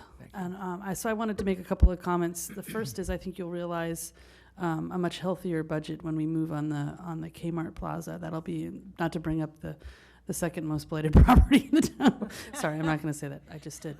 Anyway, that's how I work. But anyway, I'm really excited to see you guys capitalize on that really waterfront piece of property for the airport. That's super important. The other thing I think that is so vexing is that we missed that opportunity with the aviation school. Yes. And, you know, if we could dig around, I know the backstory on it, but I just wish we could dig around and find something like that brings some relevance to the program that you have at the airport. So, I mean, just looking for other opportunities for what we have to offer. Maybe down the road, something like that could happen if we plan for it. Right. Thank you. And thank you, and if I could respond to that real quickly. We have, that road that I just spoke about is one of the key pieces to get that completed, because I think it would open up that side of the airfield, that entities such as the school or even the Massachusetts Air and Space Museum, which has come to the airport as well as the town to develop a facility here in Barnstable, that would be an ideal location for something like that. It would be jobs, it would be education, aviation education, and possibly help with the aviation shortage that we're seeing to get more people interested in aviation. And that's one of the major goals that our commission has as well, is to promote more aviation and general aviation, to spark that fire, to get people more interested in doing something with this resource that we have in the town, which is the airport. Any other councilors? Councilor Flores. Just one other quick question that just came to mind. Having been at the grand opening for Cape Cod Coffee, having been at the grand opening for Centerville Pie, having been at the grand opening for others, how is Cape Cod Coffee doing? Are they surviving? I think that they're surviving at the moment. If we don't go bring in some more business, I'm not so sure. We need to get the word out that they're there and have people come in. We put up some more signs. So, I think it's a great entity. They are getting their liquor license. They will be able to have a full license. We're putting in a patio out front and opening it up the door, so we hope we can have like a little French cafe type of thing. So we're doing everything we possibly can to market it and make it better. And the FAA will allow that opening on the outside to come On in? that other side of the terminal, yes. They will do that? Yeah. Interesting. Well, I hope it works. Cape Cod Coffee, I try to go there when I can to get a cup of coffee. It's not a lot of people don't realize that the parking is basically subsidized. You can drive in there and you get it stamped, and the parking is free. You can park for free. People think, how do I get from here to there? So, I mean, that could be a part of a public relations, I think, outreach that. We'd love to have you Cape come Cod- every day. Yeah. Either there or Pond Avenue. Any other councilors? Vice President Crocker. Thank you, Mr. President. Thank you for coming out tonight. Thank you for the presentation. We've been spending a lot of time together lately, and we've gotten great support by your board, so we're very grateful for our cooperative effort we're running with. With that said, this whole little, I guess it would be a study of your master plan projects and outlines. It comes at a time where we've been discussing a number of these issues ourselves in our small group meetings. And it comes at a time that your reserves have suffered. So in every buzzword I heard was used, except for a study of the reserves or a mandatory reserve level. Would any of that be able to be reviewed in this process? Yes. We really have to be extremely careful as we go forward. We've had a great luxury of a life. We have great subsidies. We have great everything. But now we're finding, with the drop of carriers, that we're really struggling to keep you afloat. And we've been using reserve money in the last couple of years. So obviously, the 13 of us are very aware that the town of Barnstable is the backstop. That means that our projects would have to go on hold to make good on some of yours. So we're really going to be taking a hard look between us all about the reserve funding. I'm sorry I cut you off. You were going to say something about reserve funding? We agree with you. We don't want to be in that situation. Yeah. We want to be as self-sufficient as we possibly can. So as part of the master plan, we, and the reason why the dollar amount is as it is we brought on an additional consultant that really looks at other opportunities for airports to make money that is not tied necessarily to aviation. So that might go back to some of our land that we have at the airport. As you know, we want to lease that land. We don't want to sell that land because once it's sold, we don't make a tax roll on it. We don't make money on it going forward in the future. So we want to have a continuous way for the airport to make money. The company that we're bringing on will look at existing partners, if you will, stakeholders in this area. They're not going to, if you build it, they will come scenario. They're going to look at existing partners that they're in this area that they can work with that might need those land leases or might need that land to develop their products or to move forward, you know, and they need 11 acres or 40 acres to do what they need to do. So that's why we're bringing this additional consultant on board. To help us with that, but also as part of the master plan, there's always a financial section as part of the master plan that delves into the airport's reserves and identifies really what we can do and what we should be doing with some of our land leases. They'll look at our existing leases to say, are they truly fair market value? Are you getting what you need to get from your fees at the airport? That's all included in this master plan. Those are all key questioning of the revenue. What I'm still pushing on, though, is the reserve. So we need to reach an agreement so that the 13 of us understand when you are on a reserve level that suggests that we all are going to be talking about cuts, talking about change, whatever it is we're going to be talking about. We don't have that trigger point now, so I don't think we can go another year without one, so I just caution you that this is the year to resolve that for us. Thank you. Thank you. Any other counselors? All those in favor of moving the question? And that is unanimous. This is item 2018-069, two-thirds roll call. Counselors, Rapp Grissetti, Yes. Hebert, Yes. Levesque, Yes. Neary, Yes. Schnapp, Yes. Steinhilber, Yes. Tinsley, Wallace, Yes. Biedenbender, Yes. Crocker, Yes. Cullum, Yes. Dagwan, Yes. Flores. Yes. It's unanimous. Thank you. Thank you. Thank you. And we're going to continue on. Counselor Cullum, could you please read and open the public hearing on item 2018-070? Sure. Item 2018-070. I'm opening this for a public hearing, let me say. Appropriation and loan order in the amount of $975,000 for the purpose of funding the airport's replacement of snow removal equipment as outlined in the fiscal year 2019, fiscal year 2023 capital improvement plan, as written.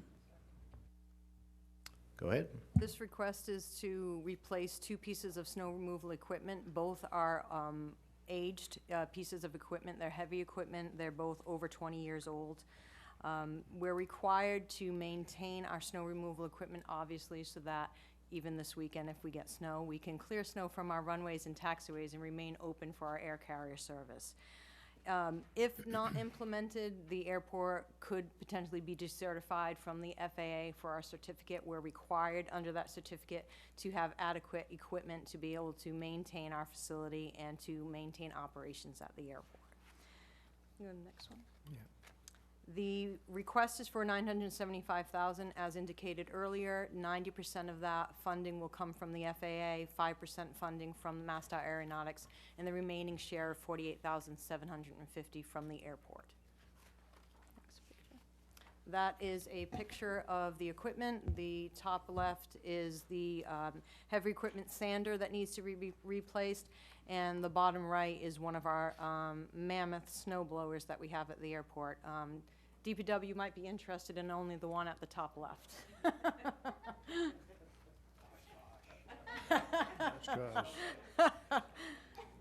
That's all I have for the item. Thank you.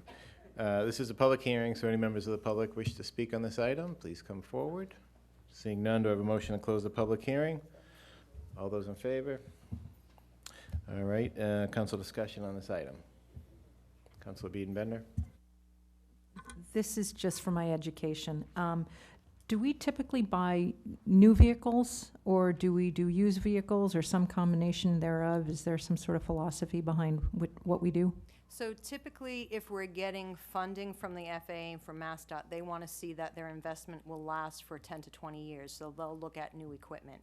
If we were purchasing that on our own with our own funds, we could do that through the state bid contract or any other type of surplus vehicles that may be available to us. But because this is a state and an FAA program, new. I would point out that on 2 occasions in the last 10 years, we bought 2 surplus, Air Force surplus trucks. One is a plow dump truck, and the other is a very large snow blower as well. Councilor Flores? Just an observation, anytime that you can spend $1 million and only have to pay $50,000, that's a pretty damn good deal. We agree. I wish the FAA funded everything. Councilor Schnapp? As part of our new counselor education, could you explain what actually would be the effect if you lost your certification? I mean, would the airport still run, but you couldn't have certain kind of aircraft? So our certification, our certificate that we hold allows us to accommodate air carrier aircraft. So it allows us to accommodate JetBlue, any other air carriers that we hope to entice to the airport, Cape Air, Retrix. It allows us, what it does is it gives us, it is an annual inspection that is done by the FAA that says that from a safety standpoint, you meet all of the requirements that you need to meet to continue serving an air carrier. So if we lost that certificate, we could lose JetBlue and our other carriers that frequent the airport. Councilor Flores? Just one of the, I know one of the reasons that we actually acquired the opportunity to have JetBlue come in was the fellow who was director of operations at Cape Air, probably, 6, 7 years ago, went to JetBlue, made that connection for us. Is anything happening relative to other big carriers? Does US Air still come into the airport during the summertime as it once did? Does Delta as it used to? Or is it strictly JetBlue? Strictly JetBlue on a seasonal basis. We are trying to entice more carriers to come to the airport. We have made some other connections through former tenants that have been at the airfield that will assist us in those connections. I did go to speed dating for airlines last year, and I'll be going to that again. I'll be going that again in June, and that's your 15 minutes of Sure. US airtime. Thank you. Any other councilors? Councilor Tinsley? All those in favor of moving the question? And that is unanimous. This is item 2018-070, 2/3 roll call. Counselor Hebert, Yes. Levesque, Yes. Neary, Yes. Schnapp, Steinhilber, Yes. Tinsley, Yes. Wallace, Yes. Biedenbender, Yes. Crocker, Yes. Cullum, Dagwan, Yes. Flores, Yes. Rap Grissetti. Yes. That is unanimous. Thank you. Thank you. Councilor Cullum, could we continue on and read item 2018-071 and open the public hearing?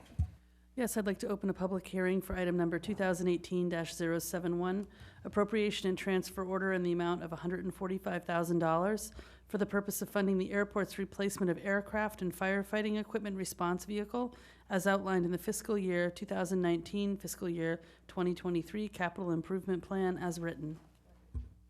Go ahead. This request is to replace a 19-year-old Ford F-450 heavy-duty rapid response vehicle. For the counselors that are new, the airport operations department wears multiple hats. One of their hats is that they are firefighters, so they are the first responders to any incident that may happen on the airport. We have 2 rather large fire vehicles. This is a rapid response vehicle because at night we only have 1 person on duty, and our large vehicles cannot get around our fence line because it's a narrow area. So we have used this small rapid response vehicle so that when that person is on their their own, they can still be in a fire truck to respond if they need to. So this is replacement of that 19-year-old piece of equipment. Again, it is, if you look to the next slide, Bud, I'm sorry. Again, it's 90% share FAA, 5% share for us, and 5% with MassDOT Aeronautics. Next slide will show you a picture of our existing piece of equipment. That's all I have. Thank you. This is a public hearing, so any members of the public who wish to speak to this item, please come forward. Seeing none, do I have a motion to close the public hearing? All those in favor? That is unanimous. Council discussion on this item. Councilor Rep Grissetti. Thank you, Mr. President. This talks about a transfer order, and this is coming out of the reserves. Can you tell me how much is in your reserves? Mark, are you still? Maybe Mark can speak to that. Wouldn't mind speaking on our behalf of that? Yeah, I'll mention. Thank you. Good evening. The current balance in the reserve is $2,217,767. Thank you. And as Vice President Crocker mentioned, you know, a minimum on your reserves. I know this is the second year you've dipped into the reserves. Any bottom line on that dipping? I think I would defer that to the finance director as to what the minimum would be. Mark, we've had some preliminary discussions on a number. Yes, we set a target for the ideal reserve for the airport to be about $2 million with a minimum reserve of about $1 million. So once they start falling between that range of $1 to $2 million, we need to take corrective action so they don't fall below that $1 million and try to keep it at 2 or more. And by corrective action? Budget reductions and finding enhanced revenue streams. Okay, thank you.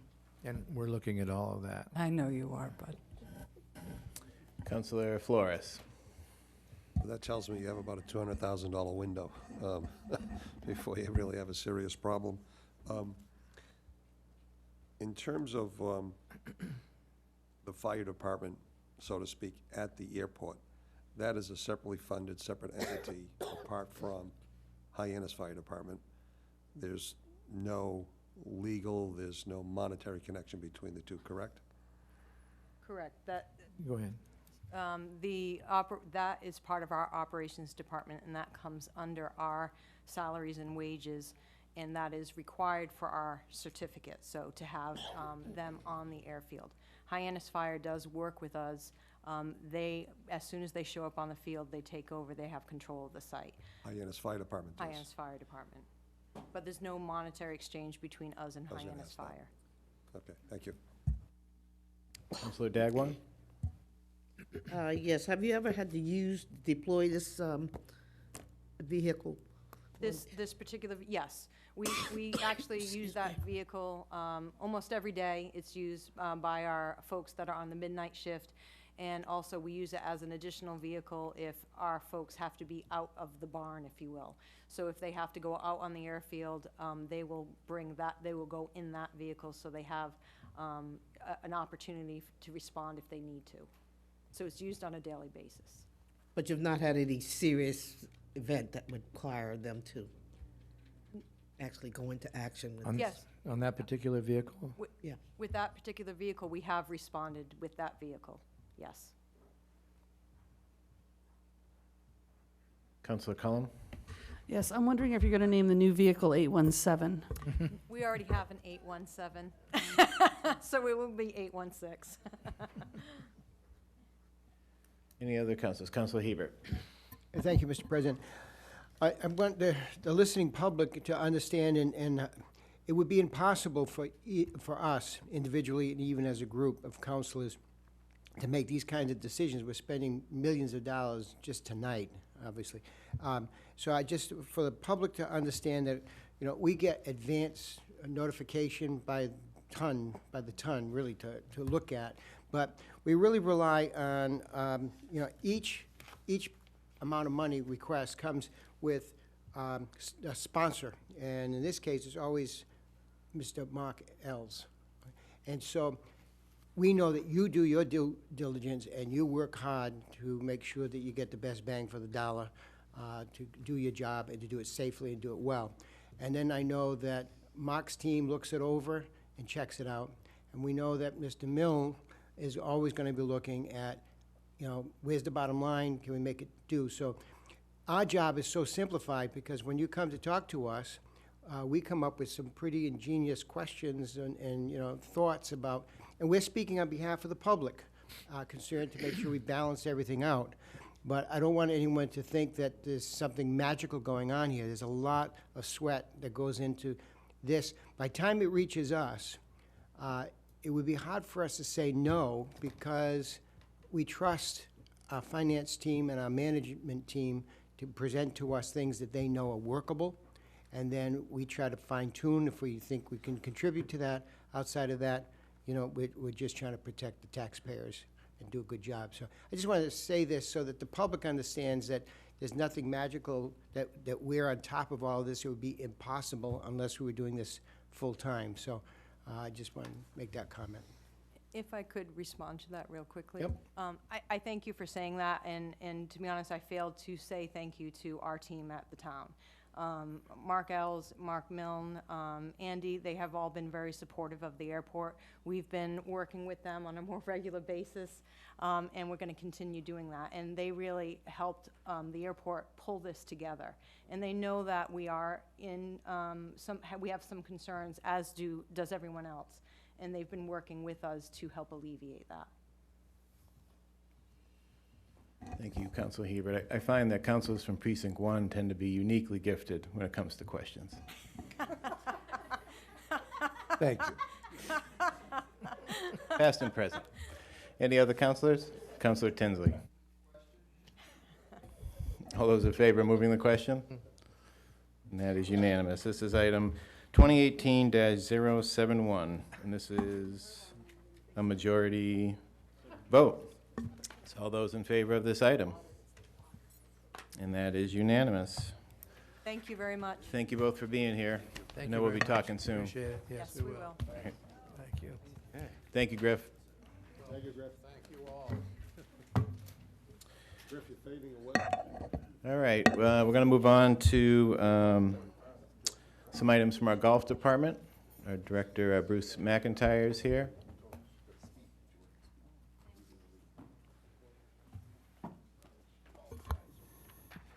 Presenting for Bruce McIntyre this evening is Dan Santos, Director of Public Works. So I have 25 projects. You didn't have enough items you wanted to talk about already? 25. All right. Welcome both. Good evening. All right. Vice President Crocker, could you please read and open the public hearing on item 2018-072? Yes, Mr. President. Under old business, public hearing needing a majority vote, 2018-072, an appropriation and transfer order in the amount of $58,511 for the purpose of funding the Hyannis Golf Course maintenance building improvement as outlined in the fiscal year plans 519 through fiscal year 223 capital improvement. Go ahead. Thank you. The Golf Division is seeking $58,511, with $51,364 to be funded from the Golf Enterprise account and $7,147 from transfers from completed projects to continue work on a multi-phase, multi-year project to repair and improve the Hyannis Golf Course facilities. This phase includes the restoration of the existing maintenance building. The work will include removal of the old roof and installation of a new asphalt shingle roof, new exterior trim, new gutters, and exterior painting. The existing maintenance building was built in the 1970s and is in desperate need of improvements. The roof leaks and has damaged the ceiling. Birds and animals get into the building, and there has been damage to some equipment stored inside the building. The building is essential to the entire town golf operation, which provides facilities to over 1,100 members and the general public. The maintenance building houses the turf maintenance equipment and provides staff with crew quarters and restroom facilities. Many of these improvements have been deferred due to higher priority projects and lack of available revenue in the past. Recently completed work at the Hyannis Golf Course Clubhouse includes construction of a new ADA-compliant restrooms, entrance ramps, and outdoor decks, roof replacement, and building entrance improvements. Thank you. Right, this is a public hearing, so any members of the public wish to speak to this item, please come forward. Seeing none, do I have a motion to close the public hearing? All those in favor? And that is unanimous. Council discussion on this item. All those in favor of moving the question? And that's unanimous. This is item 2018-072. All those in favor of this item? Majority vote needs a roll call. Okay. Roll call. All right. It's a transfer order, not a loan order. It's a transfer order. Majority vote, right. Okay, that's all right. Item 2018-072. All those in favor of this item? And that is unanimous. Vice President Crocker, can you continue on to read item 2018-073 and open the public hearing? Yes, Mr. President. Old business, public hearing needing a majority vote. 2018-073, appropriation transfer order in the amount of $57,774 for the purposes of funding the old Barnstable Fairgrounds replacement of the clubhouse carpeting, furniture fixtures, and merchandise displays as outlined in the fiscal years 2019 through 2023 capital improvement plans. Thank you. Go ahead. The Golf Division is seeking $57,774, with $5,167 to be funded from the Golf Enterprise account and $52,607 from transfers from completed projects to continue work on a multi-phase, multi-year project to repair and improve the old Barnstable Fairgrounds Golf Club. This phase will complete the clubhouse upgrades and includes the replacement of clubhouse carpeting, furniture, and fixtures. Funds have been provided in prior fiscal years for a new roof, exterior trim, windows, doors, HVAC improvements, interior and exterior painting, and a rear deck. Golf Club provides services to 1,100 members and the general public. This facility houses a restaurant, pro shop, function room, and a large wraparound deck. The existing clubhouse was constructed in 1991. The carpet, furniture, and fixtures are original to the building and thus 27 years old. They are well beyond their useful life and in dire need of replacement. Thank you. Thank you. And this is a public hearing, so any members of the public wish to speak to this item, please come forward. Seeing none, do I have a motion to close the public hearing? All those in favor? That's unanimous. Council discussion on this item. Councilor Flores. Thank you, Mr. President. Just an observation. Both of these capital improvement projects are strictly for facilities. They're not really looking at the course per se. And I know the course has some issues both at Old Barney as well as at Hyannis, especially the irrigation system at Hyannis. I assume that those are planned for perhaps fiscal year 20, fiscal year 21. Is that the expectation? Because people go to use the course, not necessarily the building.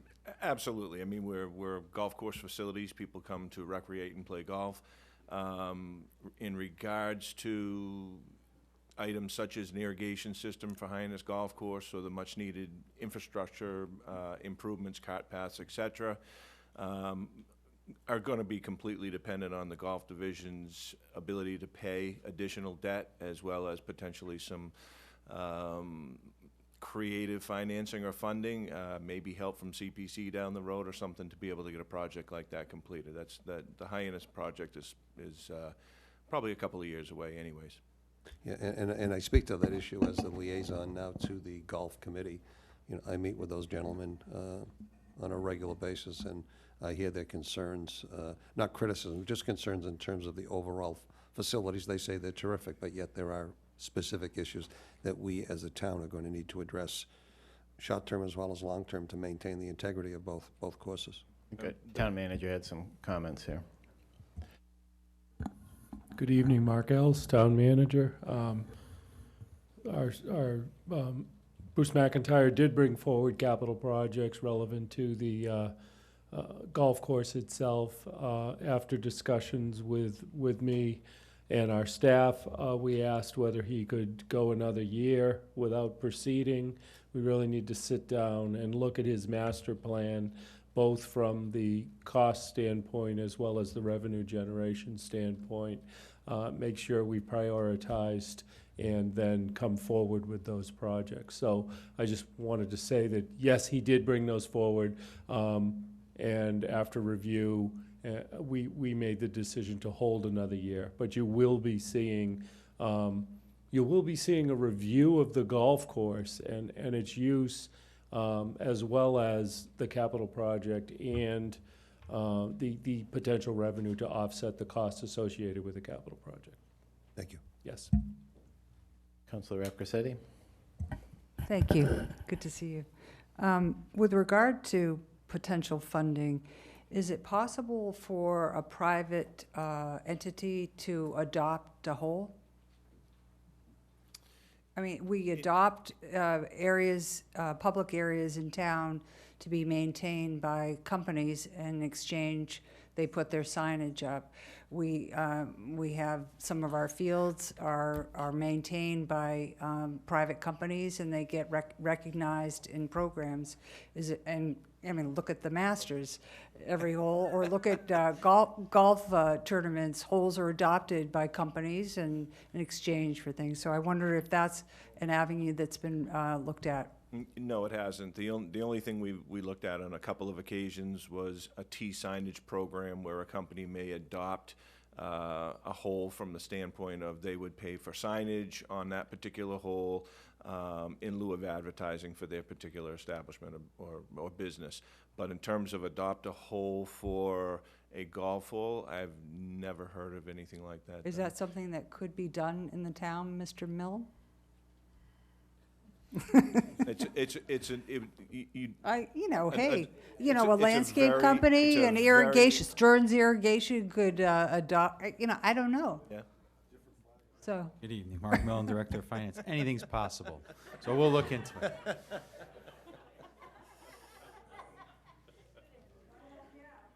Appreciate it. Sounds like a contractor. Anything's possible, it just costs more money. Any other councilors? Vice President Crocker? I just would like to say, I want to thank the manager for bringing forward the discussion on Hyannis that we heard tonight. These are two different and distinct courses. We get a lot of kudos for the way they are. You and your staff certainly deserve great credits. But we all know one was brought forward and nurtured, and one was acquired after somebody stayed in the lease way beyond and they should have. And you guys have had nothing but a real difficult task trying to turn around Hyannis. And it markedly improved, so nobody's denying that. But when you look at infrastructure dollars, when you look at the price paid, when you look at the demand for golf, these are the issues we're really going to have to face, and that golf course is going to have to stand alone. Old Barney stands alone. It does its job. It performs at the very high level, and yet we haven't seen that, and now we're talking about a significant investment over in Iano Hills. So we're going to do some real hard work with you on that one as we go forward. Thank you. I look forward to it. Yeah. Councilor Wallace? Thanks. Thank you, Mr. President. With respect to the replacement of the furniture in the building itself, does that include all the tables and chairs inside the restaurant area as well? No, it does not. Does the town own those particular pieces of furniture right now? Yes, they do. So if the concessionaire wanted to change that out, that would be on his own expense, It right? absolutely would. Yep, okay, thank you. Councilor Levesque? Hi, thanks. Thanks for all the hard work that you do. All four of my children use both of the facilities, either through the First Tee program. My son Connor, that is his Old Barney. We live on Wheeler Road, and Old Barney is his favorite place to be. He's on the golf team at Barnstable, and I can't say enough about the people that work there, the trustworthiness. It's, not that we neglect our children, but we feel very comfortable leaving our children there in the hands of all the people that are there. So it's a wonderful experience for them. So that being said, I know Old Barney too. How is the condition of like the coolers, the restaurant equipment? Is that something that's going to be coming up As far as I know, there was a while there where there was a little issue with getting it leased, and is there a long-term lease signed there now? And- Well, the lessee just completed their first year. This is year 2. That's a 3-year lease with extensions beyond that. Regarding the restaurant equipment, we did just complete an equipment replacement program. There are new freezers, new refrigerators, new everything. We used money out of our reserve fund last year on a decision package. Most of the equipment there, for those who aren't aware, were purchased used when Old Barnstable opened in 1992. So to say they had outlived their useful life was an understatement, and they've all been replaced. I would say the kitchen is better than it's ever been. That's great. Well, I commend you on that. Thank you very much. Councilor Flores?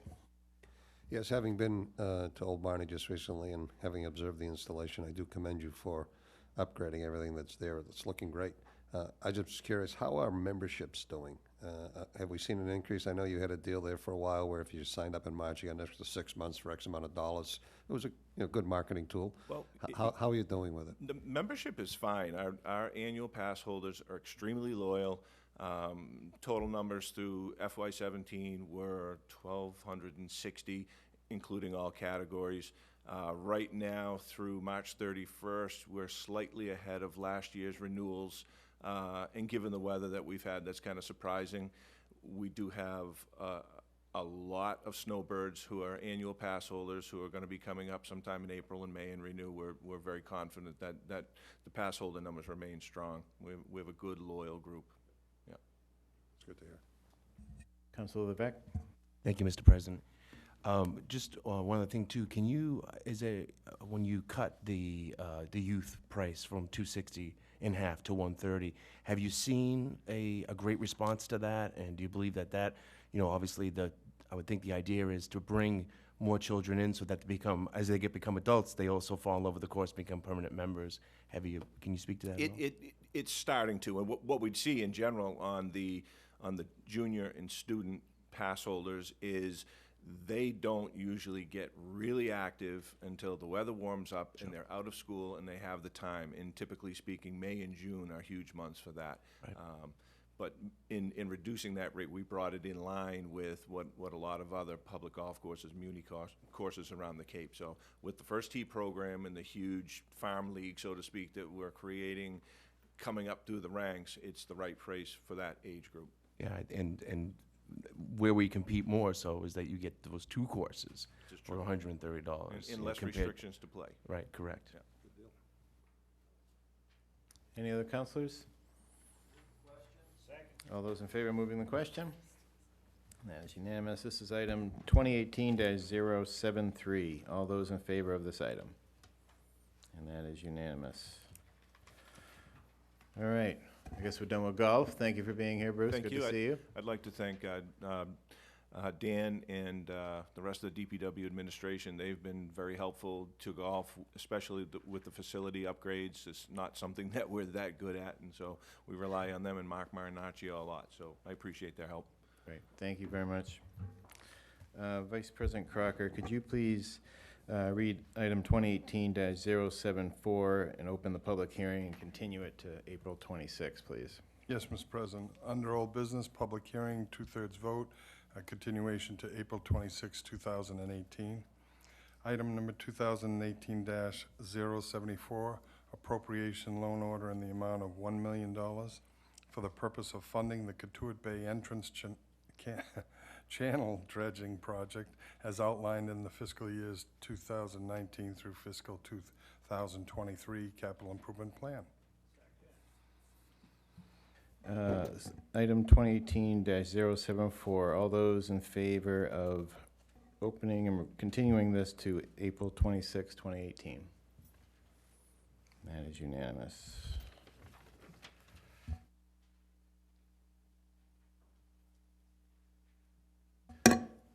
All right, going to continue on. We still have Director of DPW with us. You're going to be here for a little while? I am. Okay. As long as you are. You booked the night. Councilor Rapgrassetti, could you please read and open the public hearing on item 2018-075, please? Yes, Mr. President. Old business, public hearing, majority vote, item 2018-075, appropriation transfer order in the amount of $315,116 for the purpose of funding the Craigville Bathhouse and site work improvements project as outlined in the fiscal year 2019, fiscal year 2023 capital improvement plan as written. Go ahead, Dan. Thanks. Just like to take a moment to thank and introduce my staff who do the lion's share of this work, starting, in the summer and getting to us to this point.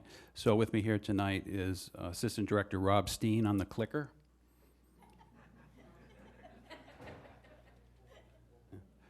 Paul Graves is the town engineer. Mark Marinaccio is out in the hallway. He's the town architect. And we have two division supervisors here. Andy Boulay with water pollution control. Hopefully he'll stand up and wave. And Hans Kaiser with the water supply division. So. Welcome to everyone, and thank you for all your work. Thank you. Do you call them the pitch and catch fellows back there, or what? Thank you. The Community Services Department is seeking $315,116 to be funded by a transfer from remaining funds from completed projects at this site. The purpose of the project is to finish the remaining tasks to wrap up the bathhouse improvement project. The work includes improvements to the exterior and the site of the Craigville Bathhouse, consisting of concrete and asphalt patching, striping, gate installation, installation of guardrails, ADA access rails and walks, and a connecting deck to serve the first aid station. This project completes the multi-year renovation project at the bathhouse to improve both the interior and exterior of the building in order to satisfy both ADA and safety concerns. And I'm going to use the word ADA a lot tonight, and just for those who don't know, it's American with Disabilities Act. So, but it's a lot easier to say ADA, and to meet the needs of all users. This facility is heavily utilized by the public and generates the greatest amount of revenue of all the beach facilities. Previous phases of this project consisted of the installation of a new roof on the existing bathhouse, extensive interior renovations, and installation of a new tight tank septic system. Thank you. Thank you. And this is a public hearing, so any members of the public wish to speak, please come forward. Seeing none, do I have a motion to close the public hearing? All those in favor? That's unanimous. Council discussion on this item. Councilor Rapcasetti. Thank you, Mr. President. You're talking about patching. Last year you were talking about pavement, so you've decided not to pave? And The parking lot will need to be paved in the future. One of the things that the manager has directed us that in any instance throughout town where we're looking at repaving a large parking area or a field, that we're considering this potentially for disposal of effluent from our wastewater. And because that analysis hasn't been undertaken yet, we decided to put the parking lot repaving on hold until we decide whether or not this is a good site for that. So in the meantime, we want to take care of some of the safety concerns in the worst areas with some patching. Okay, and one other question. The ADA access walks, I know if someone gets a fine for parking in a handicap spot, I think that money that's recouped goes into a designated fund to help the Disability Commission. Any of this money? Not in this case, but there are many other projects around town that they do provide us funding for that we do. Okay, thank you. Any other councilors? Councilor Hebert. Thank you, Mr. President. Dan, is it possible where, especially at the beaches, if we did away with some of the blacktop and went with more like crushed seashells or anything that would make it feel more like the beach than the parking lot? Is there any possibility of that? Would that be less expensive and would be more permeable to letting water go through the soil? I guess it's possible. I'm not sure that you have ADA issues with surfaces other than asphalt, Gotcha. which is definitely a consideration. And shell lots and gravel lots do actually take a lot of maintenance. And as far as percolating at this location, it's where it's going into the water anyway. So Okay. I'm not sure that would be a real efficient use of a parking space, parking lot. But Okay, great. Thank you. Any other counselors? Counselor Cullum. I think the bathhouse looks great. What you've done with it so far looks excellent. I look forward to finishing it up. Everybody, all the constituents that I know that visit that beach, everyone has said what a great job it is, and we're really thankful that it had some attention. It was long overdue, as you recall, so great job. Thank you. Any other counselors? All those in favor of moving the question? And that is unanimous. And this is item 2018-075. All those in favor of this item? And that is unanimous. All right, Councilor Rappacetti, could you continue on and read item 2018-076 and open the public hearing? Yes, this is under old business, public hearing, 2/3 vote required under 2018-076. Appropriation, transfer, and loan order in the amount of $727,247 for the purpose of funding the senior center renovations project as outlined in the fiscal year 2019, fiscal year 2023 capital improvement plan as written. Go ahead. And while I did introduce my staff, there are a number of community services projects that we'll be introducing, and Lynn Poyant is here, and from the Senior Center, Madeline Noonan. So I just want to point out their presence.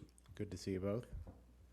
Community Services Department requests $727,247, $659,000 from a bond issue, and $68,247 transfer from a previously completed Senior Center project to undertake repairs to the fire suppression system, kitchen, and rear deck at the Senior Center.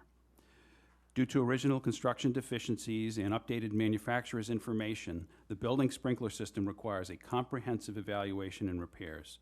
The existing sprinkler system contains more than 250 outdated sprinkler heads that need to be replaced, in addition to valve replacement and repairs to the distribution system piping due to corrosion. This item is a safety priority. The Senior Center kitchen is original to the building, which was constructed in 1998. The 20-year-old kitchen floor has been patched and coated, but now needs complete replacement.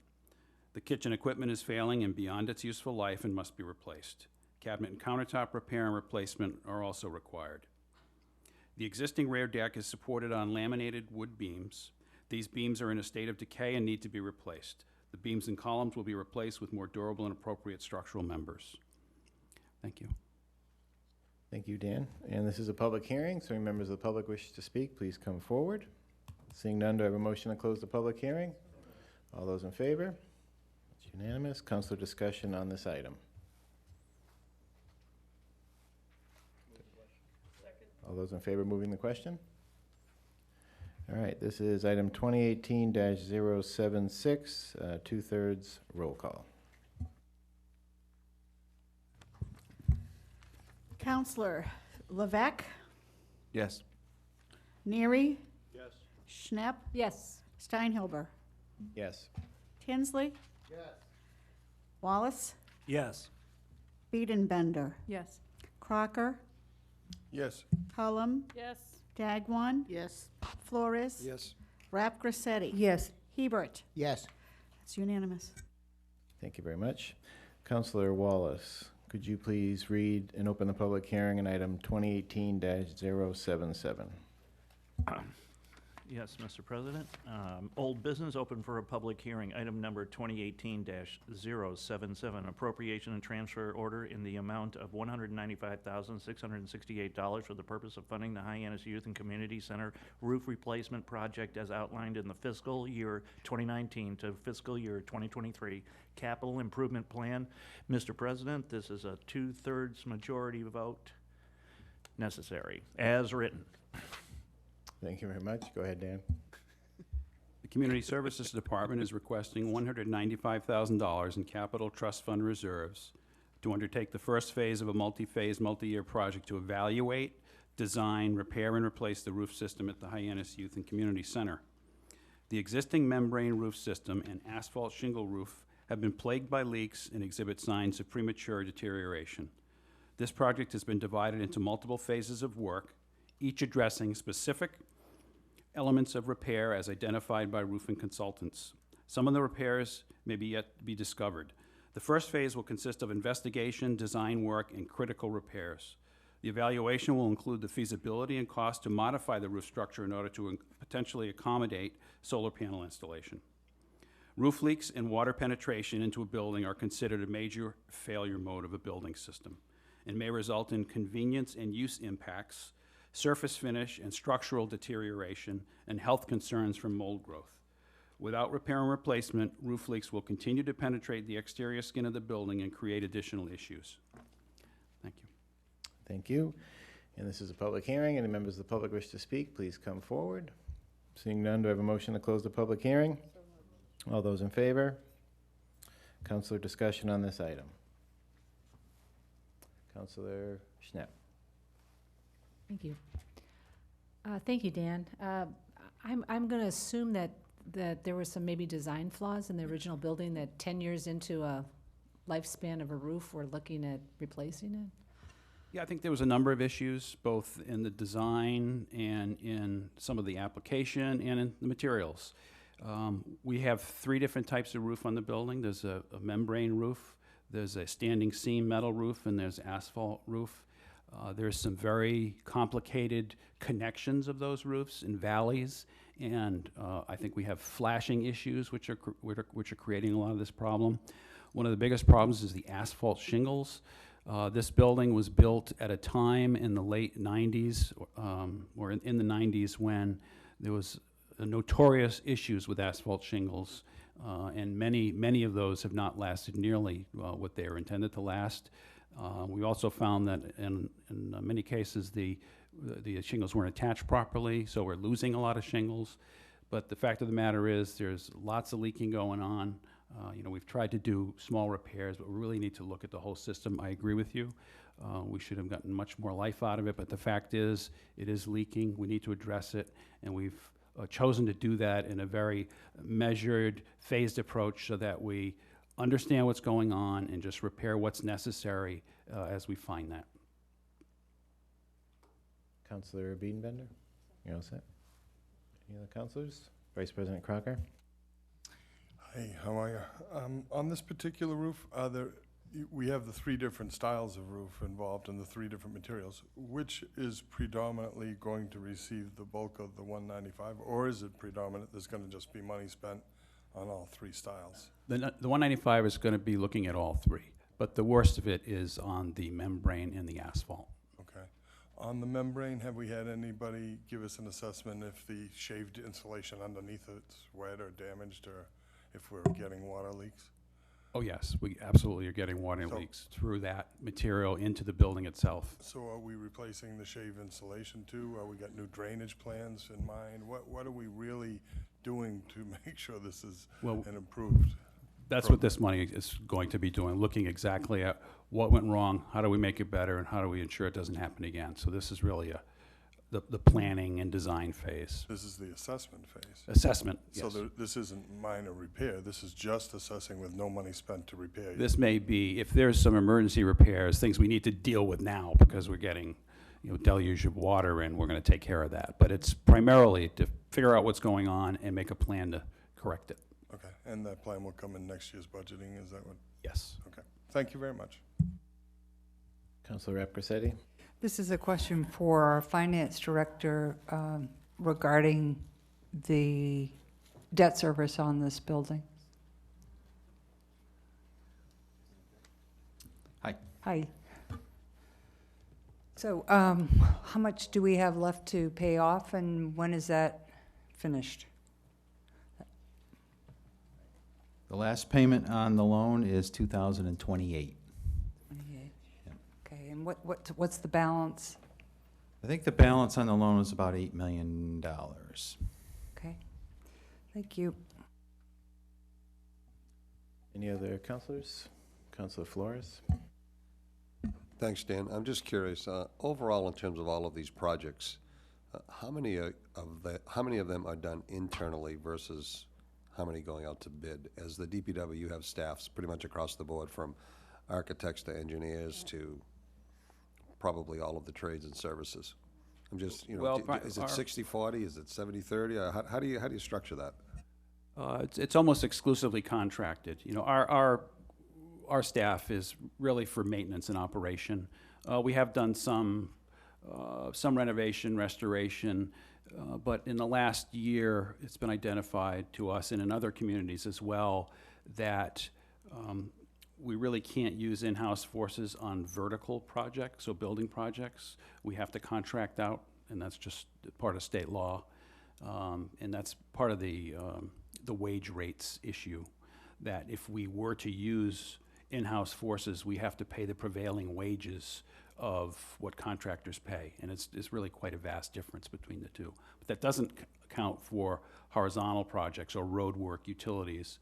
But then again, on those projects, the expertise that's necessary and the scale of them makes it difficult to do in-house. So the simple answer is most of it is contracted. So everything is bid out, basically? Yes. And I know in the school department, they buy a lot of things off state bids for equipment, materials, supplies. Do you do the same through the DPW on the state? Not on this type of work. It's all, we prepare a contract, specifications, drawings, and we have a bid. Any other counselors? Councilor Cullum. Yes, just a question. 10 years is a short amount of time for a building of this size with a price tag of this amount. Is there any chance of remuneration or any chance of looking back at the contractor that put the roof on? Well, that's difficult. Usually you get a year, basically warranty, and we'd have to figure out exactly what the problem was and what caused it and who's at fault, and then there's lots of finger pointing. So I think the answer really is not a strong likelihood of pursuing remuneration from a contractor or a designer from the past. Let's just make sure the contract doesn't go to them again, right? Yes. Any other counselors? Move the question. Second. All those in favor of moving the question? And that is unanimous. This is item 2018-077. All those in favor of this item? And that is unanimous. Councilor Wallace, could you continue on and read item 2018-078 and open the public hearing? Thank you, Mr. President. This is old business, open for a public hearing. This takes a simple majority vote. It's item number 2018-078. Appropriation and transfer order in the amount of $195,000 for the purpose of funding the effluent disposal capacity study and evaluation for the water pollution control facility as outlined in the fiscal year 2019 fiscal year 2023 capital improvement plan. Evaluation. Sorry. Sounds good. Got a second? Sounds good that time. Okay. Go ahead, Dan. It's going to trip me up now. The Water Pollution Control Division is requesting $195,000 from Enterprise Fund reserves for the purpose of hiring a consultant to undertake an effluent disposal capacity study for the Barnstable wastewater treatment plant. Currently, the plant discharges treated effluent into sand filter beds, which allow for the treated water to percolate back into the groundwater. The treatment plant has a permitted capacity of 4.2 million gallons per day and currently treats an average flow of 1.55 million gallons per day. Recent modeling efforts have suggested that the water pollution control facility may not be able to discharge the full 4.2 million gallons per day without impacting private property south of the plant. Recently, the Water Resources Advisory Committee completed a comprehensive wastewater management plan which calls for sewering additional areas in Barnstable with an estimated increase of wastewater flow of up to 1.8 million gallons per day. In order to move forward with this plan, or any plan for that matter, which increases flow to the plant, the current site will need to be able to accommodate the future wastewater flows, or we need to identify alternative disposal sites or methods. This project builds off of previous groundwater modeling efforts in order to determine the maximum amount of treated water that can be disposed of at the treatment plant site. While previous modeling efforts have provided the town with a ballpark estimate of the discharge capacity of the plant, this project aims to formulate a more precise capacity limit which accounts for seasonal fluctuations of flow and groundwater levels. This model will take into account geologic conditions in the area of the plant and will be calibrated using historical groundwater levels. Once the model is completed, it will be utilized to identify potential high groundwater areas and guide decision-making efforts regarding effluent disposal at the plant. Thank you, and this is a public hearing. Any members of the public wish to speak, please come forward. Seeing none, do I have a motion to close the public hearing? All those in favor? Unanimous. Council discussion on this item. Councilor Hebert. Thank you, Mr. President. Thanks, Dan. Dan, are we currently discharging any water from the plant anywhere else in the community outside of our facility? No. No. So everything is treated on-site. And I imagine there is a shelf life to the sand where the water is discharged to percolate. Periodically, does that sand have to be replaced? It doesn't get replaced, but we have to rake it and we massage it, and that rejuvenates it. Okay. So. That's a technical term. So. Engineering jargon. So the evaluation is, I think, extremely important for us to know how to move forward and to see what the limits and capacity of the plant would be. So I think this is wonderful that you're doing it. Thank you very much. Councilor Rapcorsetti. Yes, I see the Water Pollution Control Enterprise Fund reserves are 295,000. Is this after, I mean, that's what's the source of funding. It's what's listed in our book. As the current reserve amount? Well, it says source of funding, Water Pollution Control Enterprise Fund reserves, 295,000 on page 79 of our books. I think Mark Mellon can speak to that. I think, is that a typo? That's the funding source, the Water Sewer Enterprise Fund reserves. The actual reserve balance is 8.7 million. It's meant to be the 195. So it should, that's a typo? Yes. Okay, thank you. And what was it, Mark? 8.7 mil? Okay. Thank you. Throw this book out, start over again. There's one error. So far. Any other councilors? Vice President Crocker? Sure. Thank you. Thank you very much. Key issue for us as we go forward. That we obviously are concerned about getting our water, and now we're concerned about getting rid of our water. The source you have and the way you just put the water out for absorption is a faster process than a traditional groundwater discharge system that we did when we just perhaps studied looking at putting some piping under the high school fields.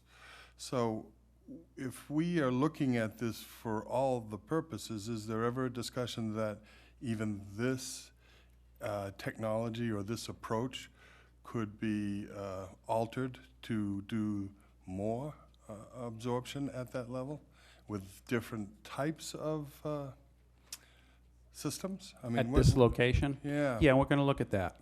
Because we are hitting the maxes, obviously. That's, you're not running at 25% of the capacity to clean because you want to. You're running there because that's all you can pitch on the same time. Yeah, we'd rather not have to seek sites elsewhere. That just costs more money. Yeah, It's yeah, not huge as to get the efficient. pipe down the street. Just So we're going to look at all opportunities for maximizing disposal at this site. And there's lots of great ideas out there, so we'll be looking at those for sure. Are there new systems or new technologies that may stay with this open pit theory that assists us and may take more water?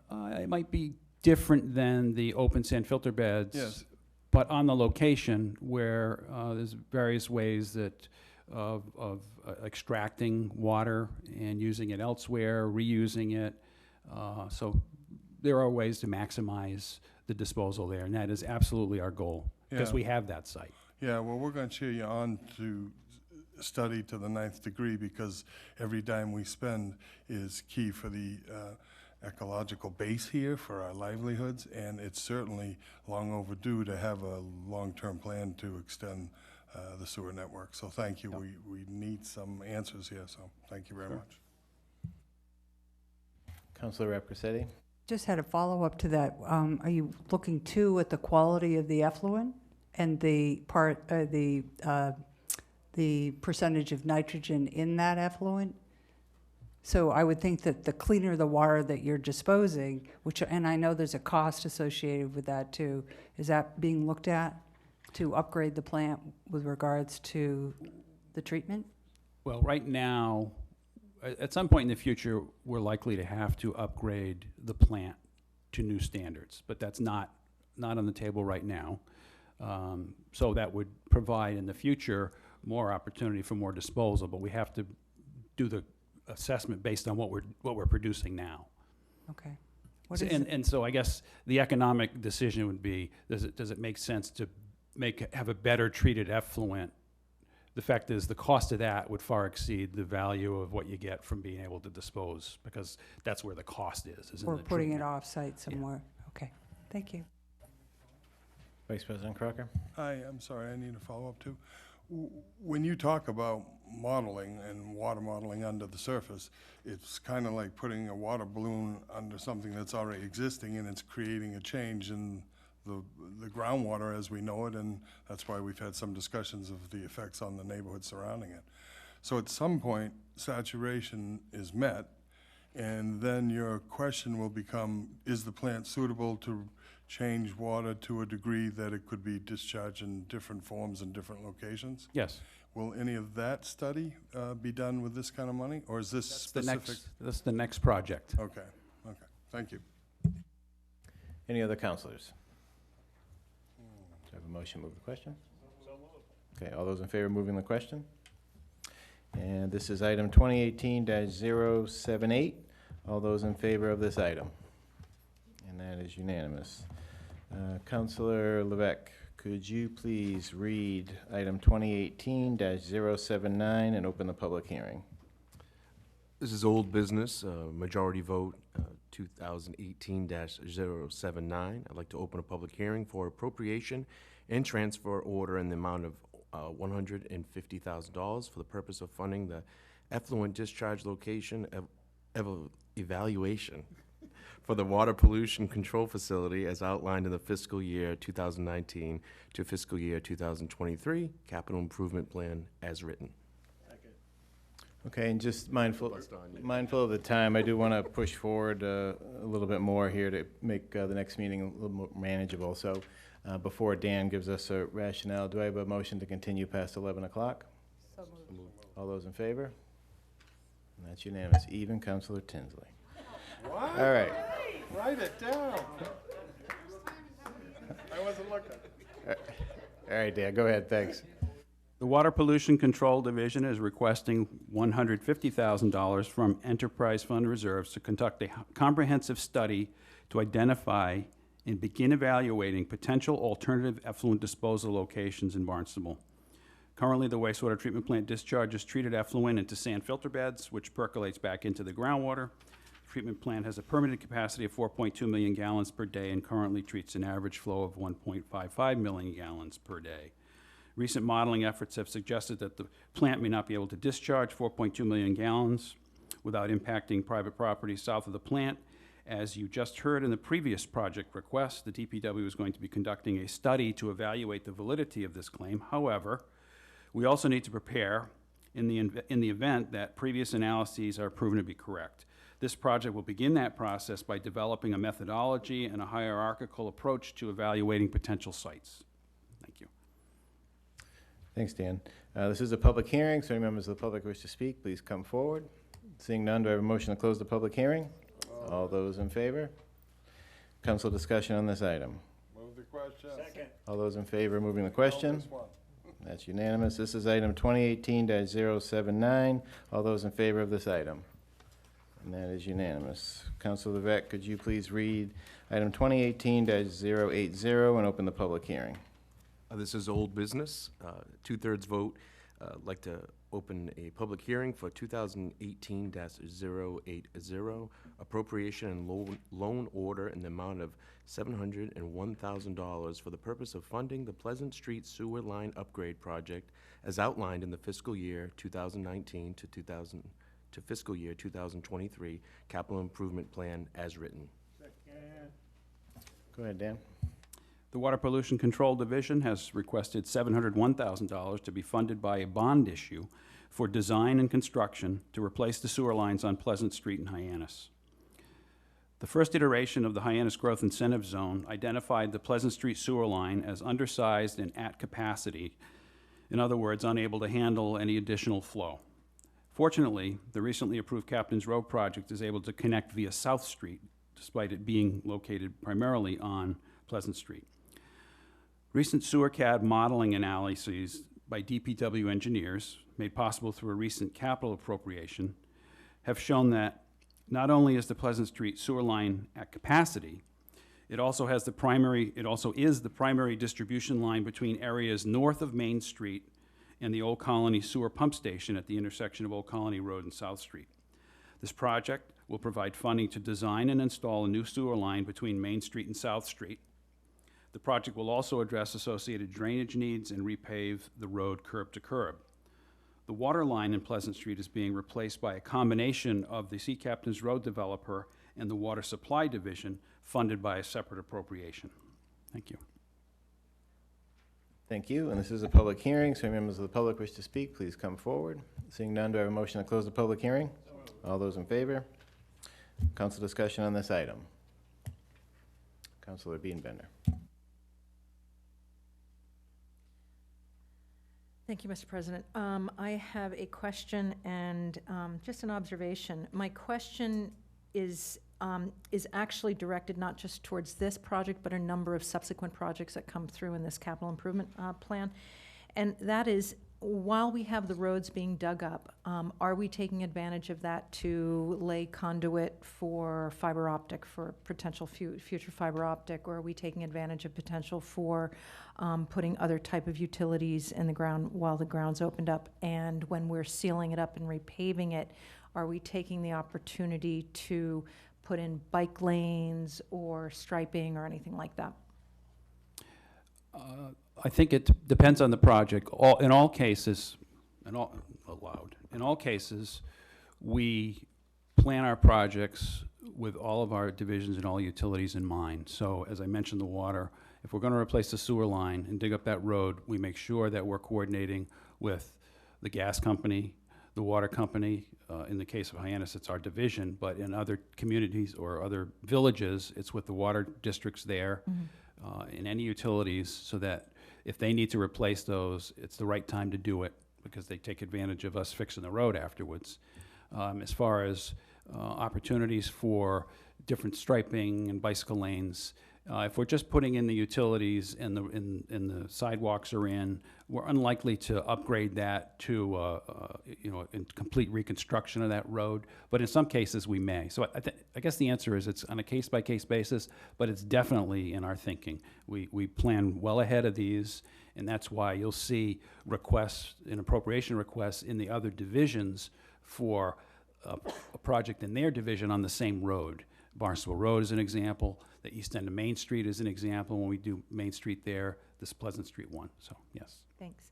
And then I have an observation, and this is, this comes out of the recent GIZ conversation we had, where the expansion of the GIZ, and one of the big criticisms of the proposal was the fact that the GIZ, as in its original intent, was meant to focus on an area that already had the infrastructure in place, and that's why there were certain people coming out and saying that the GIZ shouldn't be expanded because the infrastructure wasn't in place in this expanded area. But as it's very obvious to me here, it shows that within the GIZ there are places where the infrastructure isn't in place to begin with. So it kind of makes that argument moot. Just an observation. Thank you. Councilor Rappacetti. Thank you. Dan, it's expected that sidewalk and streetscape improvements will be by others. Do you mean by the Sea Captain's Row project? For the majority of that area in front of their place, yes. It's expected, or? Well, they are doing those improvements in front of their location, which is a good part of the road. Okay, thanks. Vice President Crocker. Mr. President, I wanted to, and I apologize that I didn't think of it earlier, I'd like to ask that this be set aside for a minute so that I can work on an amendment so that half of the amount is paid out of our septic fund, and we only go out to bond for half. And so you could move on to 81 while I work out the language with Mr. Mill. You think it can be done that quickly, or do you want to? Yeah, it's just a split of how the funding would be handled. Okay. So if you want to move to 81, I'd just set it aside for a moment and come back with a amendment. Okay. Do you need to vote on a set aside? Who's going to rule on that, Ruthie? Ruth, do we have to vote on setting it aside for a moment? For a moment while we work on an amendment? Okay. All right. Okay. Suspend discussion. He doesn't think it's going to need that much time. All right, so we'll just suspend this discussion for the moment. We will move on to the next item. Councilor Flores, could you please read and open the public hearing on item 2018-081? Yes, Mr. President. This is old business, a public hearing requiring a two-thirds vote. Item 2018-081, appropriation and loan order in the amount of $1,050,000 for the purpose of funding the pipe replacement and upgrade project as outlined in the fiscal year 2019 to fiscal year 2023 capital improvement plan as written. All right, and my second, go ahead, Dan. The following 4 capital projects are for DPW's Water Supply Division. The Water Supply Division operates with oversight by the Hyannis Water Board, currently chaired by Stephen O'Neill. The Water Board has participated in the development of these projects and has recommended their approval by the Town Council. This $1,050,000 pipe replacement and upgrade program will be funded by a bond issue. This project is a continuation of a 30-year pipe replacement and upgrade program for the Hyannis water system, which serves Hyannis, Hyannisport, and West Hyannisport. The proposed work is part of an overall system upgrade and improvement program that was recommended by Weston and Sampson Engineering in a 2007 water system master plan. This continuing project will ensure the Hyannis water system will continue to provide sufficient drinking water and fire readiness protection for all of its customers. In fiscal year 2018, under this program, the Water Supply Division replaced the water mains at the intersection of Bierce's Way and Route 28 in conjunction with MassDOT's reconstruction of the intersection, as well as water mains in the vicinity of the Mary Dunn 2 well and treatment plant. In fiscal year 2019, we proposed to conduct Phase 1 of the cleaning and lining of the water mains at the east end of Main Street in Hyannis, in conjunction with a project that is in development to reconstruct Main Street at the east end. Thank you. Thank you, Dan. And this is a public hearing. Any members of the public wish to speak, please come forward. Seeing none, do I have a motion to close the public hearing? All those in favor? Council discussion on this item. Move the question. All those in favor of moving the question? It's unanimous. This is item 2018-081. This is a 2/3 roll call. Counselors Neary, Yes. Schnepp, Yes. Steinhilber, Yes. Tinsley, Yes. Wallace, Yes. Biedenbender, Yes. Crocker, Cullum, Dagwan, Yes. Flores, Yes. Rapgrassetti, Yes. Hebert, Yes. and Levesque. Yes. That's unanimous. Thank you very much. Councilor Flores, can you continue on with item 2018-082 and open the public hearing, please? Yes, Mr. President, this is old business. It is a public hearing by majority vote, item 2018-082. It's appropriation and transfer order in the amount of $200,000 for the purpose of funding the wells, pump stations, and treatment plant repair and upgrade program as outlined in the fiscal year 2019 through fiscal year 2023 capital improvement plan as written. Second. Go ahead, Dan. Like the pipe replacement program just discussed, this annual appropriation request of $200,000 to be funded from enterprise fund reserves continues work that was recommended in the Weston and Sampson Water Systems Master Plan.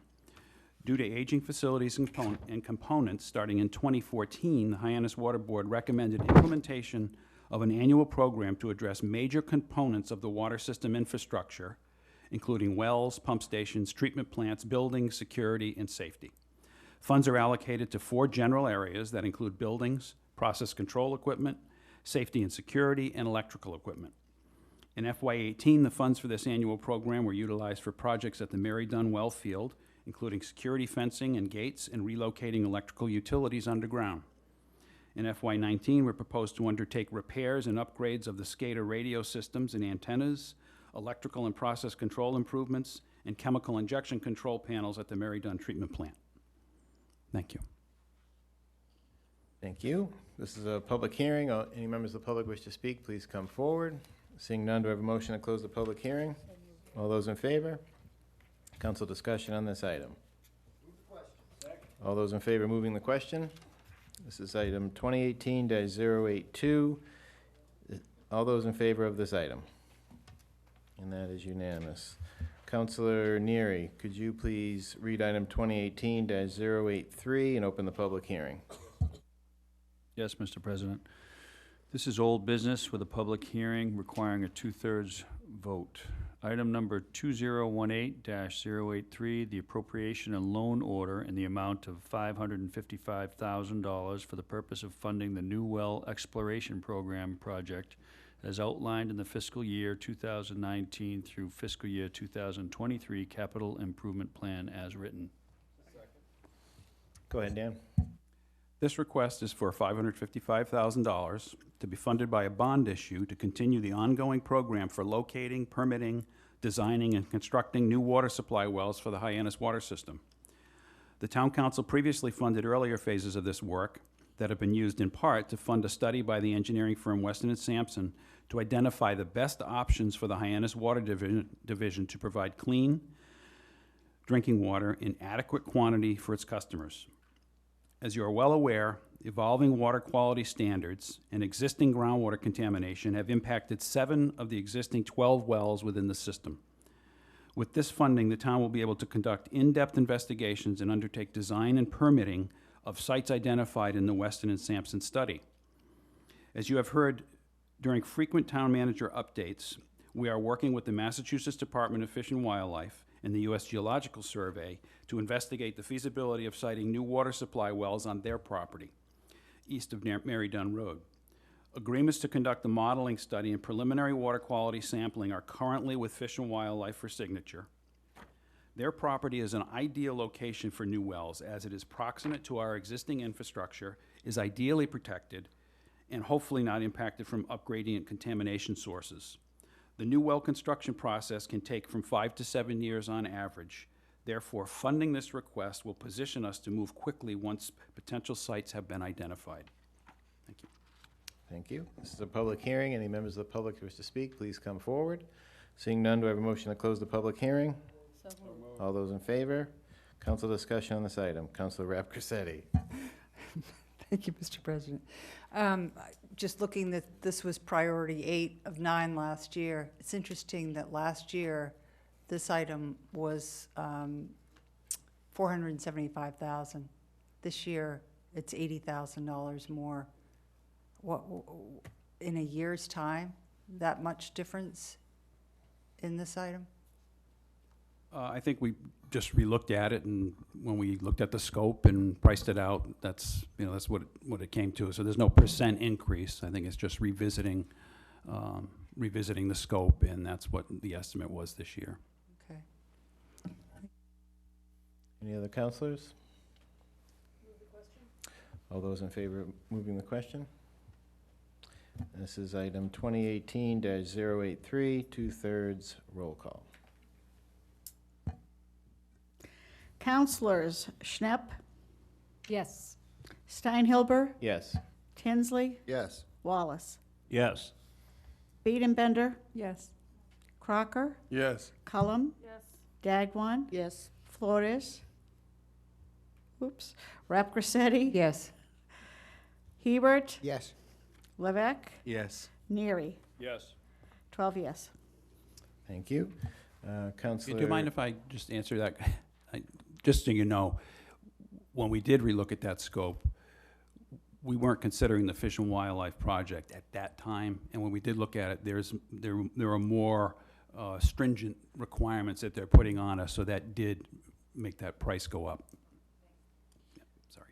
Counselor Neary, could you please read item 2018-084 and open the public hearing, please? Yes, Mr. President. This is also old business by public hearing requiring a majority vote. Item number 2018-084, the appropriation and transfer order in the amount of $165,000 for the purpose of funding the construction of a permanent interconnection with the Centerville, Osterville, Marston's Mills, public water supply system as outlined in the fiscal year 2019 through fiscal year 2023 capital improvement plan as written. Thank you. Go ahead, Dan.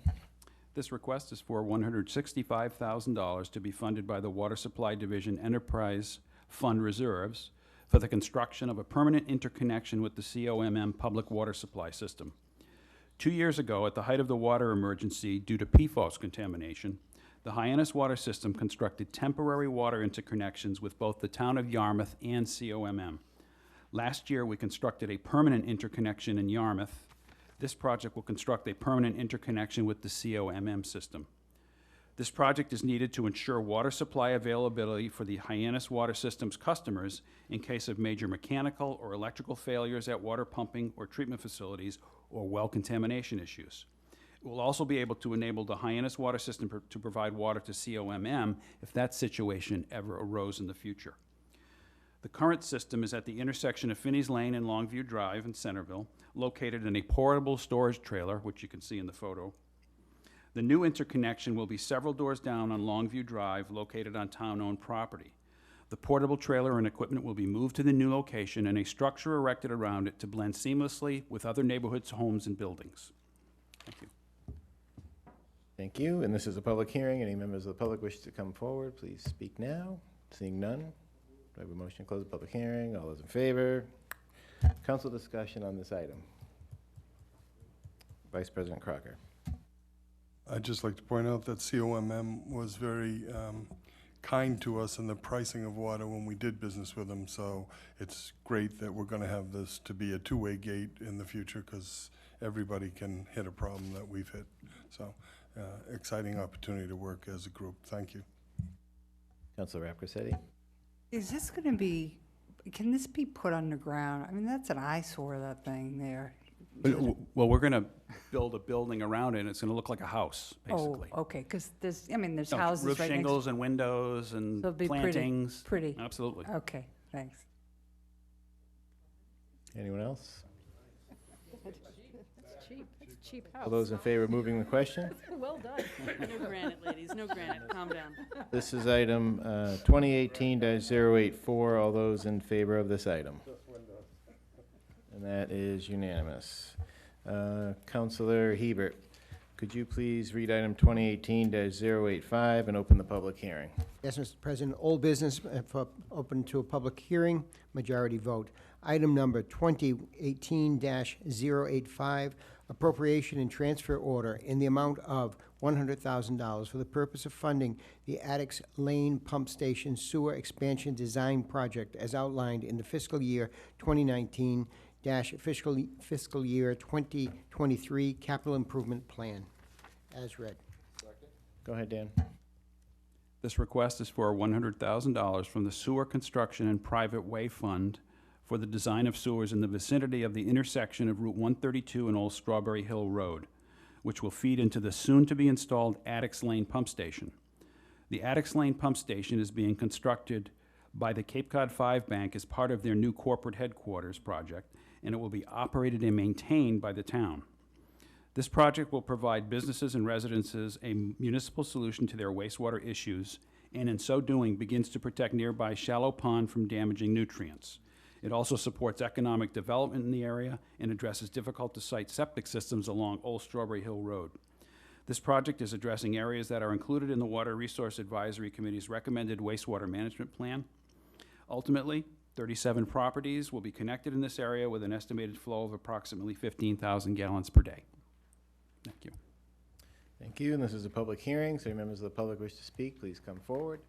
Seeing none, do I have a motion to close the public hearing? So moved. All those in favor? Council discussion on this item. Move the question. All those in favor of moving the question? This is item 2018-085. All those in favor of this item? That is unanimous. Counselor Hebert, could you continue on and read item 2018-086 and open the public hearing? Yes, Mr. President. Old business, opening a public hearing on item number 2018-086, appropriation and transfer order in the amount of $402,000 for the purpose of funding the Long Pond Area Sewer Expansion Preliminary Design as outlined in the fiscal year 2019-fiscal year 2023 Capital Improvement Plan as written. Go ahead, Dan. The DPW is seeking $402,000 from the Sewer Construction and Private Way Fund for preliminary design work to expand sewers to the area south of Route 28 and West Main Street in the vicinity of Long Pond and Centerville.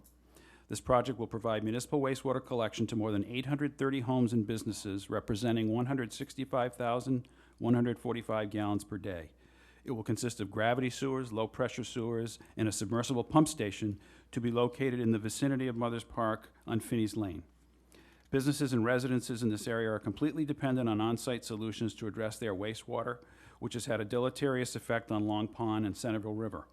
As a result, the Water Resources Advisory Committee recommended this area to be included in its Phase 1 of its wastewater management plan. Thank you.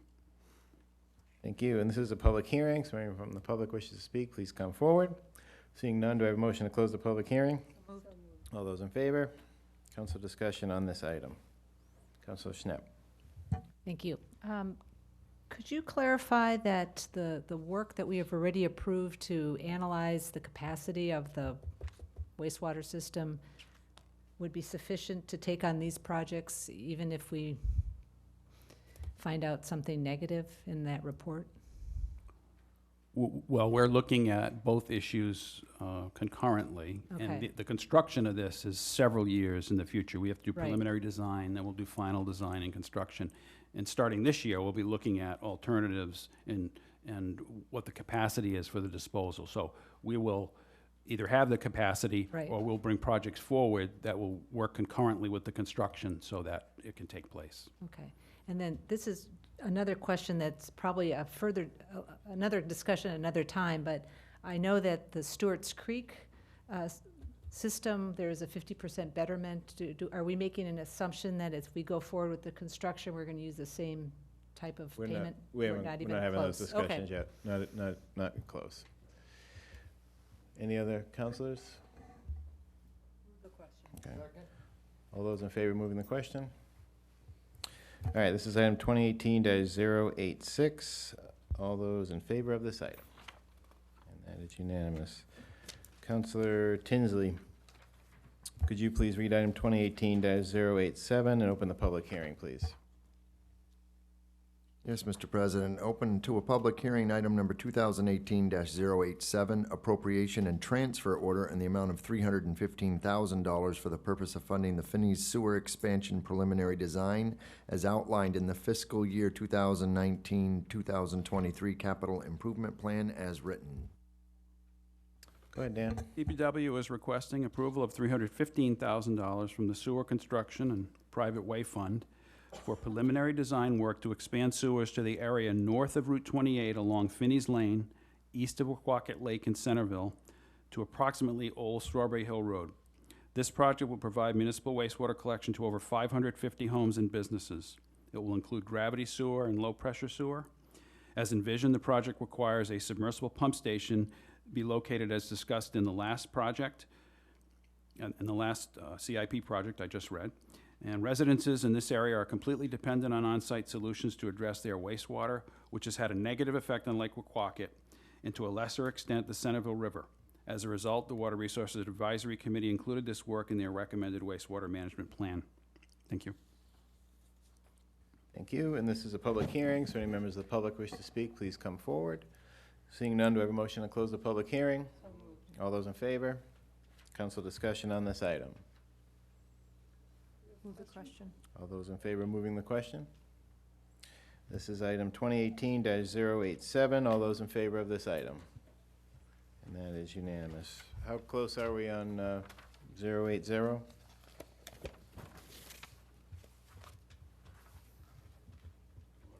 Okay, we're going to keep going. I just was looking for an update. All right, Counselor Tinsley, could you please read item 2018-088 and open the public hearing, please? Open to a public hearing, item number 2018-088, appropriation and transfer order in the amount of $154,000 for the purpose of funding the Old Kings Road Improvement Project as outlined in the FY 2019-2023 Capital Improvement Plan as written. Thank you. Go ahead, Dan. This request is for $154,000 from the Sewer Construction and Private Way Fund for design and construction to rehabilitate Old Kings Road in Katuitt. The project will consist of repaving Old Kings Road from Main Street to the Mashpee Town Line. This project will be done in conjunction with the culvert replacement project on the Santuit River, which is being undertaken in partnership with the town of Mashpee under a grant from the Federal Natural Resources Conservation Service. Old Kings Road is a private road, but qualifies for repairs utilizing town funds under the private way legislation of 2014. The road is in common usage, in poor condition, and heavily traveled. Thank you. Thank you. And this is a public hearing, so any members of the public wish to speak, please come forward. Seeing none, do I have a motion to close the public hearing?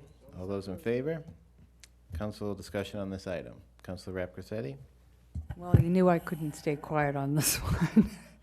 This is a long time coming. Very happy to see this. I know Mashpee got a $50,000 grant. How much did the town get for a grant on this? Oh, I think it's close to $500,000 total, and the towns are paying 25%, and we're splitting that 25%. So our cost share on this is $62.5. Okay. I think this is wonderful. You know, back in 2009, I think it was 2009, when the School Street Bridge was replaced, this way was the detour. So, you know, looking for the vehicle trips, and my biggest concern here was the stormwater runoff and the winter sands going straight into the river. And I'm so excited that this will take care of that and provide some relief for the residents in that area. And this is being done because of the legislation that was passed by the Roads Committee. So I appreciate it. Thank you. Any other councilors? All those in favor of moving the question? All right, this is item 2018-088. All those in favor of this item? And that is unanimous. All right, we're going to go back to item 2018-080. Vice President Crocker, did you want to make an amendment? Yes, Mr. President, thank you. Handed out to all of us, so it's a late hour, but so that we understand the implications. I move to amend 2018-080 by adding after the words appropriation, that $351,000 be transferred from the Sewer Construction and Private Way Construction Fund, and by striking the sum of $701 as the amount to be borrowed and substituting in its place the amount of $350,000. So, second, thank you. The rationale on that? What it does is it gives us another use for the Sewer Construction Private Way Fund, and because as Mark Milne always says, we don't like to pay interest, and we were borrowing to pay this when in fact the systems development could certainly pay it, but we think an adjustment and using some of the sewer construction private way funding as we go forward is a natural fit in these types of implications. So I would strongly urge your support on this amendment. Okay, I have a second on the amendment. Councilor, discussion on the amendment. Councilor Rapcorsetti. I just want to know how much is in the fund.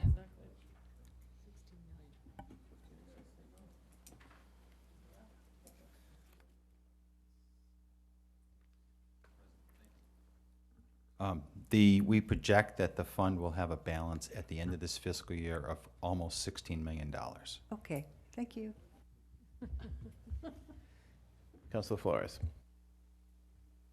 Why aren't we funding the whole thing as opposed to borrowing anything? What's the logic? When you have enterprise accounts, they're really supposed to be bearing their own expenses. The savings is there for the expansion process, but in this case, since it's an older line, since they've already paid to upgrade it once, it seems as though it's not a terrible amortization to pay for half of the improvement and use half of the funding.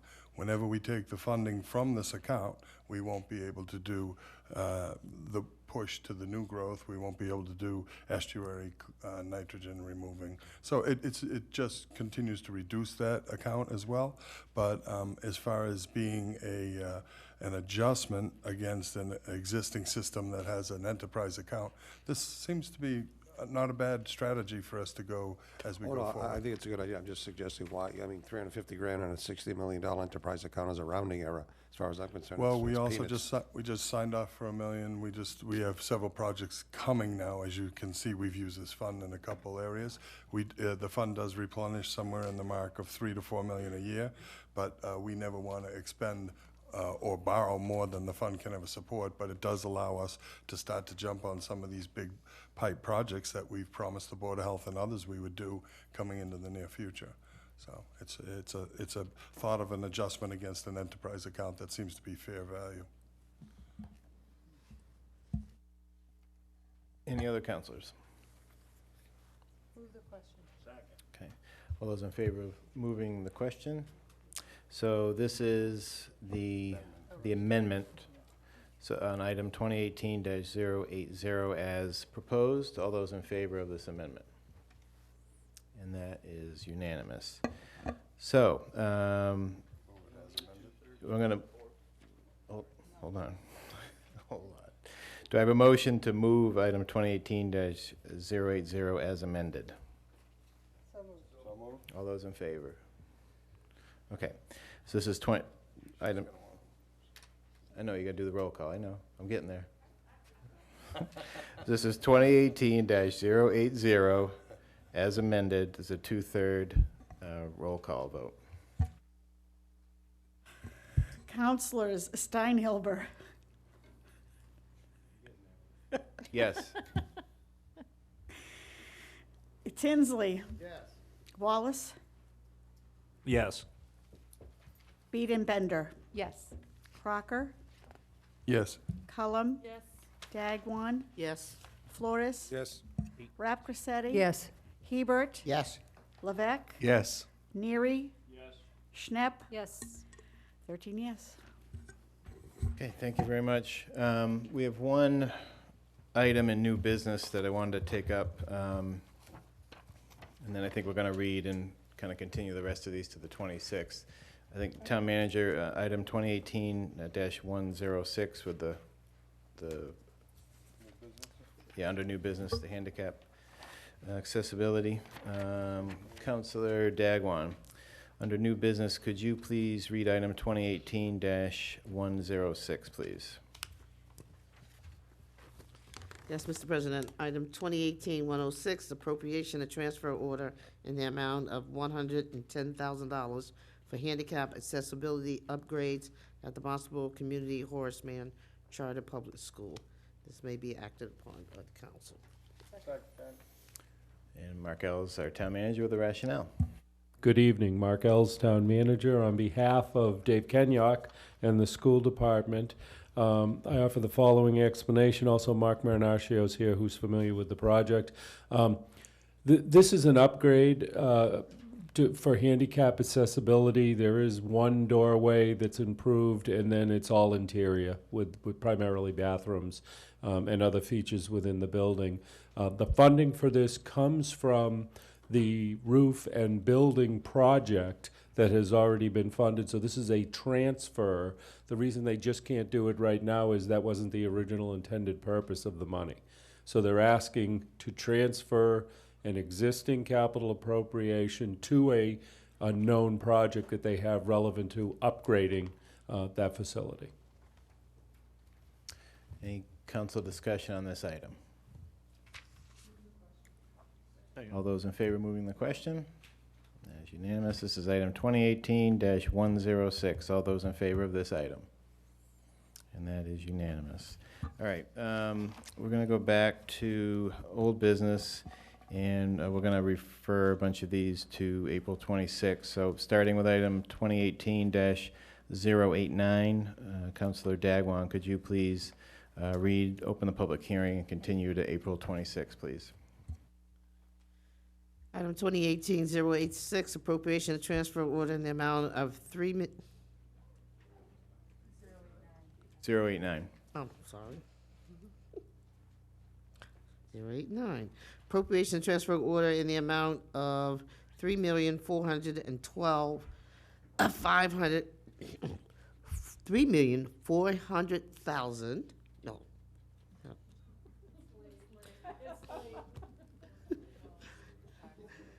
$3,412,500 for the purpose of funding the Public Roads Improvement Program as outlined in fiscal year 2019, fiscal year 2023, capital improvement plan.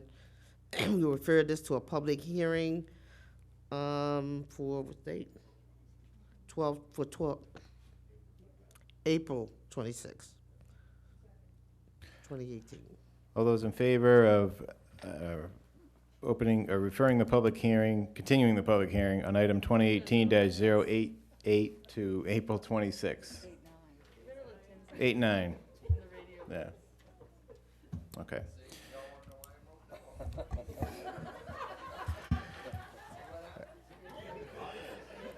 It's serious, isn't it? You want to read the rest of these? Yeah. It's radio voice, radio man. All right. All right, let's go. We'll go back over to Councilor Tinsley. You please read and continue the public hearing on item 2018-089 to April 26th. Continue the public hearing on 090. Right. 2018-090, appropriation and transfer order in the amount of $103,500 for the purpose of funding the design and permitting of Phase 3 of the Department of Public Work offices as outlined in the FY 2019, FY 2023 Capital Improvement Plan to April 26th as written. Thank you very much. This is item 2018-090. All those in favor of referring this public hearing to April 26th? That's unanimous. If you want to continue on with item 2018-092 and continue the public hearing to April 26th. Continue the public hearing on item number 2018-092, appropriation and loan order in the amount of $285,000 for the purpose of funding the school administrative building mechanical cooling upgrades project as outlined in the FY 2019 to FY 2023 capital improvement plan to April 26th as written. This is item 2018-092. All those in favor of referring this to public hearing on April 26th? That's unanimous. I want to continue on with item 093, please. Refer to the, continue the public hearing on 2018-093, appropriation and transfer order in the amount of $100,000 for the purpose of funding the design of the Bumps River Bridge repairs as outlined in the FY 2019, FY 2023 capital improvement plan to April 26th as written. This is item 2018-093. All those in favor of continuing the public hearing to April 26th? Keep going, 094. Continue the public hearing on item number 2018-094, appropriation and loan order in the amount of $253,740 for the purpose of funding the demolition of the portable structures at the former Marston's Mills Elementary School and the hazardous material evaluation study of the main facility as outlined in the FY 2019 to FY 2023 capital improvement plan to April 26th as written. You should really do books on tape. You're very good. Yeah. This is item 2018-094. All those in favor of continuing the public hearing to April 26th? That's unanimous. You got three more in you? You got it. Continue the public hearing on item number 2018-095, appropriation and transfer order in the amount of $45,000 for the purpose of funding the design of the sidewalk at Ocean Street as outlined in the FY 2019 to FY 2023 capital improvement plan to April 26th as written. This is item 2018-095. All those in favor of continuing the public hearing to April 26th? That's unanimous. Continue the public hearing on 2018-096, appropriation and loan order in the amount of $667,000 for the purpose of funding the design and hazmat removal project at the Armory Building as outlined in the FY 2019 to FY 2023 Capital Improvement Plan to April 26th as written. This is item 2018-096. All those in favor of continuing the public hearing to April 26th? That's unanimous. Continue the public hearing on item number 2018-097, appropriation and transfer order in the amount of $4 million to be transferred from the general reserves to the capital trust fund to April 26th as written. This is item 2018-097. All those in favor of continuing the public hearing to April 26th? As unanimous. Thank you very much, Councilor Tinsley. Councilor Rapkasetti, could you please, under new business, could you read item 2018-103 and refer to a second read on April 26th? Yes, Mr. President, new business, item 2018-103, appointments to a board, committee, or commission. Resolved, the Town Council appoints the following individuals to a multiple-member board, committee, or commission. Disability Commission, Mark Brunko from Marston's Mills as a regular member to a term expiring 6/30/2019. Public Works Commission, Ed Eichner from Centerville as a regular member to a term expiring 6/30/2018. Shellfish Committee, Christopher Freeman, West Barnstable as a regular member to a term expiring 6/30/2019. Water Quality Advisory Committee, Fred Dempsey, West Barnstable as a regular member to a term expiring 6/30/2018. And Zoning Board of Appeals, Mark Hanson, Centerville, as an associate member to a term expiring 6/30/2020. Refer to a second reading on April 26th. All those in favor of referring item 2018-103 to a second reading on April 26th? And that's unanimous. Councilor Schnapp, could you please read item 2018-104 and refer to a public hearing on April 26th? Referred to a public hearing, item number 2018-104, appropriation and transfer order in the amount of $449,900 for the fiscal year 2018 airport capital budget for the purpose of funding various airport capital improvement projects. All those in favor of referring item 2018-104 to a public hearing on April 26th? As unanimous. Can you continue on with the next item, please? 105, and refer that to a public hearing on April 26th. Refer to public hearing on 4/26/18, item number 2018-105, appropriation and transfer order in the amount of $167,600 for the fiscal year 2018 airport operating budget. All those in favor of referring item 2018-105 to a public hearing on April 26th? And that is unanimous. Councilor Biedenbender, could you please read item 2018-107 and refer to a public hearing on April 26th? Thank you. We actually just voted on that. 106, he just told me to read 106. I mean, 107. Oh, sorry. Okay. Refer to public hearing on April 26, item number 2018-107, appropriation and transfer order of $60,000 for the fiscal year 2018, Department of Public Works operating capital budget, majority vote. All those in favor of referring item 2018-107 to a public hearing on April 26th? And that's unanimous. Can you read item 108 and refer to a public hearing on May 3rd, please? Mm-hmm. Wait a minute. That is a typo. It says 2019. No, they need that much time. You need that much time. Okay, I just wanted to make sure. All right. May 3rd, 2019. Okay. Item number 2018. Right. It's like next year. I'm going up. Yeah, right here, 2019. What? All right. It says 2018 on mine. So May, yeah, on the index page it says 2019. Oh, I go okay. off the index page. Should be correct. We're gonna have a talk later. You should double check. I didn't put this together. All right, so we're referring to May public 3rd, hearing. 2018. May 3rd, 2018, item number 2018-108, authorizing the town manager to execute a regulatory agreement between the town of Barnstable and Housing Assistance Corporation.